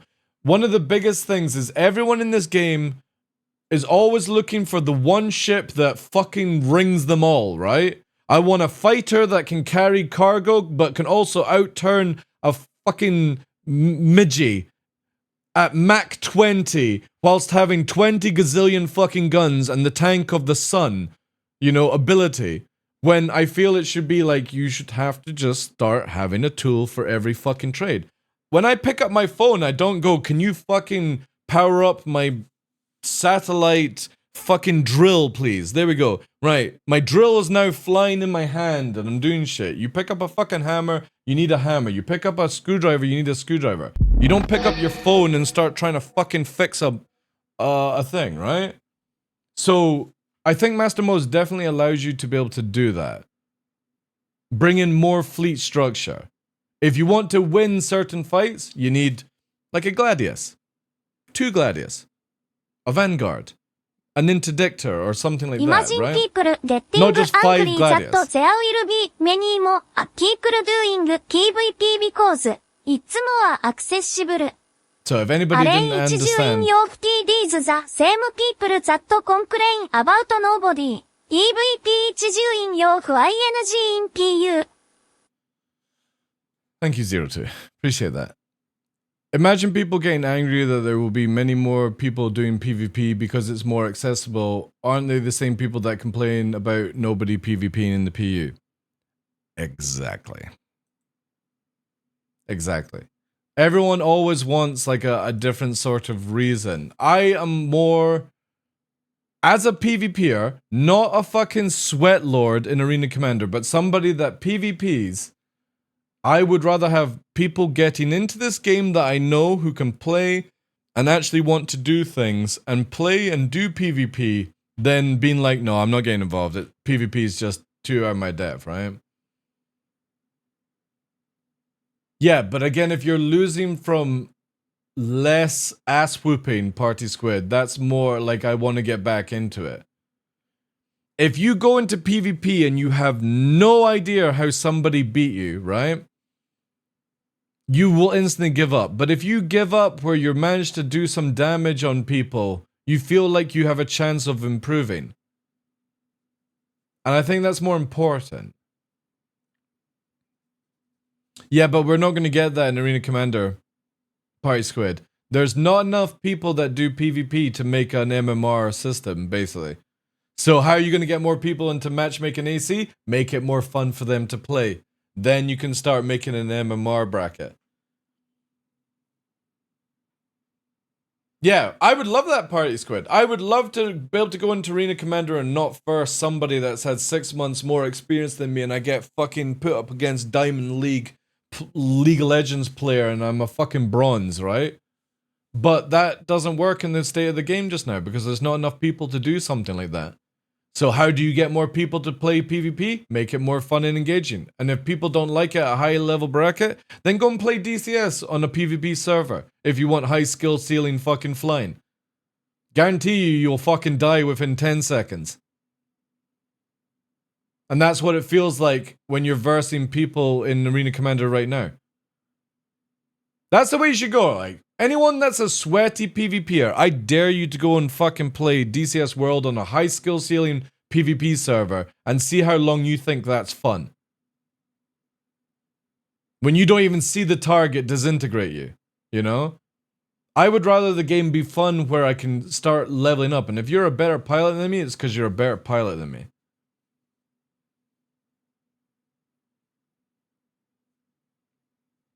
But again, that's what I mean, Party Squid. You can't make an MMR system with like only 2,000 players that do PvP.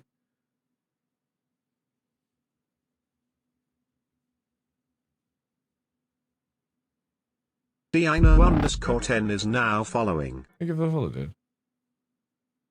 Master mode feels like you have to use... Right, one moment. I look at master mode and the old fight model like me trying to learn the piano. I have terrible two-hand coordination. Master mode feels like... Yeah, exactly.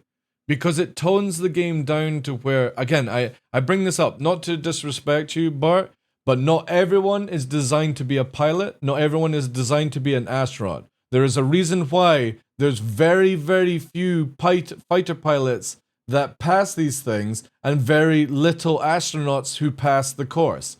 It's because we're not meant to all be able to do that sort of job. It's a high intake job of micromanagement, maths, visuals, everything like that. If you put something crazy into a game, nobody wants to do it. If they make it where everyone can understand the game, it becomes fun. And at the end of the day, isn't a video game just meant to be fun?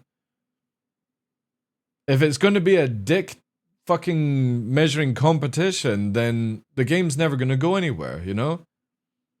So if it allows you to play the game, Bart, and for you to understand it and get better at it and enjoy those things, that's what I would prefer for all players. And if I want to take it to the next level of being able to take on 2 people at one, then that's my prerogative to learn that way, right?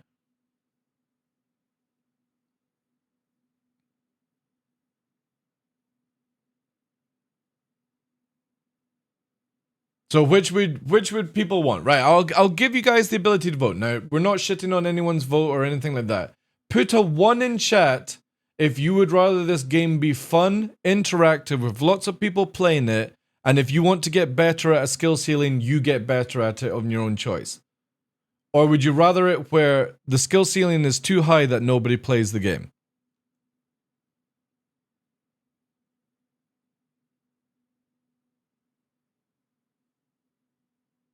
$69, yeah. There we go. But that's what it is right now in the current state of the game, Party Squid. It is, dude. I know so many people that want to play Star Citizen, but they don't want to have to deal with the high skill ceiling right from the start, you know? No, it's not about being in a sandbox game, dude. It's about being in a game. That if it's not fun within the first 30 minutes to play the game because of just how it's all set up, nobody plays. No, that's nothing to do with it. We're talking about PvP, dude. How do you add more PvP content and not narrow the skill gap? We're literally talking about PvP. We're not talking about PvE. We're talking about people do not want to come into this game to PvP and be shat on day 1 without even understanding what the fuck is going on. That's what you have in the state of the game. But just as Bart said, it's more understandable with Master Mode. And if top-end players lose their skill gap, sorry guys, you're outvoted. You're outvoted by the people that want to play this game. But similar skill players together by offering less rewarding. Again, you're changing a lot of parameters in this conversation, dude. We're literally talking about the state of the game right now. If you go into BR, you get shat on by people, you leave BR, you don't ever go back to PvP, right? That's not fun. But if you go into master modes and you still lose, but you can actually have a chance of exceeding at something, people want to spend more time in learning a skill. But I just explained to you, dude, you can't add MR. There's not enough people PvPing. So what would you rather have? An empty fucking lobby? Or would you rather have people in it that want to play the game just because you're not willing to lower your fucking EPing down? And that's what it's sort of looking at, dude. Not to be disrespectful, but it does look at that way. You want to have a high skill ceiling, but you're not willing to bring the game down to a level for people to fill up an MMR bracket. Where you're then only versing people of your skill level.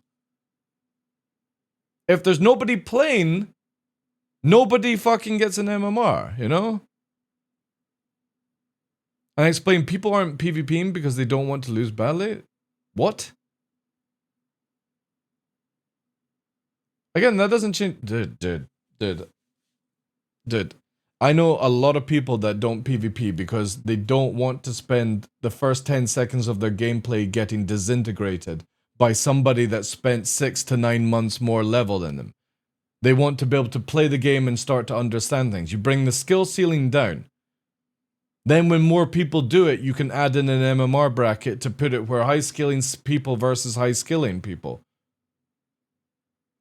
It's not about BR or Jules, it's the fact that you're versing somebody who has been at the game way longer, and that's discouraging. Because there's not enough people playing the game to have a bracket system. So if we want this game to be more popular, you have to let go of your high skilling ceiling. Simple as that.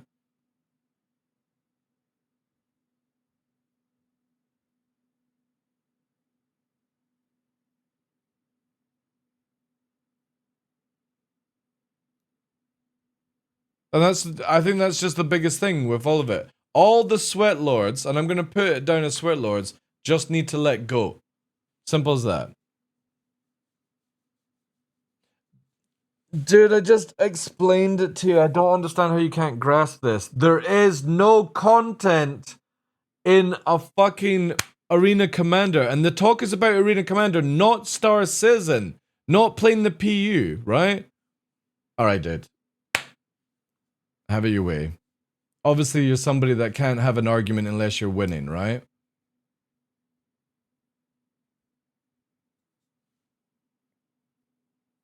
No, we didn't try. You're just giving up, dude. You're giving up. You only see through your red, fucking sweaty Arena Commander glasses. And you don't see the big picture. We're not talking about Star Citizen in the PU, no PvP content, yada yada. We're talking about getting people into an arena mode. And it needs to be fun and engaging for that to done, instead of being sweated on by fucking people who have the mentality that you have. That's not what we're trying. You are only looking at it from one point of view, instead of everyone's point of view. I'm not even looking at my point of view. I'm trying to include everyone. It's not a massive cope, dude. It's understanding game logic. That's all it is. There are more players in here that do different things, but if you wanted to get them into doing PvP, you have to bring it down to a level that they can play. And you can't add an MMR bracket unless more people play.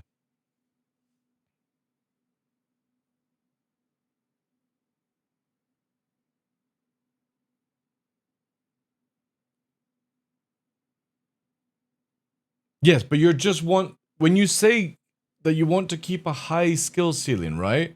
Also means that you want to shit on people, right? That's how I look at it. That's how I look. When somebody says I want to have a high skill ceiling, it's because I want to shit on people and then I only want to verse people the same skill level. And I'm trying to make it where people can come in and play the game and eventually get to that level. But for that to achievable, you have to make it fun and engaging, or nobody will get involved to increase it. That was the whole conversation, the whole vote. Would people prefer to have a fun, engaging system that brings the skill down so they can get into it, so that we can then have MMR brackets, so you have your high skill players in one area and stuff, you know? Oh no, I know you can't type as fast, dude. I'm not complaining about that, right?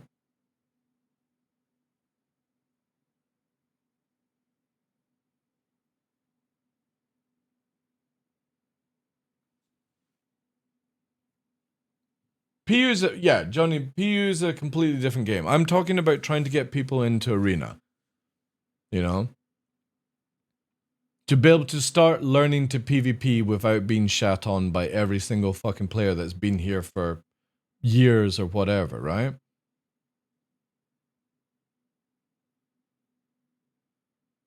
I'm not saying that you have to take away skill or have high skill, but you have to lower it down.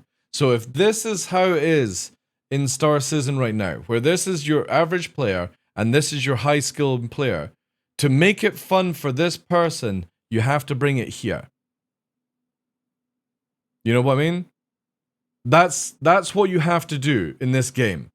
So you still have your high skilling players, but you can't have like a gap like this. And that's what our current system is like this, where nobody wants to get involved in PvP in Arena Commander because it's literally getting shat on within 10 seconds, you know. And then you put it to here in master modes, you're still getting shat on by a high skilling player, but you're able to actually understand it a bit more, you know? That was the whole topic. I'm not trying to take away the fun of other people, I'm trying to make it where more people can play.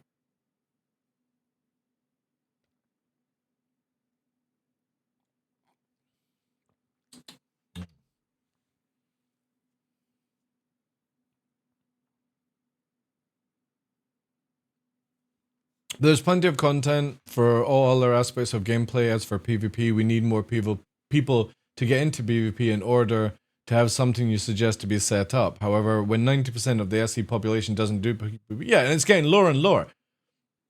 every single patch, I just see less and less people doing bounty hunting and PvP because it's so very one-sided. The PvPer who's been in the game for so long just instantly wins, right? And that's why I think Master Modes does a really good system of trying to avoid is just slightly raising the average level up so you can still have the high skill. The difference is that they don't feel like they're getting completely shat on. They have some chance of winning. From you blacking out too easily or missing a shot or something, or they hit your engine. That's a big, big difference, right? I mean, it's free 12, free 16 for PvP engagement. It drops so hard. Yeah, because it, again, the meta of the current state of the game just made it very difficult for people to understand. They would have to go and look at a YouTube video how to play a video game. And that's bad. If you, again, that's on CIG, right? I'm not blaming players at all in this system. Not blaming high skilling, you know, sweat lords and arena commander. I'm blaming the system where there's no good videos. Dude, there's Tombrino's boy, Vampire, what's his name?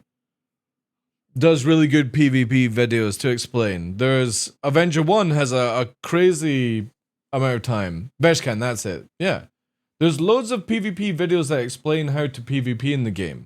But for me, I feel like that should be where you're using those sort of videos at high skill ceiling, right? Not this is how you fight from a beginning level, right?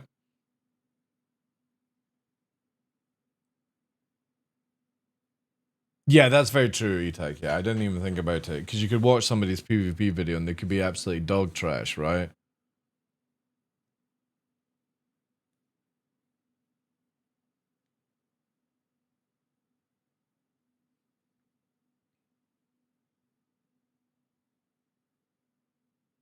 Yeah.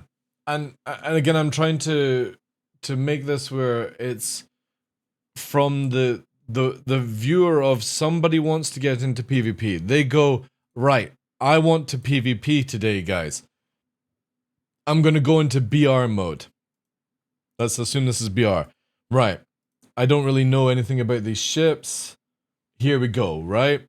And in the current system, you go in, you're dead, and you go, well, okay. Let's go again. Dead. Oh. Okay.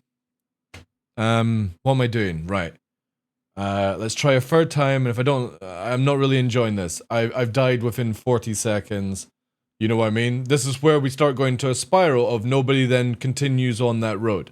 They then go, if some other people will be like, right, well, what can I do? I'm going to go to YouTube, and I'm going to type in Star Citizen PvP tutorial, right? And the first thing that comes up is sub-targeting explained, dog fighting for noobs, which was 9 months ago, Jonathan Winters, hybrid, Avenger 1, Jonathan Winters, lots of videos here, Veshkan, right? How to control your direction, Star Citizen PvP guide. And I'm like this, right? So here we go. Hello. Masterclass. Sounds like fucking Count from Sesame Street. 7 minutes long, right? Here we go.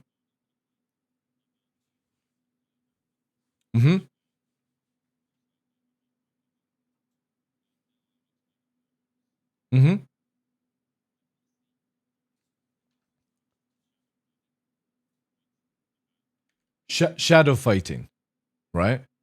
So already, right at the start, brand new player coming in, shadow fighting. Like, okay, I'm gonna be fighting the pad.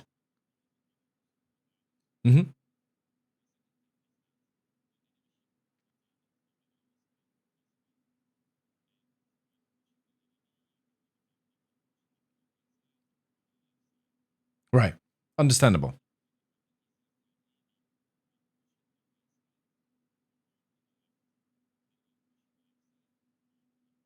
Right. So, to go right, we need to go left, to go right. See where already it's getting, for somebody getting into PvP, this is where it starts to get, you know what I mean?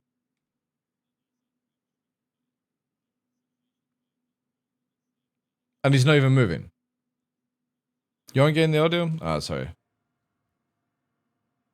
The third rule, and the most important one to remember, is that when changing direction after learning left and right side and trying to change direction in the exercise, you will have to remember to pre-nose, Don't worry about it, aka Pirate Squid. Don't worry pre-aim. about it.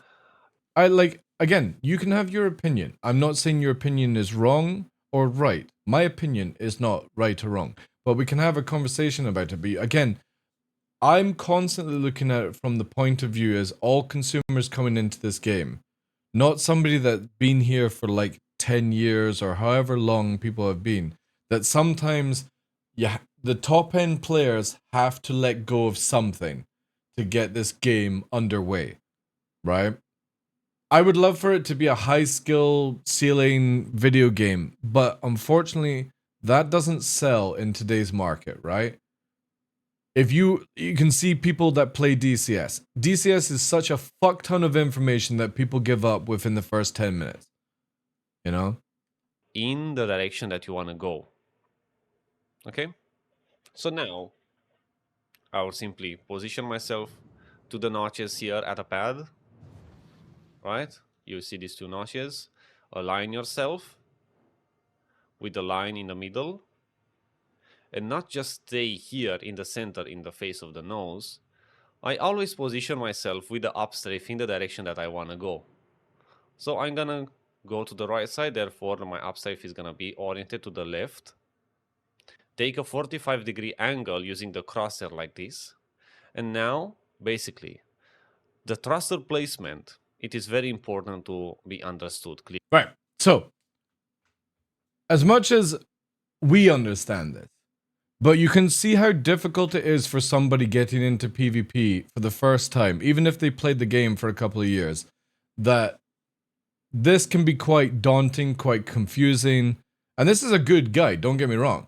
It's 7 minutes long, it gets the job done. But this is where Star Citizen's just like, to a lot of people.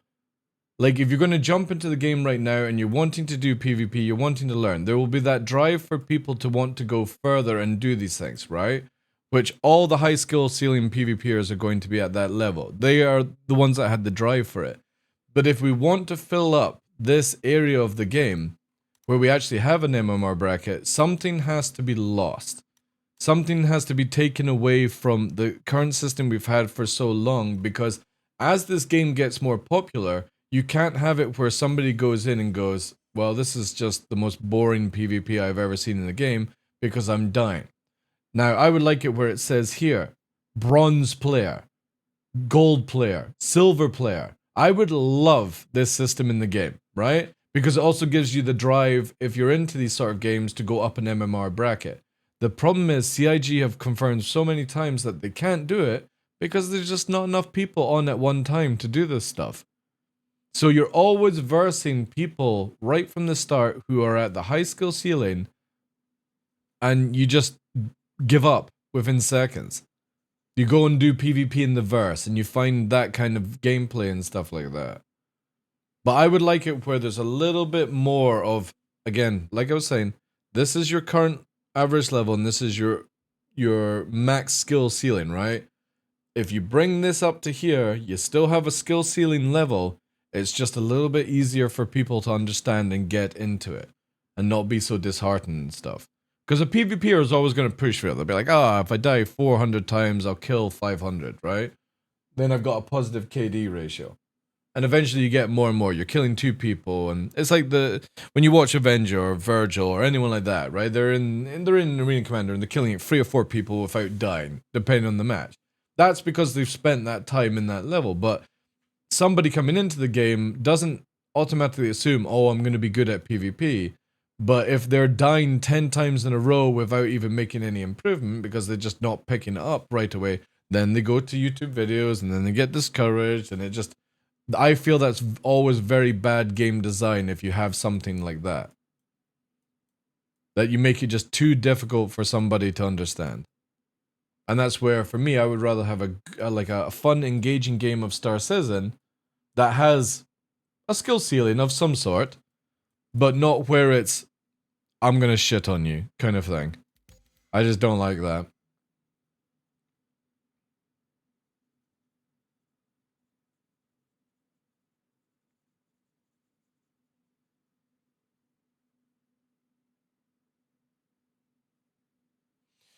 If you were in the PU right now, I would see if we could get 10 of us to hit join on Battle Royale etc. half in 5 minutes, in 10, even 15.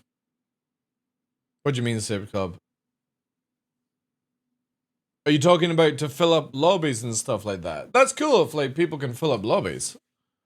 But I'm talking about from a point of view of a brand new player or somebody that's maybe done industrial for 6 months and now they want to get into doing some PvP. It can be very, very like a scary thing, right?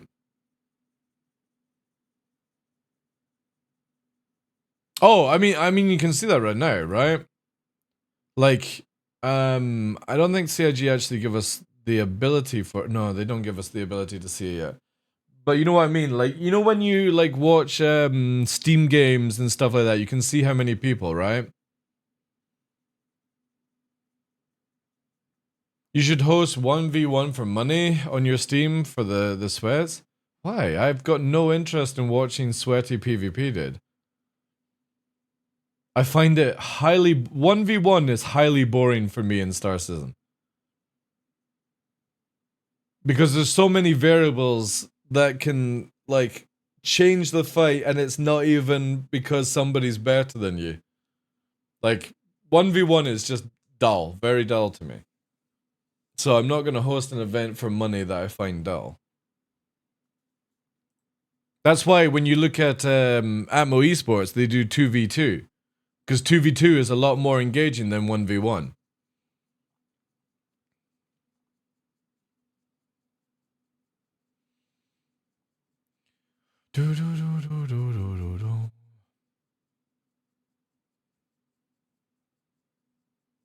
Anyway, that was a crazy long conversation about master modes. Good and bad, but yeah, definitely crazy. Holy shit.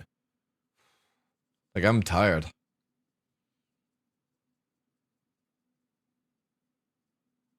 Well, that's why I would really like CIG to bring out, in the next master modes, free versus free, right?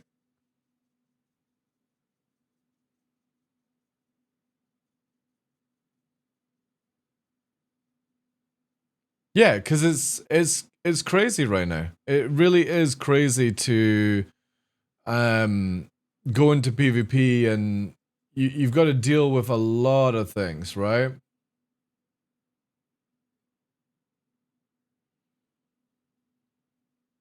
Mm-hmm. How much XP do we have left? Oh, are we at one? It says 160. Nice, 160. So we've got 90 to go, chat. 90 to go to level 7.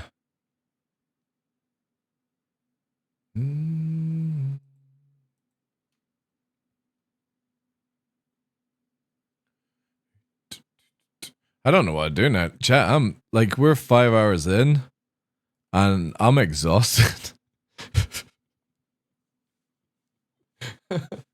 I'm absolutely exhausted. And I've not done anything today. We've just been chatting.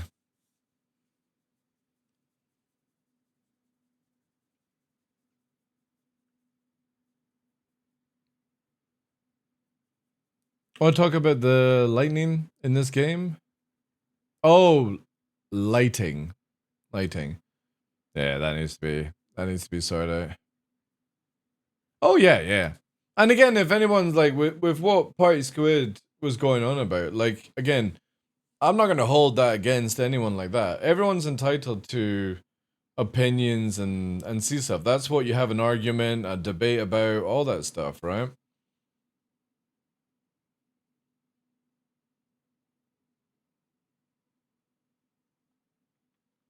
Do do do do.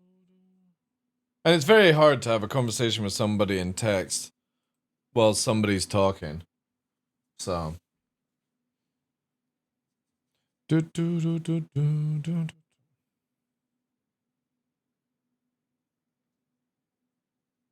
Are we not meant to get... Wait, is this Thursday today?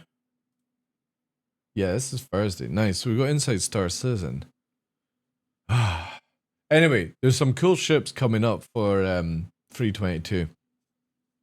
I'm not going to personally say what they are. I know what they are. And I can't wait. Gundam. Gundam. Hopefully. Sounds like a typing skill issue. Nah. It's very difficult to have a chat with somebody. Herald Mark II? Maybe, right? Maybe. Right, I'm gonna log out into a different character.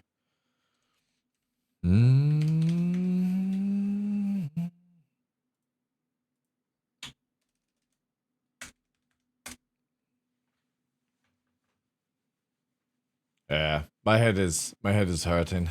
In a good way, but yeah. Oh.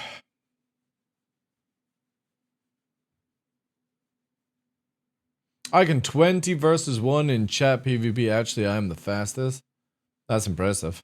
That is. Again, with that conversation, I want to make it very clear that people should be able to defeat people easier. But there also has to be a threshold where eventually down the line, if you're wanting more of a challenge, you have to get more people to come in. I think that's the ultimate thing I want to take from this. No matter whose method is right or wrong, we need more people to play this game. And if it's not fun and engaging after Squadron 42, it'll just still be the same lot just playing the game, you know? The same lot. And I will quite happily sacrifice a lot of things in this game, even my precious loafline, just to get the job done, right? I need to really stop fucking touching my monitor to wipe off dust. Oof. Let's give it a nice clean. There we go. That's what you deserve. A nice alcoholic wipe. Clean that lovely smear mark off.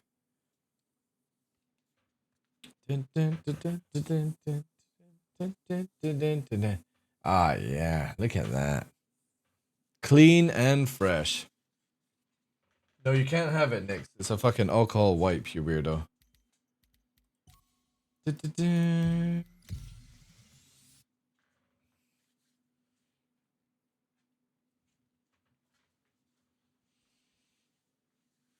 Sign up the cargo and the in with bounties is a good incentive to teach or encourage them to learn the fighting side of things. Well, again, there's a big difference in fighting the PU and fighting in Arena Commander.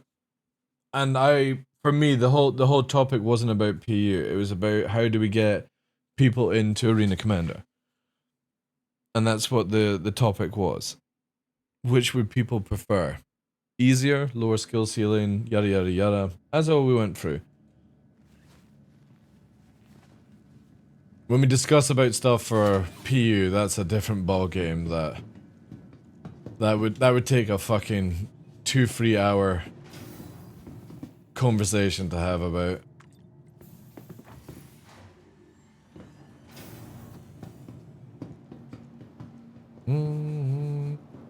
And I'm actually blown away that we just burned through 5 hours, and I genuinely thought I'd only been doing like 3-hour stream. Oh, hello.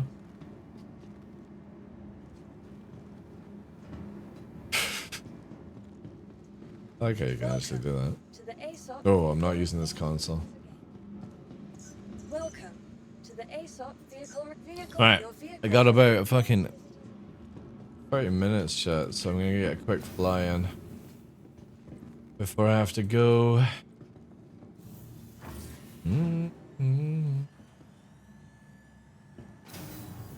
That's very true. That's very true. Because obviously, when you start dying in the game, you might want to try and improve your skills, right? Yeah. Well, a lot of the stuff in the PU it's very difficult to do PvP in the PU because when you don't lose anything, you don't die, like there's no reason to like worry about death. You're about to be able to rebuy your subscriber armor next year from a thing. You know what I mean? It's like no wonder there's no PvP in the PU because it's just like there's no reason for it. Thank you, and please visit again. But if you could get them into Arena Commander and enjoy it, maybe more people would get like a PvP buzz. Do you guys want to know a true fact? When Moist Noodle joined this game, he was actually just somebody that was into hauling and I believe mining and stuff like that, and he eventually got his first PvP buzz and became a PvPer. I know people that joined up with my kind of group, like Battlestar, who came into this game to do PvE and then got bloodthirsty. So if you have fun and engaging PvP, a lot of time you change the sort of gameplay you're wanting to do, right? But then that comes back to my argument where if it's not fun and engaging for people, nobody does it. And that includes PU and Arena Commander.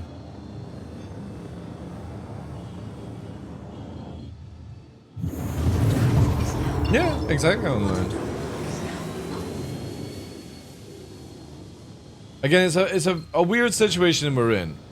All the PvPers want more PvP, but at the same time don't want to change too many things that might bring more PvP. And as somebody who would rather just have more things to do, obviously the other part of that is where CIG need to give us more things to do, but if there was more people I could play with that are interested in PvP and then other groups have the same sort of scenario, right? Because it's very difficult to find like people to play with that maybe don't want to do like what Ram and Avenger Squadron and Shadow Moses do, right? Trying to find somebody that likes the average level of PvP, not the super high skill level of PvP. There's not many people in that area doing that stuff. And that's why I would like to see CIG, and obviously with changes to the game, bring more of that gameplay loop together. And I genuinely feel like the easiest way is just to make it where getting more people into Arena Commander is a better thing. And then the rest will follow. Or I should say it's faster to do that than it is to do another way.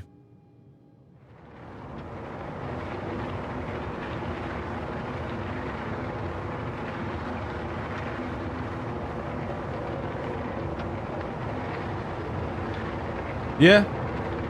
Oh, I would agree with you. But then that goes back to what Party Squid was saying, right? Which I would agree upon. That if we talk about PU, it's down to CIG to bring in more things that are fun. Like, Jump Town that has a reason, right? Or Org versus Org and stuff. But again, that's a much bigger conversation. And I don't think I have the brain space left. We need scanning gameplay. We need a lot. Doesn't need to be... Well, see, that's the thing with a game like Star Citizen. It's always about the money, chat. Right? It's always about the money. Because you can't get any glory in the game. If you kill a top tier PvPer, nobody gives a shit. Only the two groups that are part of, like, the two PvPers that are involved give a shit. But that's nothing in the grand scale of things. In EVE Online, they did a really cool system where, like, wanted people were on billboards and stuff like that, and There's a lot more mechanics around. Some other games, like, propped you up. Like, this is the notorious Big Willie style G that killed 200 players in one battle on the planet of Murder or whatever the fuck, right? Then that might give more incentive. Yeah, yeah.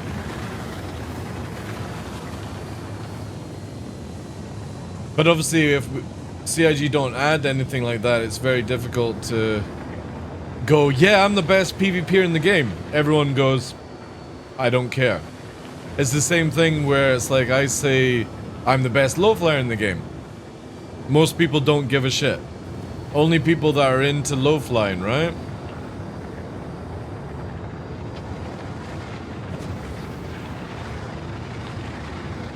So right now, the only incentive to do anything in this game is normally down from assets and money. If you got a special spaceship for doing PvP or a special skin for doing PvP, maybe there would be more PvPers. Again, like Online said, Online was into mining and he got into more PvP because of the Vandal mask. If CIG just did more things that you got, like a skin for your Gladius that you get to keep and you have to go and kill 500 players. And if it's 500 in one session, it's not going to count. Or, you know, if they're in your team and get rid of the anti-Congo line. There's many things that CIG could do on that hand, and that would bring in a lot more stuff, but again, if you don't make it fun and engaging PvP for even somebody on a lower level, they're not going to do it.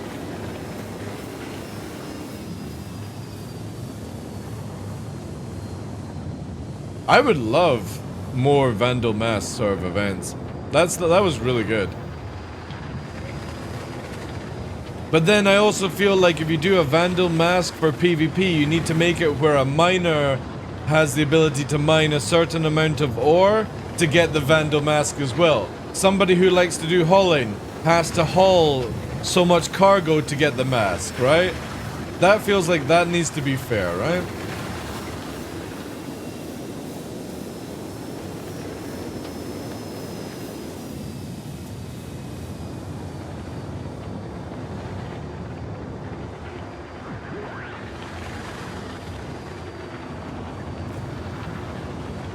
I never played Star Wars Galaxies. I have no idea what you just fucking said.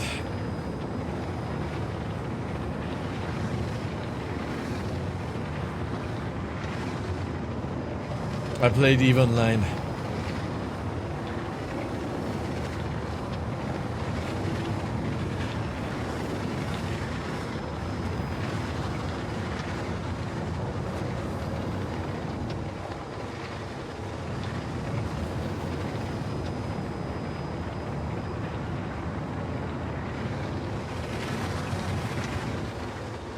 Well, here's another thing, Humphreys, right? You know how all the people got their first mask from the Vandal event? You know what I would, if I was CIG, right? This is what I would have done. CIG with the Vandal mask should have had it the first year where you kill 50 players and everyone cheesed it. Then they should have gone back to the drawing board and made that event better and easier marked, right? Which means that whoever was in the first event, you would have to do 50 more kills to get the first tier Vandal helmet, or you then go to the next tier where you have to take that helmet and another 100 kills to upgrade it to tier 2 Vandal helmet. Then, in the same time frame of event, you do another 200 kills and you take your tier 2 helmet and turn it into tier 3. There's a great way of getting a bloodbath simulator going. But they would have to make it where people can't cheese it in Congo lines like they did before. But if CIG started doing tier level events where you could cash in an item to make it better, that would be sick. That would be really, really cool. But again, everything to do with Star Citizen, it's always about not the actual gameplay, it's about making it where there's no fucking cheese. Like, CIG should open up a fucking cheese factory.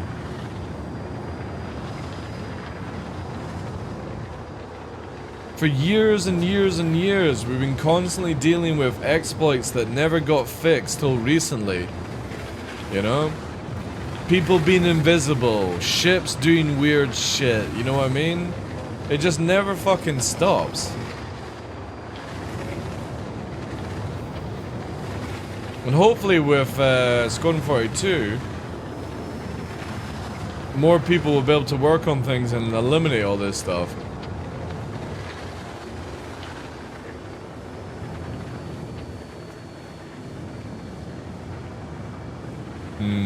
Very true, yeah. Big dreams and doesn't balance. Well, again, balance is very difficult. Balance, optimization is always at the end of development, right? Or at the basics of development. The problem is we constantly play Star Citizen, so we've got a lot more opinions on how things should be, how things shouldn't be, yada yada yada. It's very difficult to come to a common, like, agreement on things.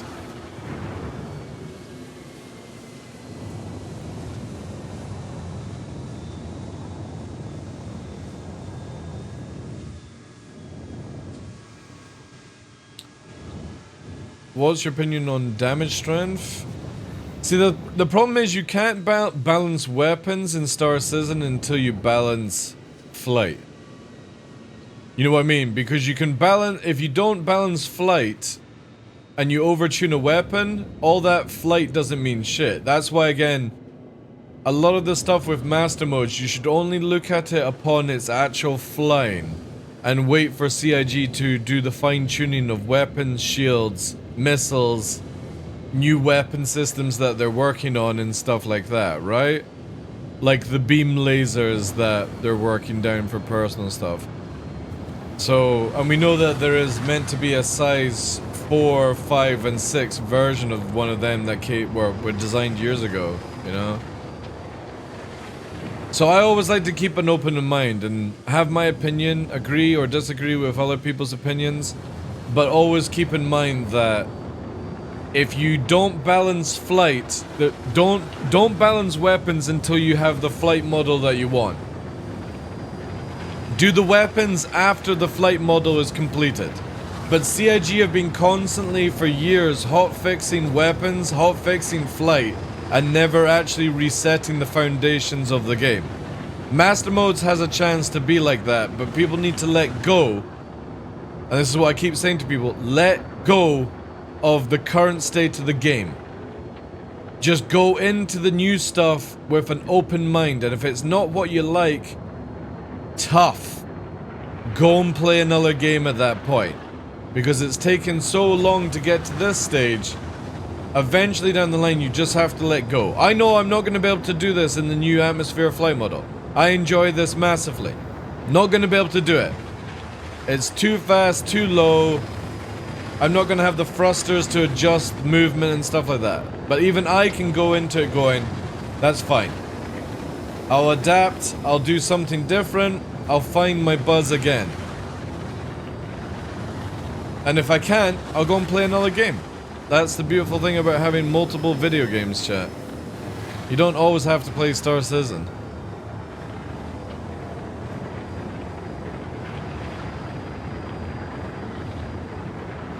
But there definitely needs to be, not hold the line, but draw a line in the sand. And just accept that what somebody's agenda for this game does not add up to what we want from the game. And we have to see it from that point of view instead. And if we can't see it from that point of view, then we will be lost to just constantly arguing about how this game should be, instead of just playing the game for what it is going to be. Hey Sal, how you doing? But yeah, flight has to be fixed first before you balance weapons. It's easier to balance weapons once you have the flying down to how you like it. Holy shit. Mr. Tuvo coming in with a fucking ginormous big dick energy 150,000 bits. Holy shit, can we get lots of fucking hype in that?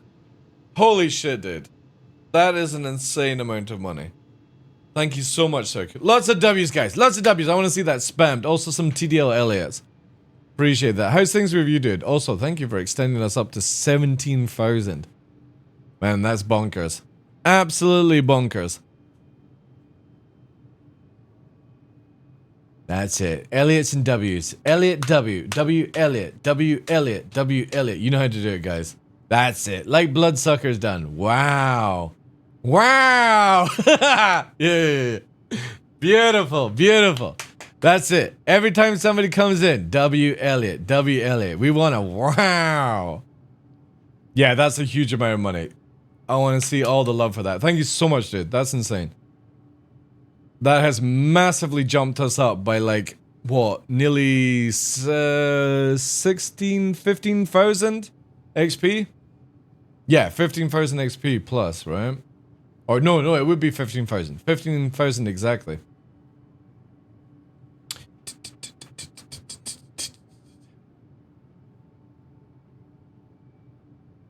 Now we're even closer, guys. We're even closer. We got like what? 75 to go. Heading to work? Yeah, always good, dude, yeah. Very, very tired. Looking forward to these 10 days being finished, but it's been a lot of fun as well. Good conversations, good people, good memes. And obviously, 6 people will win some giveaways on Sunday as well. So also go and make sure you spend your tickets, Tuvo. Exclamation mark. Enter space max. You don't even need to do Twitch transfer points if you don't want. But yeah, make sure you entered it.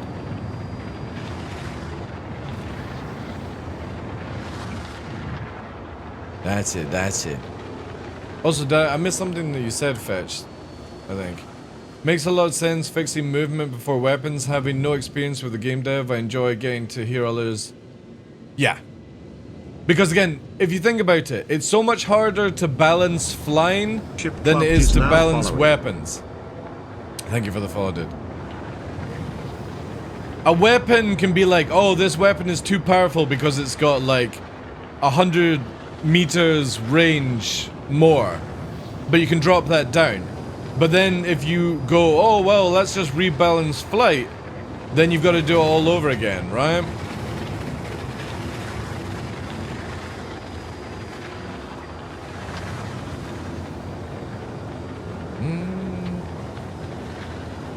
So I'm all for CIG if they just focus on the Master Mode's flight right now, and then just do a quick pass on weapons. Because the other thing as well, this is a big thing that a lot of people have forgotten about. With our current state of Master Mode, we've not had the chance to use cannons. Just an FYI, remember that, guys. We are using repeaters to kill. What happens when you start hitting somebody with a gun that does 3 times the alpha per shot? Bad turns are gonna turn into easy pops and so forth, right? So, we have to just keep in mind that Master Modes is not 100% done yet.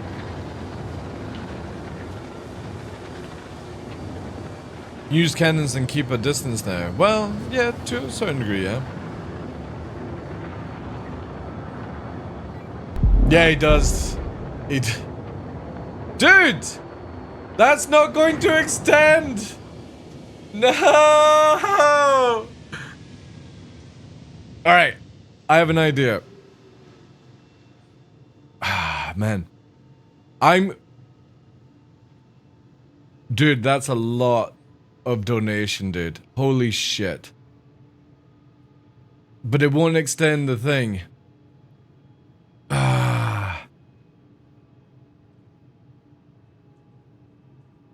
What do we do, chat? How can I... What do you want me to do with that, Tuvo? Dude, that's a lot of money, man.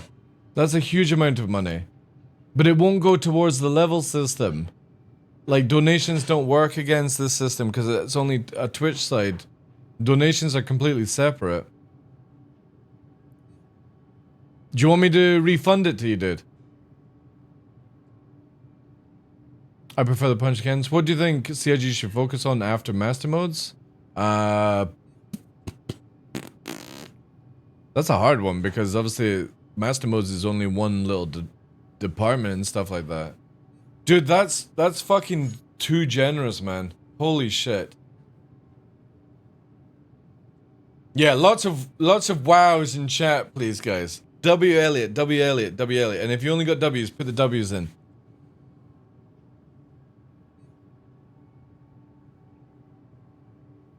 Yeah, but again, that's a different. See, it's a hard question to do that one with Game Data. How you doing, dude? Because obviously there's constantly different areas of CIG working on different things. Are you talking about what the vet team should do after master modes?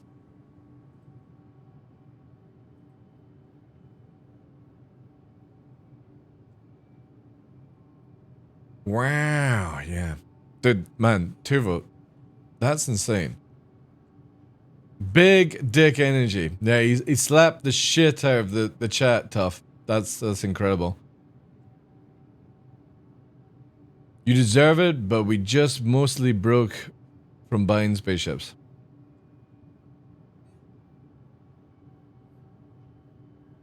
Do.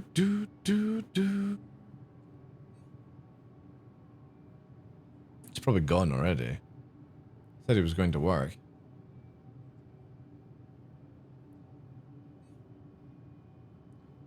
What do you think would be the best for the game?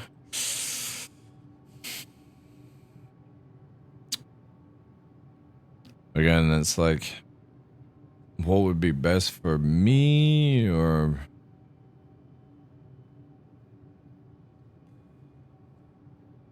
I think meaning. No. Let's not look at it so small, Pox, with just a mechanic. I think meaning for the game, right? A reason to play this game, and for to continue playing this game and not just give up on any corner. I think that should be the most important thing for CIG to focus on. A reason to play Star Citizen and to continue playing Star Citizen. Yeah, that's what I would say. That's what I think. Because a simple mechanic is not going to help this game. A simple fix is not going to help this game. A longevity reason needs to be used.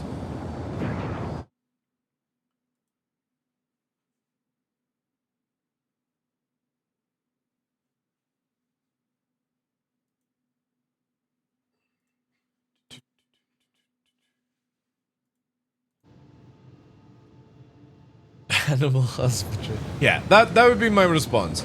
The focus on the game should be to make the game better.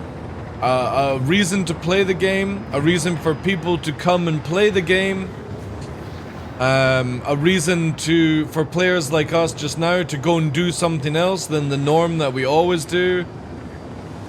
A way to improve on those things. That would be my response.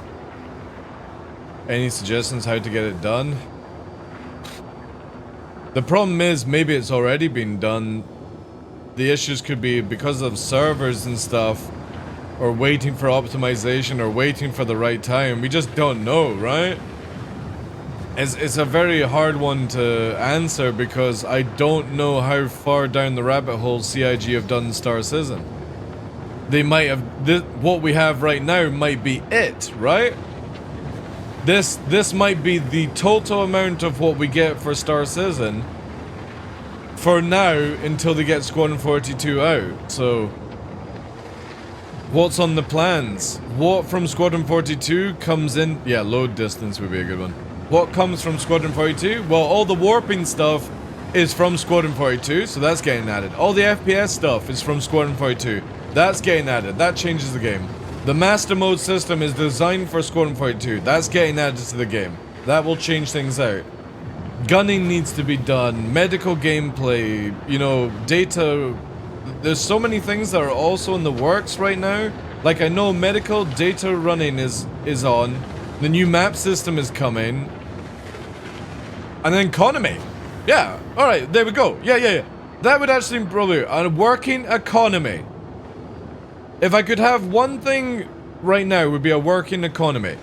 That's what CIG should focus on. A working economy in Star Citizen. A reason to play the game, and that you're losing stuff as well. So whenever you die, whenever you repair, whenever you are buying modules and losing modules, you're taking a hit. You're having to actually struggle in this game and adapt new skills and do different things and different behaviors, because the economy is always changing, where you're not always going to get what you want out of this game. You're not always going to be able to buy the ship that you want to buy at any given time because it might be out of stock. So yeah, that's it. And an economy system that makes you want to play. Stronger market, And that is a reason to play with other people as well, like to maybe benefit things faster so you can climb that economy faster. Doesn't need to be combat, doesn't need to be mining, salvaging, just again a reason to want to do more than just the basics in this game.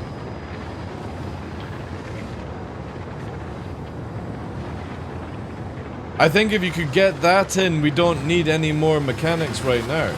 I know people want data mining and more medical gameplay, but it's on the works. I know people want more salvaging, but that's going to be in the works. It's a different team, but we don't have a reason to actually play the game.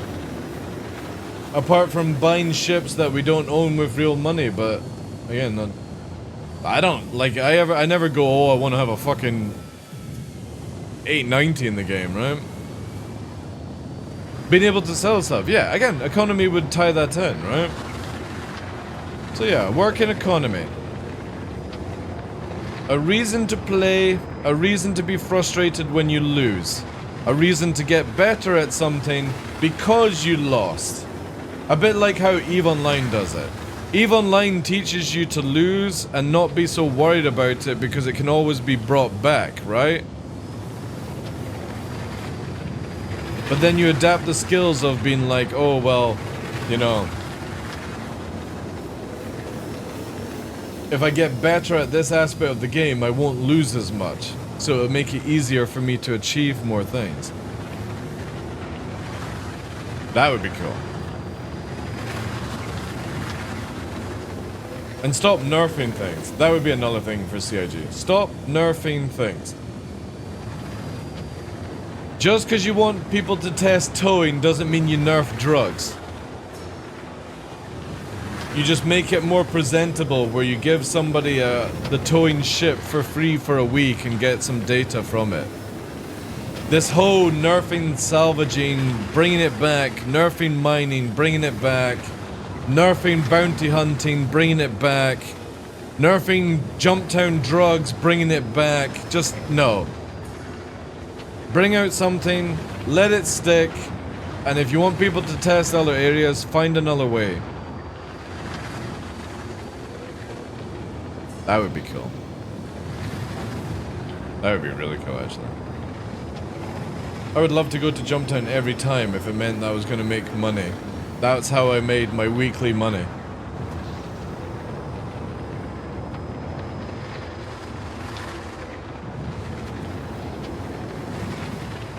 Give me a reason to put like a team together or something, right? Or join a team. Right now it's just chilling out, basically.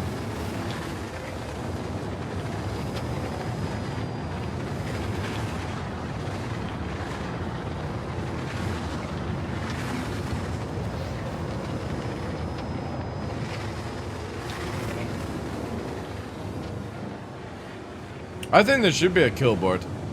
Personally. Again, if I'm playing with players, dev, I want to know if they're good or not. If they're going to join my group, right? Or a group that I play with. Or an org that I join. Or an org I create, or something like that. I want to know that someone goes, oh, I'm a really good PvPer. I want to see your stats. Because in EVE Online, that's how I recruited people. I was like, you have to have had a little bit of history in the game and you had to have 1,000 kills or I wasn't going to let you join my group. Not because I didn't believe you that you were good, it's just, again, I want a CV. If I'm going to put you in, make the cocktail of players, you know, disrupt the liquid when it's all nicely settled, I need to know that's a good reason to do it. If I'm going to employ somebody or work with somebody, whatever you want to call it in life, I want to make sure that that person's going to do the shit that I need them to do. Or if they need me to do the shit that I need to do. That's why, again, we low fly like a motherfucker every day, not, well, even though it's for enjoyment. Media raided my stream with 17 Woo! viewers. Thornberg, appreciate the raid, dude. Welcome, welcome in. How is your stream, dude? I keep low flying because eventually down the line I want to be a dropship pilot. So I want to be the best at being able to get in through different things at any given time. I don't want to be a hindrance. Thanks for the follows, guys. How was your stream, dude? Stream was great. What did you get up to? You playing some Free 22? And if you were, what were you doing in Free 22? Were you playing with the new salvaging stuff? What happens if I have 1,000 kills in a Grey Cat buggy? Then you're a top buggy pilot. Just doing cargo and live? Ah, fair enough, dude. As long as it's enjoyable for you.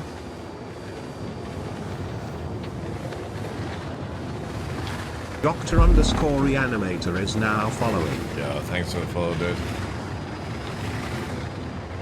We're dropping, boys! I can't wait for actual dropship gameplay. And then hear all the sort of sweaty FPSers on comms getting like chased by a xenomorph or something like that. That would be enjoyable. I'm sitting there 20 clicks out, fucking munching on my cookies with my aviators on, making sure that none of them get on board. Dropship pilot is only dangerous when you're having to do the drop and you're having to do the extraction. Everything else in between that is a fucking cakewalk. That's when you watch Netflix and you hear the screams on Discord. Getting chased by vehicle? Yeah. That's what I look forward for, you know? Bail out for your take. Or half the take. Dude, dropship pilot is going to be one of the most useful jobs in the game. There's always going to be a group that needs to get their group in without having to worry about having picked up and shit like that.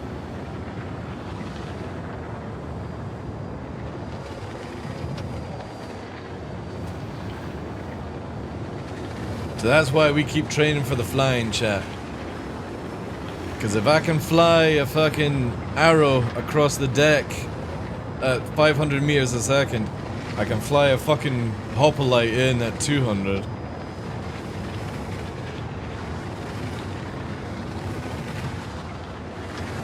Also, if they gave me an arrow that could carry 2 people instead of weapons, that would be sick, man.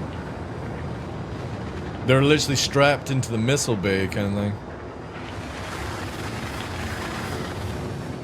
Playing DayZ. Nice. You can break me out of prison? I actually like doing that, dude. I like doing prison extractions.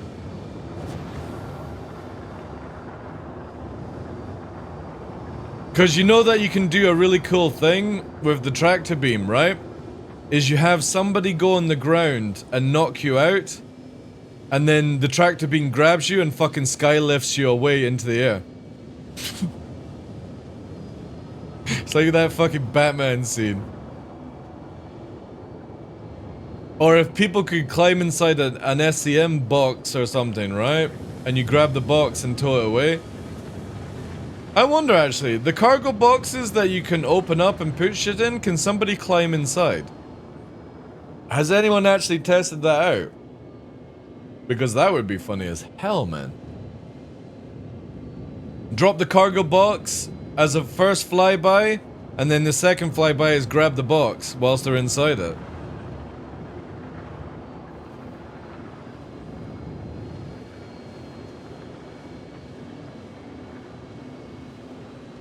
Or another way is you throw out a vehicle and then just like get it fucking towed, basically.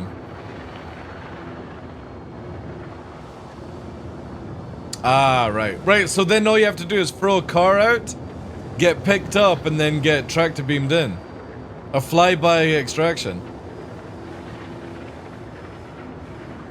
That would actually be fun. We should try that, actually.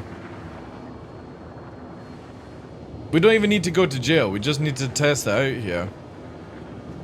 I need, like, what ship would I need? Who, does the tractor beam on the C1, is it used by the pilot or a gunner?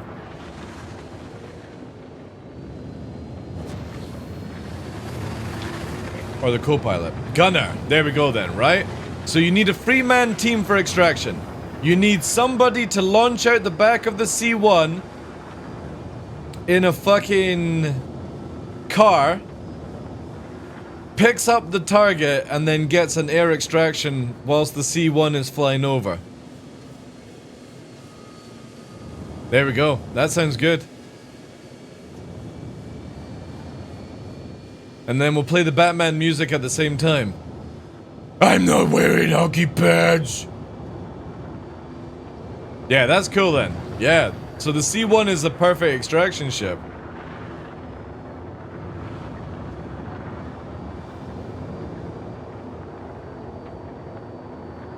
Yeah, we definitely have to try that. I might see if Burks is down for that this weekend.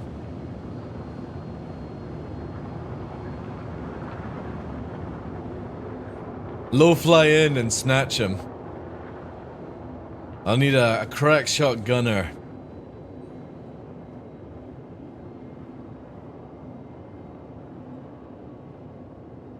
How much for the fee for that? Well, first I would need to see if it's possible before I offer that services to somebody. We need to do a Daymar testing ground. Might do that tomorrow, actually.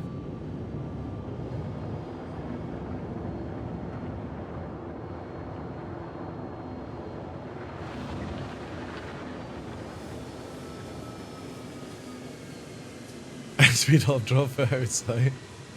Yeah, I think it could be possible. You can drop me off at SBK. That's very true, yeah.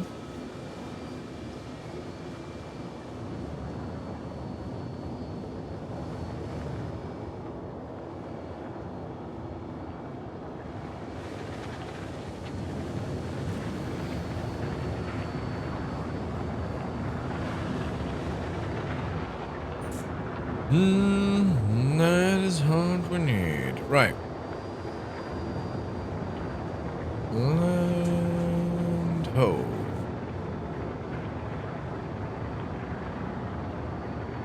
That's it. I'm gonna blast it.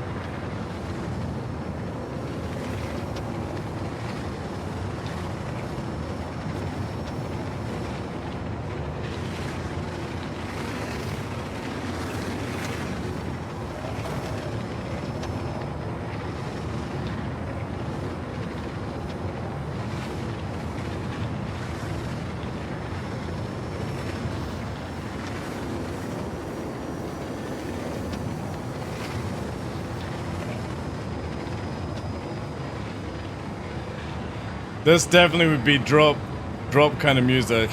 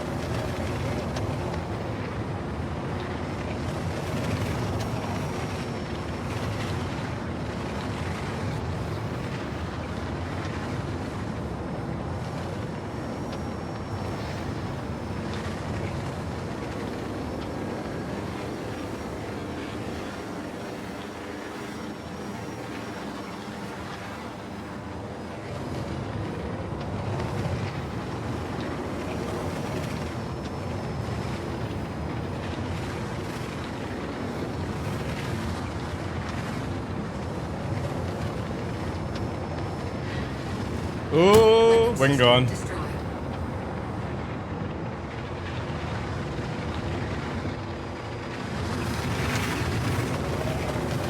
Hydrogen fuel is at 50%.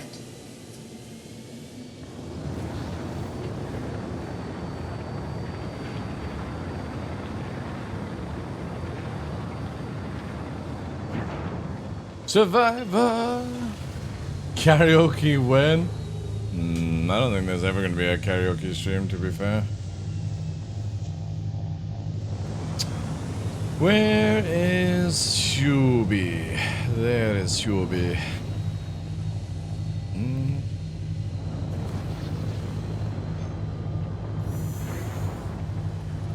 Yeah, I was close. Unfortunately. Rip the wing.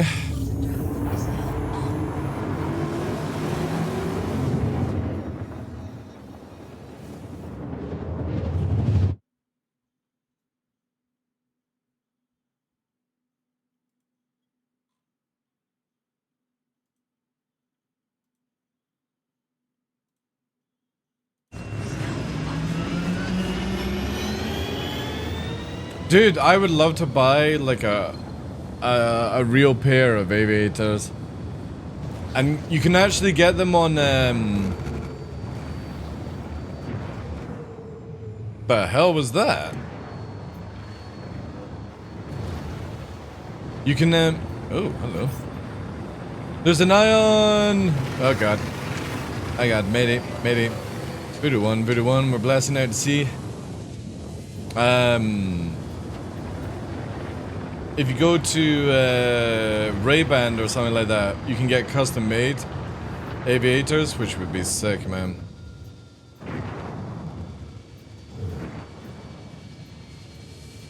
There's a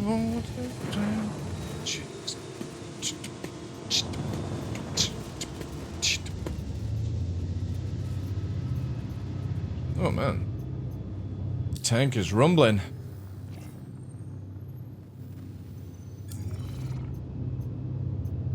But yeah, definitely tomorrow, right?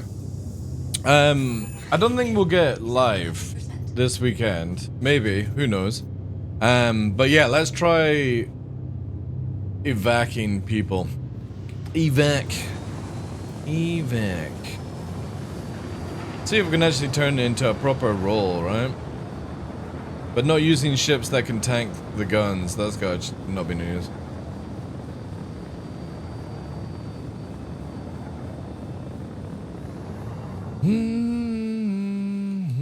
Part of the economy, yeah. Alright. 15k, cruises on.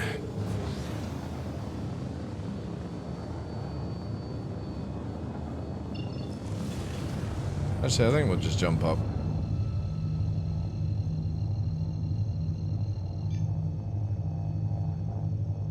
Still think it is actually faster to do this.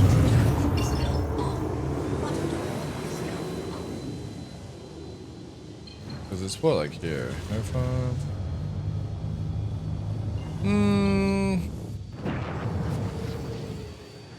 Yeah, okay. This might actually be just slightly slower than cruising across. Oh man, we're at 6 hours already? God damn it. Man.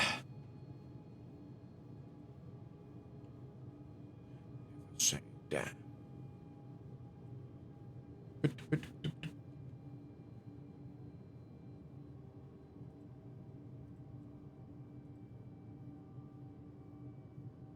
Alright. Mr. Tuvo definitely didn't respawn, so I'm just gonna store. We will just store, chat. Dude. Man. Tuvo came in and just fucking big dicked all over. Fucking crazy. What a top boy. Top boy. Tupper Harley.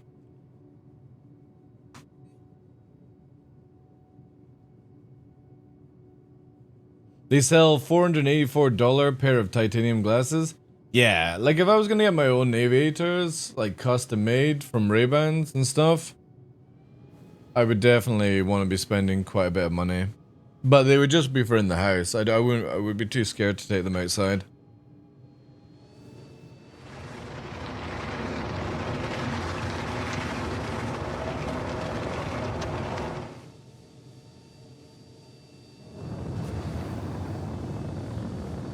But then I may have actually be too scared to even wear them at that expense. So maybe it's better just to get like a cheap $100 pair.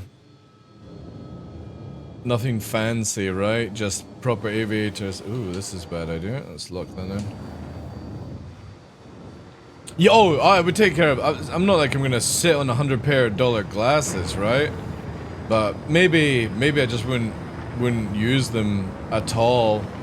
I would love to have aviators though. I would like to have the aviators from the chick in Aliens. I can't remember what kind of aviators they are. They've got the I think they call it mirror reflection or something, where you've got it where like you, instead of like seeing the eyes through, it's like completely sealed up, right? Mirror style. Hey BDSM, how you doing, dude? Congrats on level 6. Hey dude, nothing to do with me. That's the community. I'm just here at the front page of it. The community are the ones to fucking congrats on that. Without them, I can't do anything like this. I really like the ones with the matte lenses. Dillon Optics was the company that does them. What does anybody know what the original aviators, who made the original aviators? It was Ray-Bans, wasn't it? I think made the originals. And we're not talking like, not like glasses, but like for proper aviator pilots. I can't remember where they get them from, right? I need to get some proper aviators. Some sick aviators.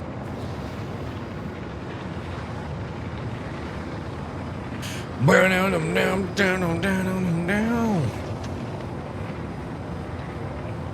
Let's see what we got. No, that's a curse song. This'll do. Actually, can we get the original, right?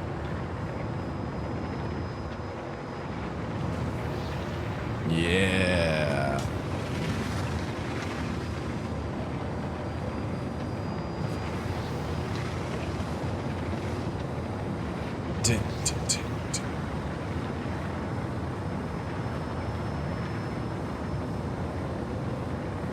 Ah, thank you, Bull. Alright, Ray-Bans it is then, chat. Ray-Bans it is.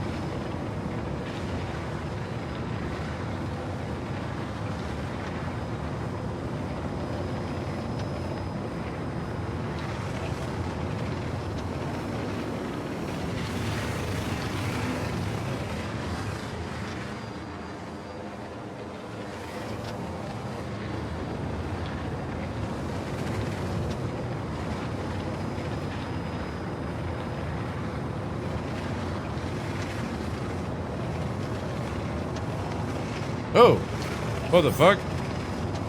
A Taurus! What the hell is a Taurus doing out here?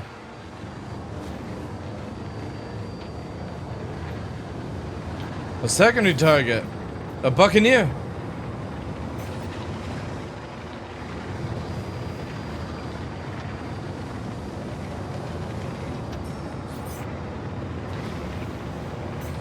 No idea.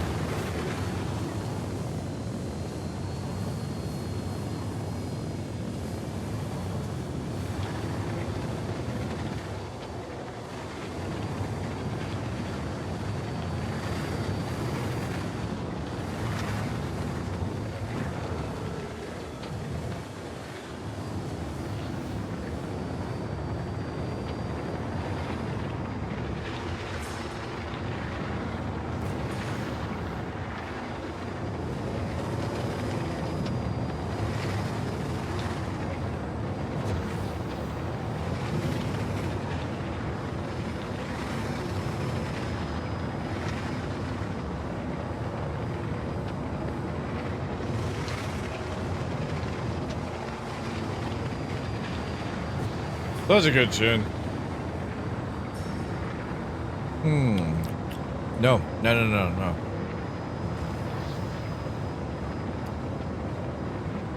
We need...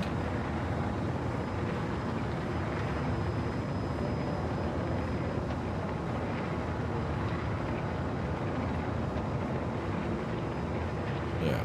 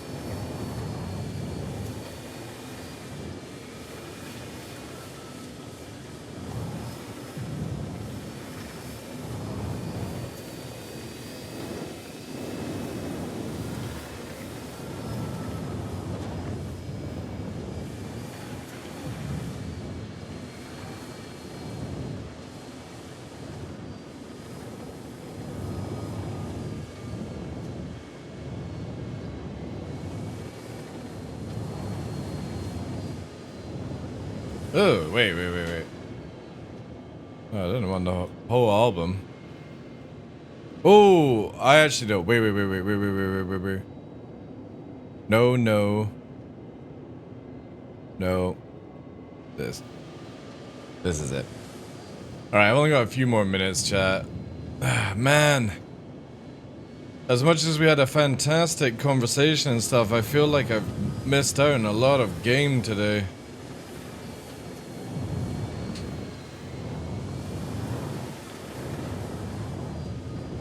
We'll have to do a long day on like Saturday or something. Saturday, something. Maybe.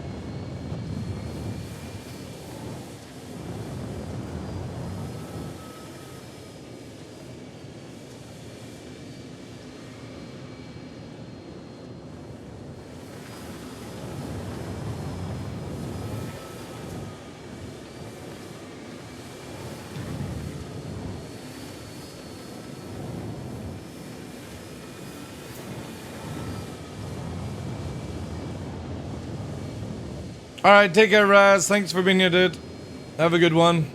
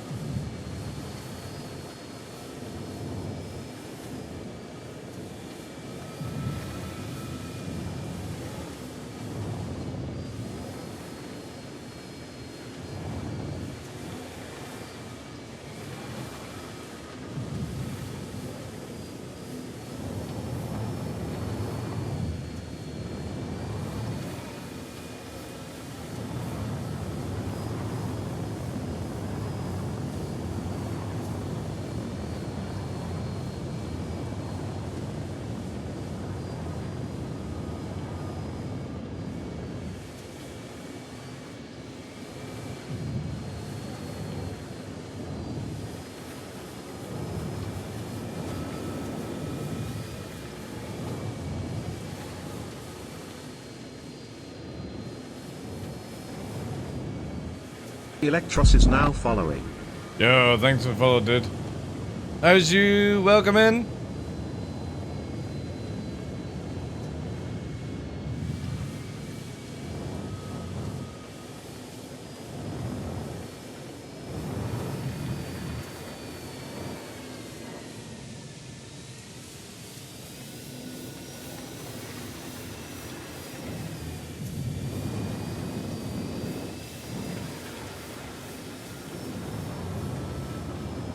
Uh-oh. We're low in the old water.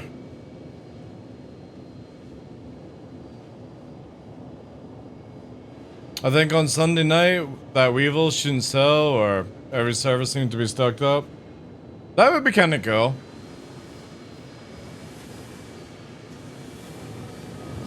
If, like, you couldn't sell, and you had to do it on one day kind of thing, that would actually be pretty sick.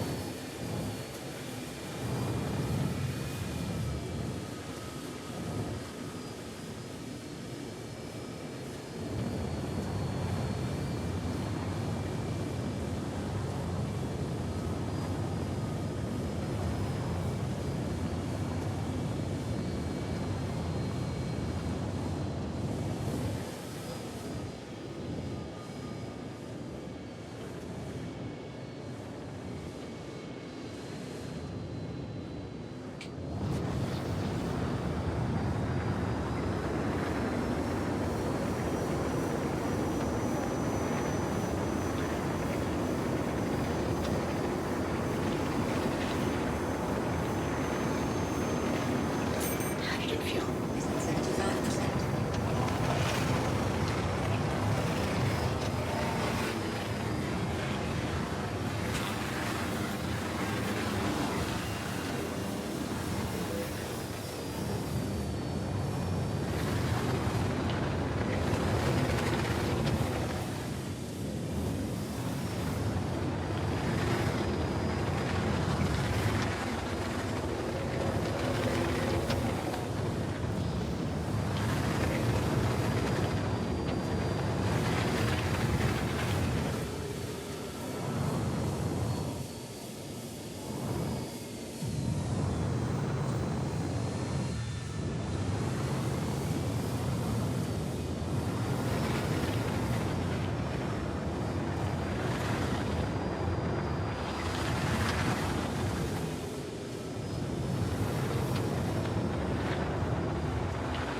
That's a good area. Holy shit.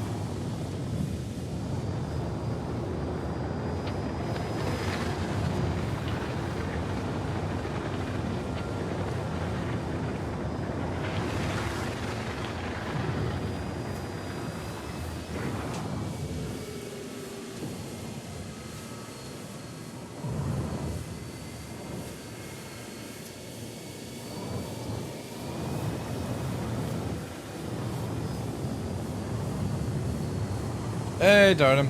Hey, ding, dude.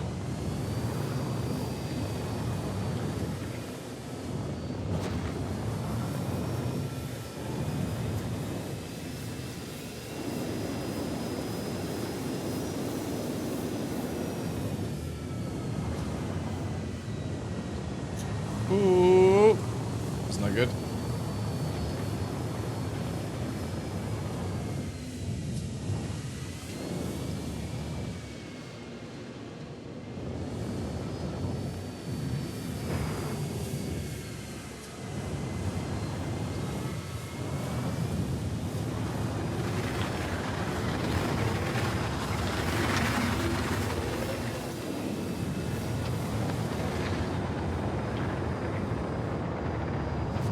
Oh well. Whee!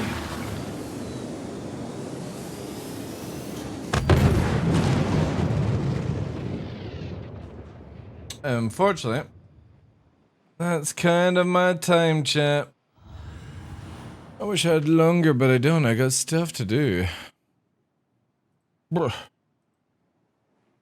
I got things to do. Ooh, what's going on here? Oh, there we go.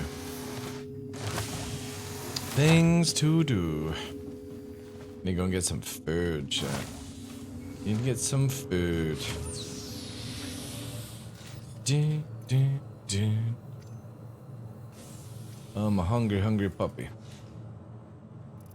Just a friendly reminder. Also, I have not seen the kids in a while.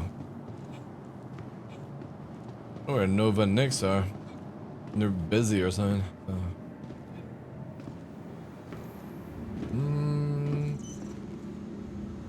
Welcome to the ASOP Vehicle Retrieval System. Your insurance claim has been sent.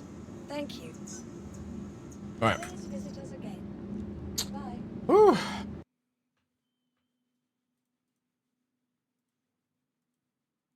Alright, let's quickly sort up some stuff, chat. Do. Then see you. Yes.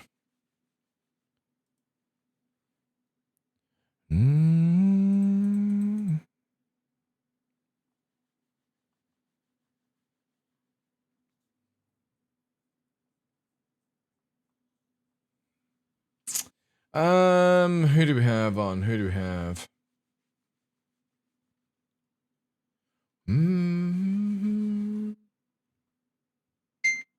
Oh.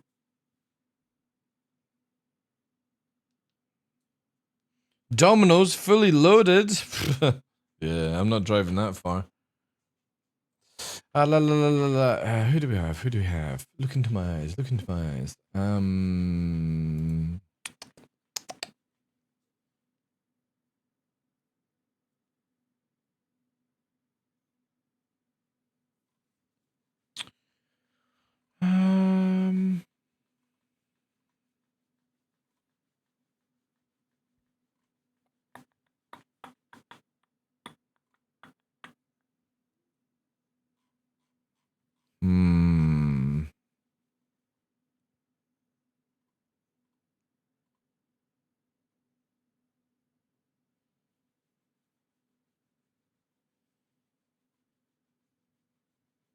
Who do we go to, chat? Let's go to Detox. I don't know what he's up to, but he's just started. Hold immobiles. Let's go to Detox. He's a Star Citizen content creator, but he's also playing the day before. I have no there idea. Seems to be an error initializing or updating your transaction. He's a monkey, chat. He's a monkey. We'll send him there. It's already All right, happening. guys. Huge thank you to everyone. Big conversations already today. happening, All that guys. good stuff. And everything else. Massively appreciate it. I'll be back on tomorrow. And then we've got just Friday, Saturday, Sunday. Then the giveaways to get, hopefully, to level 7. We are very close, but obviously the big push is required in the next 3 days. If people are going for it, go for it. Obviously, it doesn't matter if it's either tomorrow, Saturday, or Sunday. It's all going to count for at the end. Motherfucker, he just walked away. Jesus, we're raiding without. We're raiding chat. But yeah, thank you so much, guys. There they are. Now they've turned up. Let's quickly just go into that. But yeah, thank you so much, guys. I will catch you. Actually, I'm going to cancel the raid and give him a little bit of time. We'll just cancel the raid. We're going to start up again. He's got that time to go through and all that jazz. But yeah, thank you guys. Massively appreciate it. We're back tomorrow. Hopefully we'll get some more patches in, stuff like that. And check out some more master modes. All that good stuff. But yeah, thank you. Appreciate it. 2 votes well coming in with big dick energy today. Like, holy shit. Holy shit. We're eating good tonight, Martha. We're eating good tonight. Appreciate you guys. Ship Club, Joe, Bloodsucker, Sideways, Redbeard, Alias, Ondo, Tespado, Jaywalker, Cell, Blasty, Tough. Appreciate you guys. Thank you for being here. Have a good one. Enjoy Detox's stream. I don't know when he's going to be back, but he'll be back. Thank you guys. I might get some nice food.